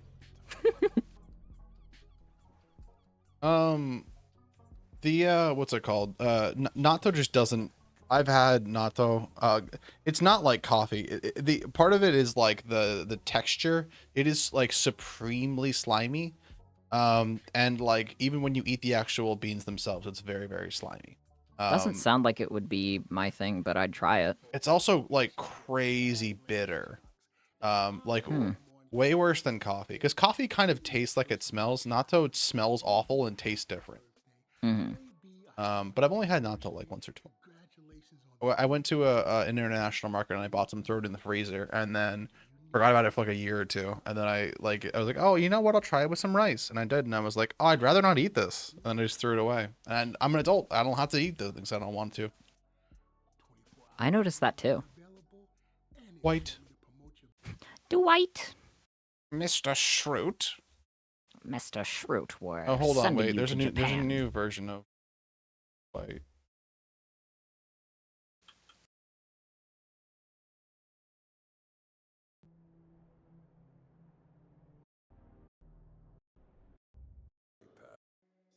Did you find it?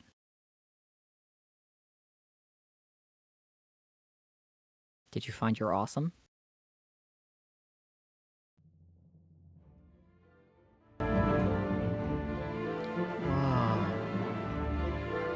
Whoa. Whoa. Cool. It's like I'm really there. Wait. What is she doing? She's putting a piece of paper in his eye so he can read it. What is Droids were not. Listen, droids were not that sophisticated back then. I like that he's like a farm, like an actual farm boy. He's like he's a Great farm Depression. gangster. Yeah. He's a farm gangster back in the day.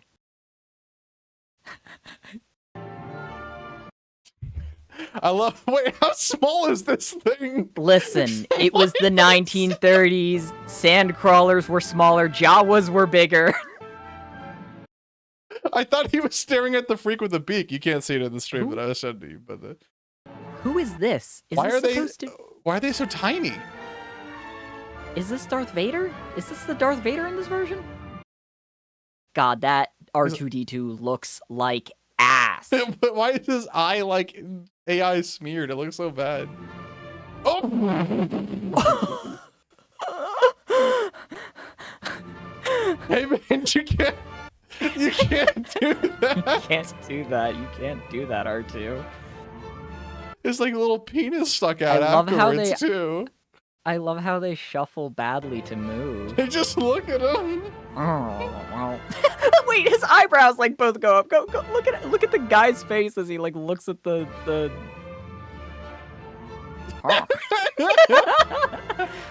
Wow. Oh, I love this dancing. Oh my god. There's like 7 people behind the bar and they're all just jostling each other. Why are the barkeeps dancing? Oh, it's the Millennium Shitty. I'm sorry, what is this scene? It's like this thing just wiggles and sticks out. The normal Millennium Falcon didn't wiggle and stick out. Look at Han's They hands. have a steering wheel. Look at Han's hands. Look at this hand. It's moving with this one as if he's steering a giant steering wheel. What is this? Moon targeter for if you see a moon. Just a picture. Come on. That was just a picture. That's just Dark Vader. Okay. Hold on, I like his little head nod. Uh-huh. Yeah, whatever, man.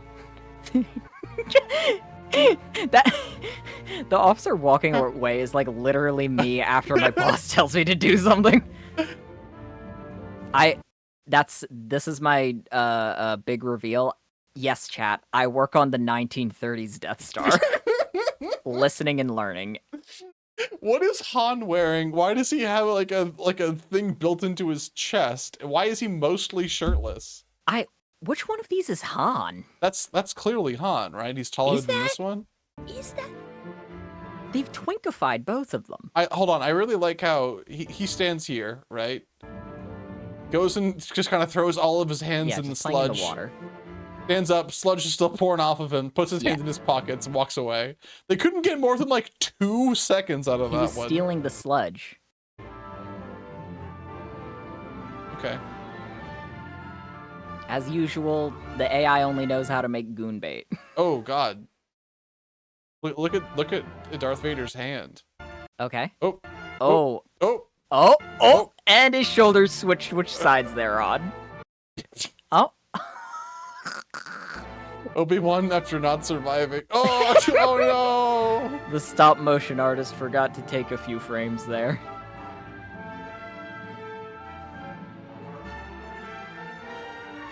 Ma'am, turn to face the screen. Turn to face the screen. You don't. Why are you looking over all of their heads? Oh, what are fuck. you looking at? That is such a social faux pas. Why Looks is it bad. so? Why is this so tiny? Well, it's just a model. It looks like it's only like a model. like a string hanging off of this thing. Well, no, yeah, literally, that's what it's trained off of.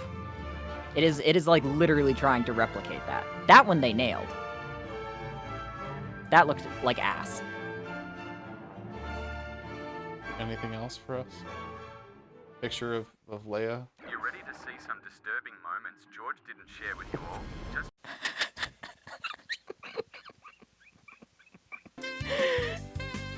What? Come on. This I love the tree coming out of the chimney. coming out of the chimney. This is the dog shit George Lucas would have made if you gave him an unlimited budget after Star Wars. How is this car getting into this space? There's grass right here. Why is this exist like this? Oh! Hold on. Something is not right about this version of... Did they recast Mark Hamill? Are they smuggling another alien in his face? This is interesting. It's like Mark Hamill and Mr. Bean had a baby. Oh, don't smile. His face looks mostly good. Why is... What are the pictures on the walls behind him? Oh, those are... I don't think they're intelligible. I don't like how he's like kind of gesturing towards his crotch, kind of touching. Oh, look at his eyes! Did you just see what his eyes did? I don't like the eyes Did moving. you see what his eyes That did? that is a mimic. Come on.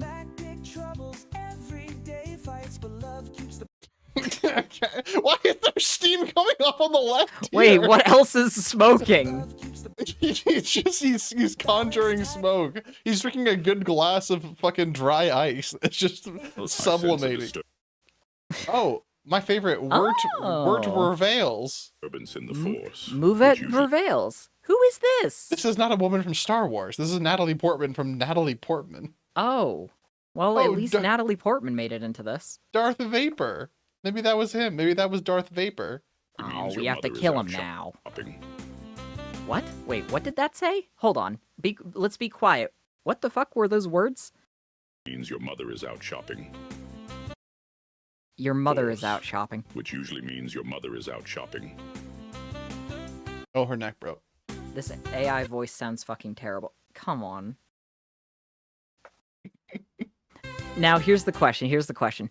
Did the person making this video come up with that joke and tell an AI to do that? Or did the AI come up with the joke of R2-D2 The AI came as up a with it. washing machine? You think know so? the power I of think the so. What is this? thermostat. Leave it where I said it. That's a... Why is Chewie their dog? That's a human. That's a man.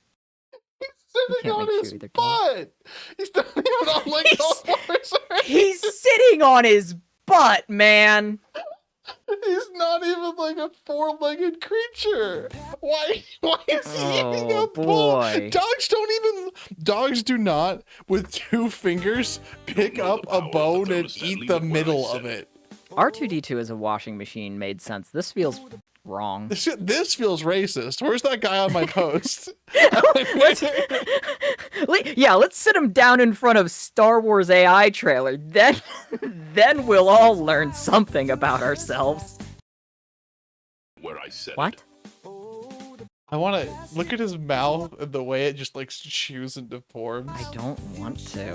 Oh, he's not even making any progress on that bone. That is Why- Bryan Cranston pretending he's not. Why does Han have 3 AI generated earrings in each ear? Hanky code for help. No. R2-D2 was a joke. This is nothing. Why wasn't he wasn't even in the opening shot? Like you could at least put him in the first shot of the house. Literally, this is nothing. What? The Family A Guy gag. telephone. A telephone makes more fucking sense because of the fucking rotary tummy that C-3PO has. That's Are you true. fucking kidding me? A mailbox? What's wrong with you? Now hold on. It's always a treat when they get to Yoda. It is always. I love his doesn't go anywhere. It's just Yoda like, with 5 fingers is making me very upset. more than the mustache. Yes, more than the mustache. With the mustache and the hair, that's someone's Yoda OC. 5 fingers on the hand, you don't know what you're fucking doing. Yoda doesn't have 5 fingers. You are fucked. Stop it. Stop. Her face just. Oh, okay. So it looks like normal Lando, but they squished his face down a good amount You and did kind of squish him a give little. him his forehead a little bit of leg room. I also love the like hesitant double hand wave when he could Yeah. be grilling. Is he just like twice as happy to see us? I am your father, and as long as you live under my Death Star, you follow my... Looks appreciably different, frame to frame. Looks bad as usual. I like the hands are getting really fucked up. They are. You follow my rules. Woo-woos. I love that. I love my rules lunges at you. Bobo, They take could- your fucking hat off. You're inside. He looks at least consistently still bad. I don't know how they did it, but he looks kind of the same as he did before, just also really bad. Luke looked significantly younger in that last shot than the first one, but that could have been because of the Luke surgery. May I ask why Yoda is sitting like Chewbacca? Do you mean Darth Vader? That one is sitting exactly like Chewbacca. Well, he's their other dog. You were right about me. Tell your sister that I... What's going on with that pizza's cheese, huh? Why did you buy only a single slice of pizza in a big box that doesn't fold on it? This is a thing you would use to move like fruit around. Do you think in like 5 years when like pop culture is significantly more pro AI, are what we gonna be seen, or is what we're doing now gonna be seen as like, oh, that's so gauche, you're just like, you think you're better than CinemaSins, huh? Well, Exactly, yeah. you're dinging right now. Oh my god, everyone knows that you don't look at the pizza, you look at the costume and how good You the look at the costume and you look at how the light reflects off of it. I love his gold chain. I love Darth Vader's gold chain that he would have. I think that's actually real on the real costume. It has like a little chain. He does not have No. a gold. Darth It's Vader not does not gold, have a you gold dipshit. chain You have around. flux on, you little pee-pee head.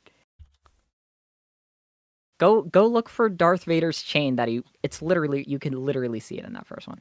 It's literally right there. There's a little chain. It's just not silver all the time. This is a cloak clasp. It's not silver all the time, but it is literally a little chain he wears. It is only for his cloak. This is a cloak. It is silver clasp. in some depictions.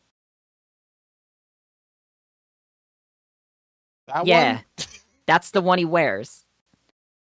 His mom made it for him. Just in case I forget what I look like. Tell your sister that I did eat that last slice of pizza. How? Oh no! I saw the mouth move. How did you eat it, Mr. Dirt? Oh, I don't like this. Oh, you can see where that jaw is happening. Uncle Doku? Uncle Dooku. No, James, Uncle Doku. How do you misspell? How do you? Oh my fucking god! How do you make the machine do 90% of the work for you, and the few things you have to do, you manage to screw up? He looks like he's having a panic attack. Wait, they misspelled Gardner? Go back. Hold on. Can we see Gardner Yoda? Is it Garden? Gardner with an E? Oh my god. Yeah. It's not supposed to be Gardner. I look up Netflix on my Doku. Oh god. It's a pizza. He looks like he's having a panic attack. He does. Look how fucking fast his chest is moving. Now hold on. Slice of pizza. I was against AI until I learned it could depict realistic panic attacks. Now I actually think I'm on board. What is this bowl of slop he's engaging with?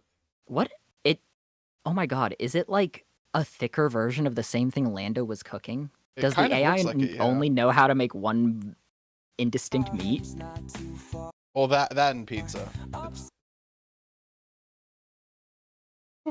Ooh. I don't like this shot. I don't like the fact that they photoshopped his eyes onto RFK Jr.'s head.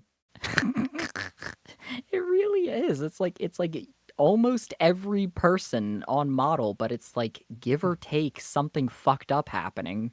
Cuckold Palpatine. That seems correct. That seems correct. Okay. Man, why are you? Post Officer Windu. So Post Officer? So he's fucking C-3PO? Why? C-3PO is a mailbox. Why did you make C-3PO and Windu have the most interaction naturally? Wait, you're right. What is on the side of his head? What is that? What? That was not on Mace Windu. Explain what that is. Explain what that is. Mace Windu's metal attachment that's so big it makes his eye droop down? Is that what Did he catch that from C-3PO? It's still there, even like it's getting bigger. Wait, Darth Vader was the dad in this one. Why is he riding a stupid bike? Also, hey, by the way, no fucking chain. Not crazy. They literally, it's an AI. You want to give them credit. Look at how short the cape is. Wait, hold on. Go back. Go back to that previous shot. Oh yeah, you're right. It just ends. That's a crop cape. It's wearing a little belly cape. Yeah, literally. His head, compared to the size of his hand, is immense. His hand looks like it was stapled onto his wrist. Literally, you can see a clear mark where his hand was cut off and put back on.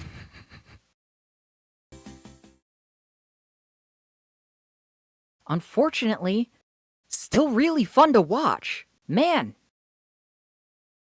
Some real awesome stuff here. Do we get one more? How about Redneck Cousins, The Big Bang Theory? That's not a Star Wars movie. Why are all of the thumbnails boobs? Why are these? This is insane. I don't. Say hello to my little wand, Harry Potter. Let's watch that. Okay, there's nothing watchable on here. 1950s. We already seen this one. Have we? Hold on. We already watched one. We watched one of these. I don't know if we've watched this one. I don't recall yet. Do you recall? No, I don't recall him. I don't recall like sunken right eye, big left eye, big butt chin. Destined for greatness. They do look like they combined him with Kevin McAllister this time. Look like they combined him with like a tree rodent. Look how his eyes. Look how his eyes Destined for move. greatness. Oh yeah, he's scanning for predators. His arm looks like it's Now, been broken and hey. reattached. That's a normal gun. It's also a Han? normal gun. You're right on that one. They just give him a pistol. Debts to pay, and an old wizard with a laser Oh, Cal Kestis? sword That and is- a death wish.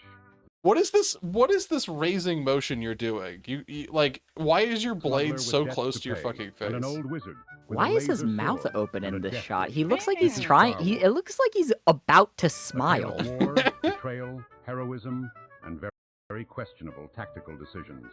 Witness a rag. This is also a AI script for sure. This sound like I'm hearing bits and pieces of it. It sounds fucking terrible. What is going Oh on? no, she's using the fucking scorn gun. She's literally using the scoring gun. What? She shoots blood from that. Her finger. Look at the finger. This one? Oh. I also like that she has like a golden ring that is just like melded into this.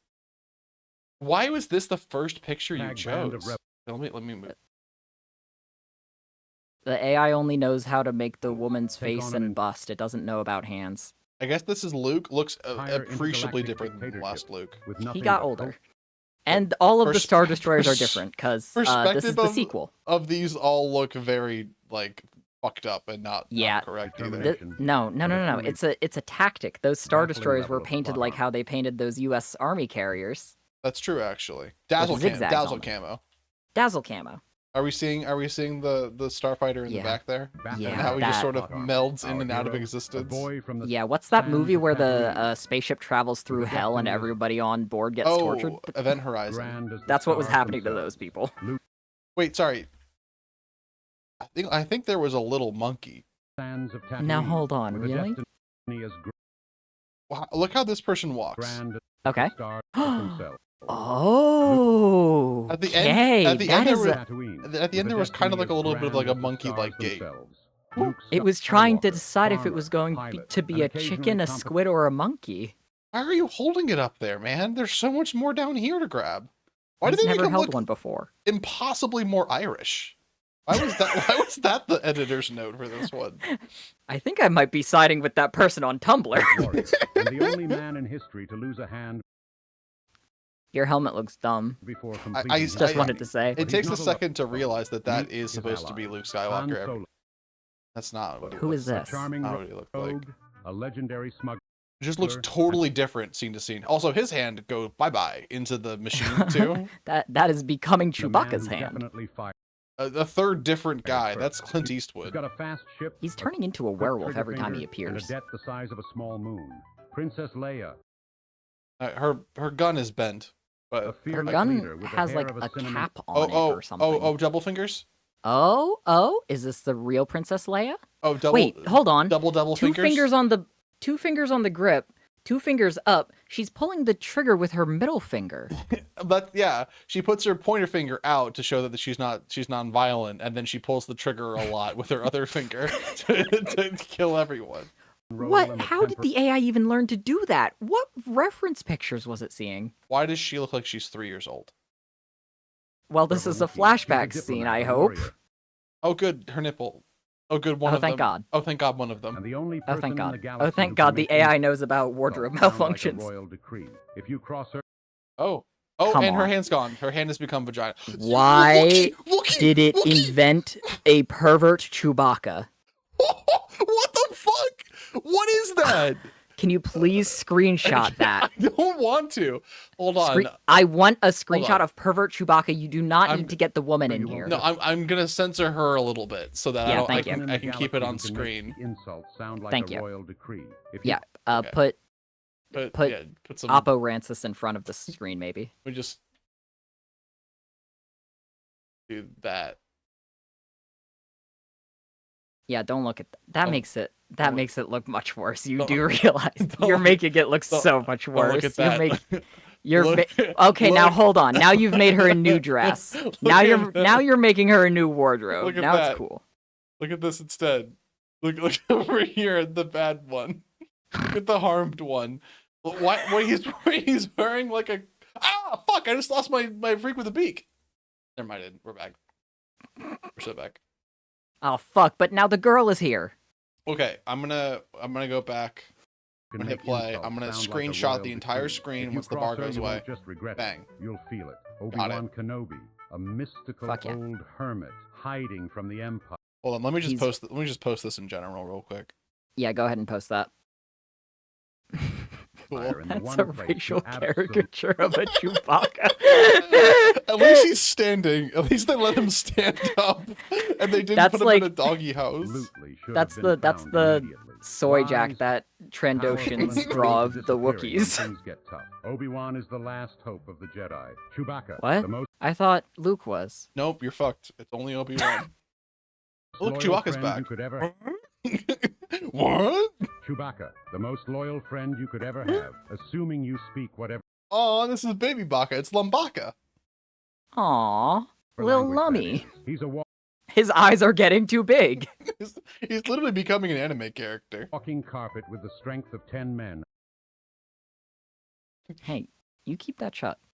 Put a little berry in his mouth. And the voice of a broken air race. Oh no, he's so hungry for a berry. There you go, Lumbaka. There's a little berry for you, big buddy. Don't spend it all in one place.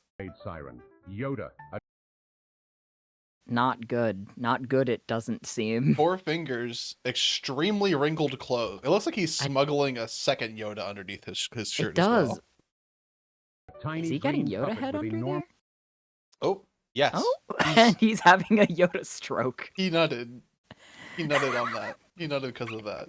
wisdom and an Oh, he almost fell over. Yoda showed up at the fucking set drunk and almost fell over. even larger speech impediment. Don't let his size Don't let his What? size. Why didn't you make a microscopic one? Why did So you? Why did you, Furby. why did you turn him into a fucking lawn ornament? fool you. This little His face is entirely unmoving. This is a green lawn ornament. swamp goblin can lift Okay, that's a different guy. This is a different guy. This is literally a gnome. Also, they just called him a swamp goblin. He's not from the swamps. You should know that. This An script X-wing fucking with his mind. sucks. Oh, he sunk in the and water. defeat Sith Oh, he's lords gonna while die. Oh, come on. Okay, Now really, he's just like on Earth. a couple really good things there. First of all, look at the foot. Yeah. That's bad. And then immediate cut to this, which is also bad. while standing Also on one foot. inconsistent number of fingers, which I always love to see. What? Look at these nails. They're drooling. They Sure, are. he They're lives in a mud thirsty. hut and Oh, that's just Now he's someone else. tall like a and he's fortune an cookie, ogre. But he's the Jedi's And now he's wearing Now a Yoda that's- mask. That's Baby greatest Yoda, I master. think. And Mon Mothma, the most powerful woman in the That is not Mon Mothma. Sorry, James. You- That is Mon Mothma. I think you might You have are- misheard. You are Galaxy, pulling my dick for some straight reason. off if you think that is Mon Mothma. Now let's introduce you to the villains of our tale. Darth Oh. The villains of Come our on. tale. Why it is Dark Vader. He's wearing a villains of our Batman tale. utility belt, and he's Is it- yeah. laughing. Yeah, we got evil Sporticus for this one because the budget ran out. Vader, a towering nightmare in black. Half Why is he? Darth Vader doesn't have red sunglasses. Why does he have like a Captain Adams signal on the middle of his shirt?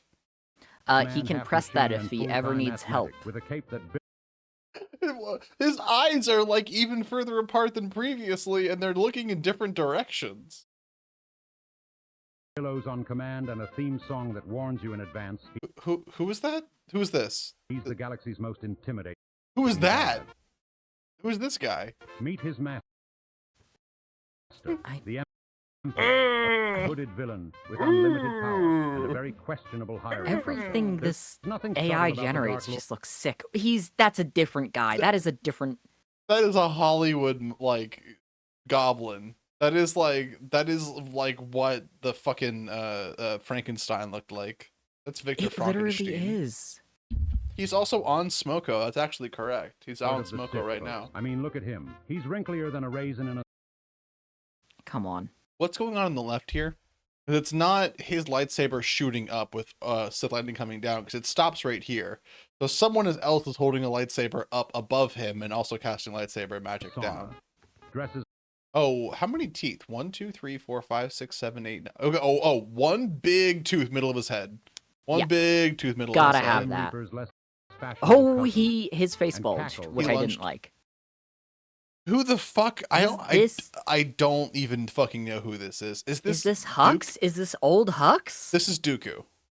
He just stole There's candy no- from a He just stole candy from a child. child, which, to be Oh. fair, he probably did. He literally did steal candy. This from a this child. script fucking And if that sucks. wasn't Dude, this is He shoots awesome. lightning out of his hand. Lightning. He- Why is he wearing the Darth Vader things on the middle of his shirt?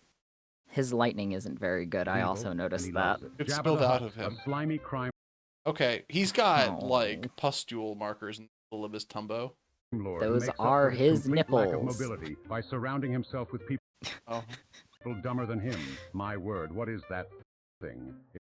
that's what we say too when we see the It's video. disgusting. I know he's love a when trailers don't know what they're showing you. My god. Now, let's play our favorite game. Is that a nipple, a brooch, or a bug that crawled on Jabba? I'm That gonna is a say Medal of Honor, you disrespectful piece of shit. I am going to be calling your employer.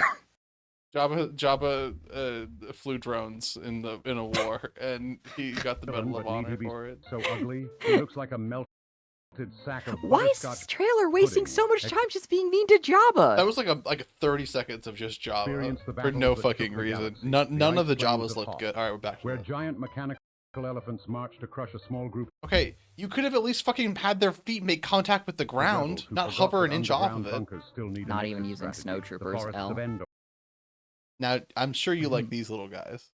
I like these little guys.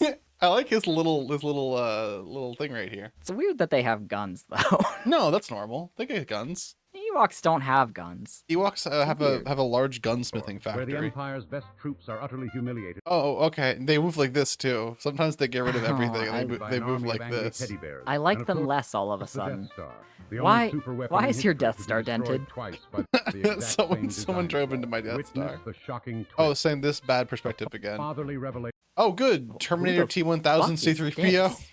with teeth. That will make you question everything. This is is this Grievous? A Is this the betrayal that same Darth Vader from the earlier one, or like?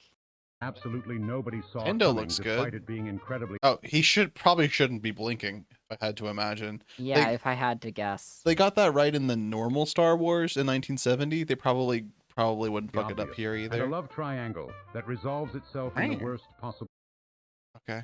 way. And in true 1950s fashion, we'll tell you the ending now. The Okay. rebellion triumphs, the empire falls, the mask Okay. comes off, the old man explodes, and everyone The old man explodes. lives That's what I'm always The old saying. man after, explodes. until the Spoilers. sequel. Even the Sorry. old man Prepare explodes. yourself for the ultimate Sorry that we tale didn't of have destiny, the adventure, and spoiler laser sword, Oppo with Rancis practical on effects stream, that will but stand the test of the old time man and dialogue explodes. that definitely They sunk. They we sunk. won't. They sunk. Star Wars, the trilogy, the myth, the legend, Oh. the greatest Bad adventure walking. ever told. Bad walking. Well, at least until they make another one. Titty boobala. Hey, I noticed that too. Oh, that was disappointing. That one kind of sucked. I like the first one more. South Beach. What? Oh my god, it's more Star Wars? Oh my god, it's more Star Wars. Sundown. Tits. Leia tits. Come on. I mean, this is what I would. I mean, this is just what I feel like walking down the street almost any day of the week. Me in 2021, am I right, folks? Dude, palm trees do sway like sabers in slow motion. They really don't. Oh, what? Sir, this is your straw. Your straw has gone into your face and disappeared. Who the Who fuck is is that? this? Is that this Natalie Portman? Is that Padme? What? That's not. Well, that's that's Star not Wars. Miami. Okay. Palpatine came to your wedding. I couldn't choose between come on and okay. He's not here to I fight. think- He's here at a gay bar. Why is everyone a It guy looks in like this? it, yeah. Okay. White blazer, blue saber. I like that line. No, That's there's one girl, I think. He is about to fall over. Dude, sharp glass, sharper words with a hollow map and a mojito. She's drinking brackish water. This is salt water down here, and this is fresh water up here. And she is only drinking salt water in this sip. Nothing looks edible. Why did you make him put on clothes? Chewie's insecurity with the gold chain. He calls himself the administrator of style. How is that a Star Wars reference? I like this image a lot. I like this guy. I really like this. I really like this guy. I'm glad I got. What is? Wait, what is he just like wearing a gold chain with like no anything on the necklace? He's wearing like or a like thong. It's like the only thing I'm noticing actually. This is a long shot. Okay, boring. Boring. Can I need to hear Jedi slide actually. We're gonna go back a couple seconds, so can I hear Jedi slide? Jedi slide. I mean, that's pretty good actually. I'm actually glad I stopped that. Oh, that's Sam Jackson. Why is he wearing an American flag shorts? Okay, well, Padme, in this sexy version again. of Star Wars, America exists. Sorry, did his race change? Not to It's be Anakin. He's problematic.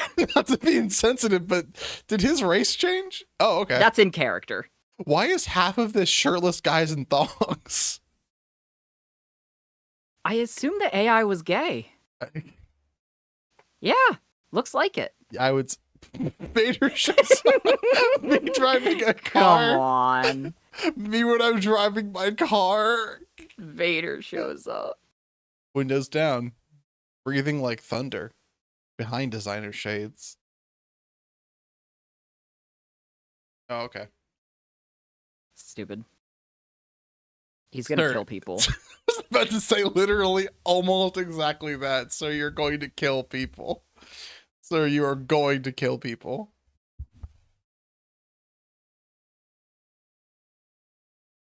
That line was lights a cigar with the Force, by the way. Nobody says a thing. The fuck is that? C-3PO runs a hotline for droid rights. That's gotta be a great bar. That's gotta be a banger bar. That's gotta be. Oh, R2 would DJ. Get it. Wookie, fucking Chewbacca is on security. Why is he? Yeah. Why is he dancing on the dance floor? Maybe he's really bad at his job. I like that. Oh, I feel like this 3-minute video is 8 years too long. this is okay. Why does this look like a CG model? Nothing else has so far. Jedi slide. Is that a woman? Why are you letting C-3PO drive? He doesn't have eyes. I don't understand. I literally didn't think that AI could make anything except for what Elon Musk wanted to see, and I'm glad to see that it's making what. Fuck, is there anyone that's gay in media? Evil No. Pete Buttigieg, I guess. What he wants to see.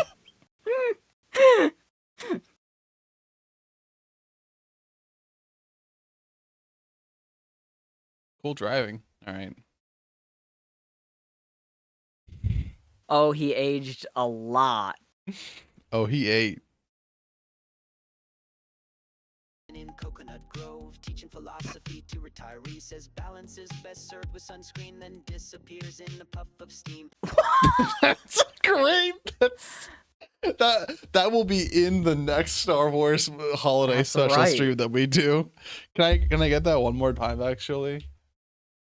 Yoda's living in Coconut Grove, teaching philosophy to retirees. Doesn't rhyme. None of that rhymes. Says balance is best served with sunscreen. I don't think sunscreen and retirees rhyme either. Then disappears in a puff of steam. Sunscreen screen steam, maybe. Solo's boat barely floats. Bar next door never shuts. Deals with Jawas, takes the pot. Claims he taught Lando that's Strahd. What? No Sith, no Jedi. Just legends. In linen. Okay. Oh, R2's clipping. Stop. Oh, he's clipping. Make him stop. Don't push him any further. He's clipping into it. Oh, his mouth opened. Oh, what? He like barked like a screaming? dog. Why is his eye like red? Why is he? Did you just see him bark like a dog? Is that gonna be kill mode?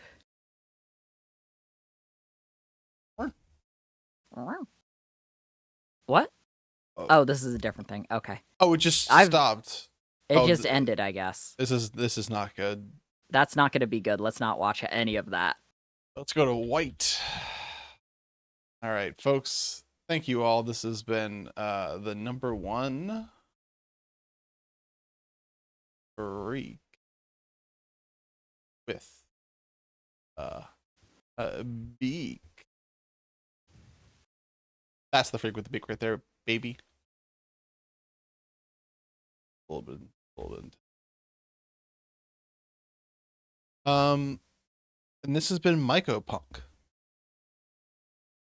I can't think of any other gay male celebrities. I don't pay attention unless they're women. Hashtag misandry. I meant like, who's the fucking evil gay guy that was the Republican guy that like stole money from like a veterans dogs cancer fund? Oh my god, you're right. Yeah, who is that guy? Oh my god. He got kicked out of Congress. What the fuck was his name? That's what I was trying to think of. Not Peter Thiel. Holy shit. George something. George Santos? George Santos. You're right. George Santos. Anyways, George Santos. That was an AI video made by George Santos. That was joke I was going to. Wait, this is a nuanced situation? This is a nuanced situation. Speaking of nuance, find it. James 7T. Stream. James 7T stream. Are you doing something tomorrow? I might.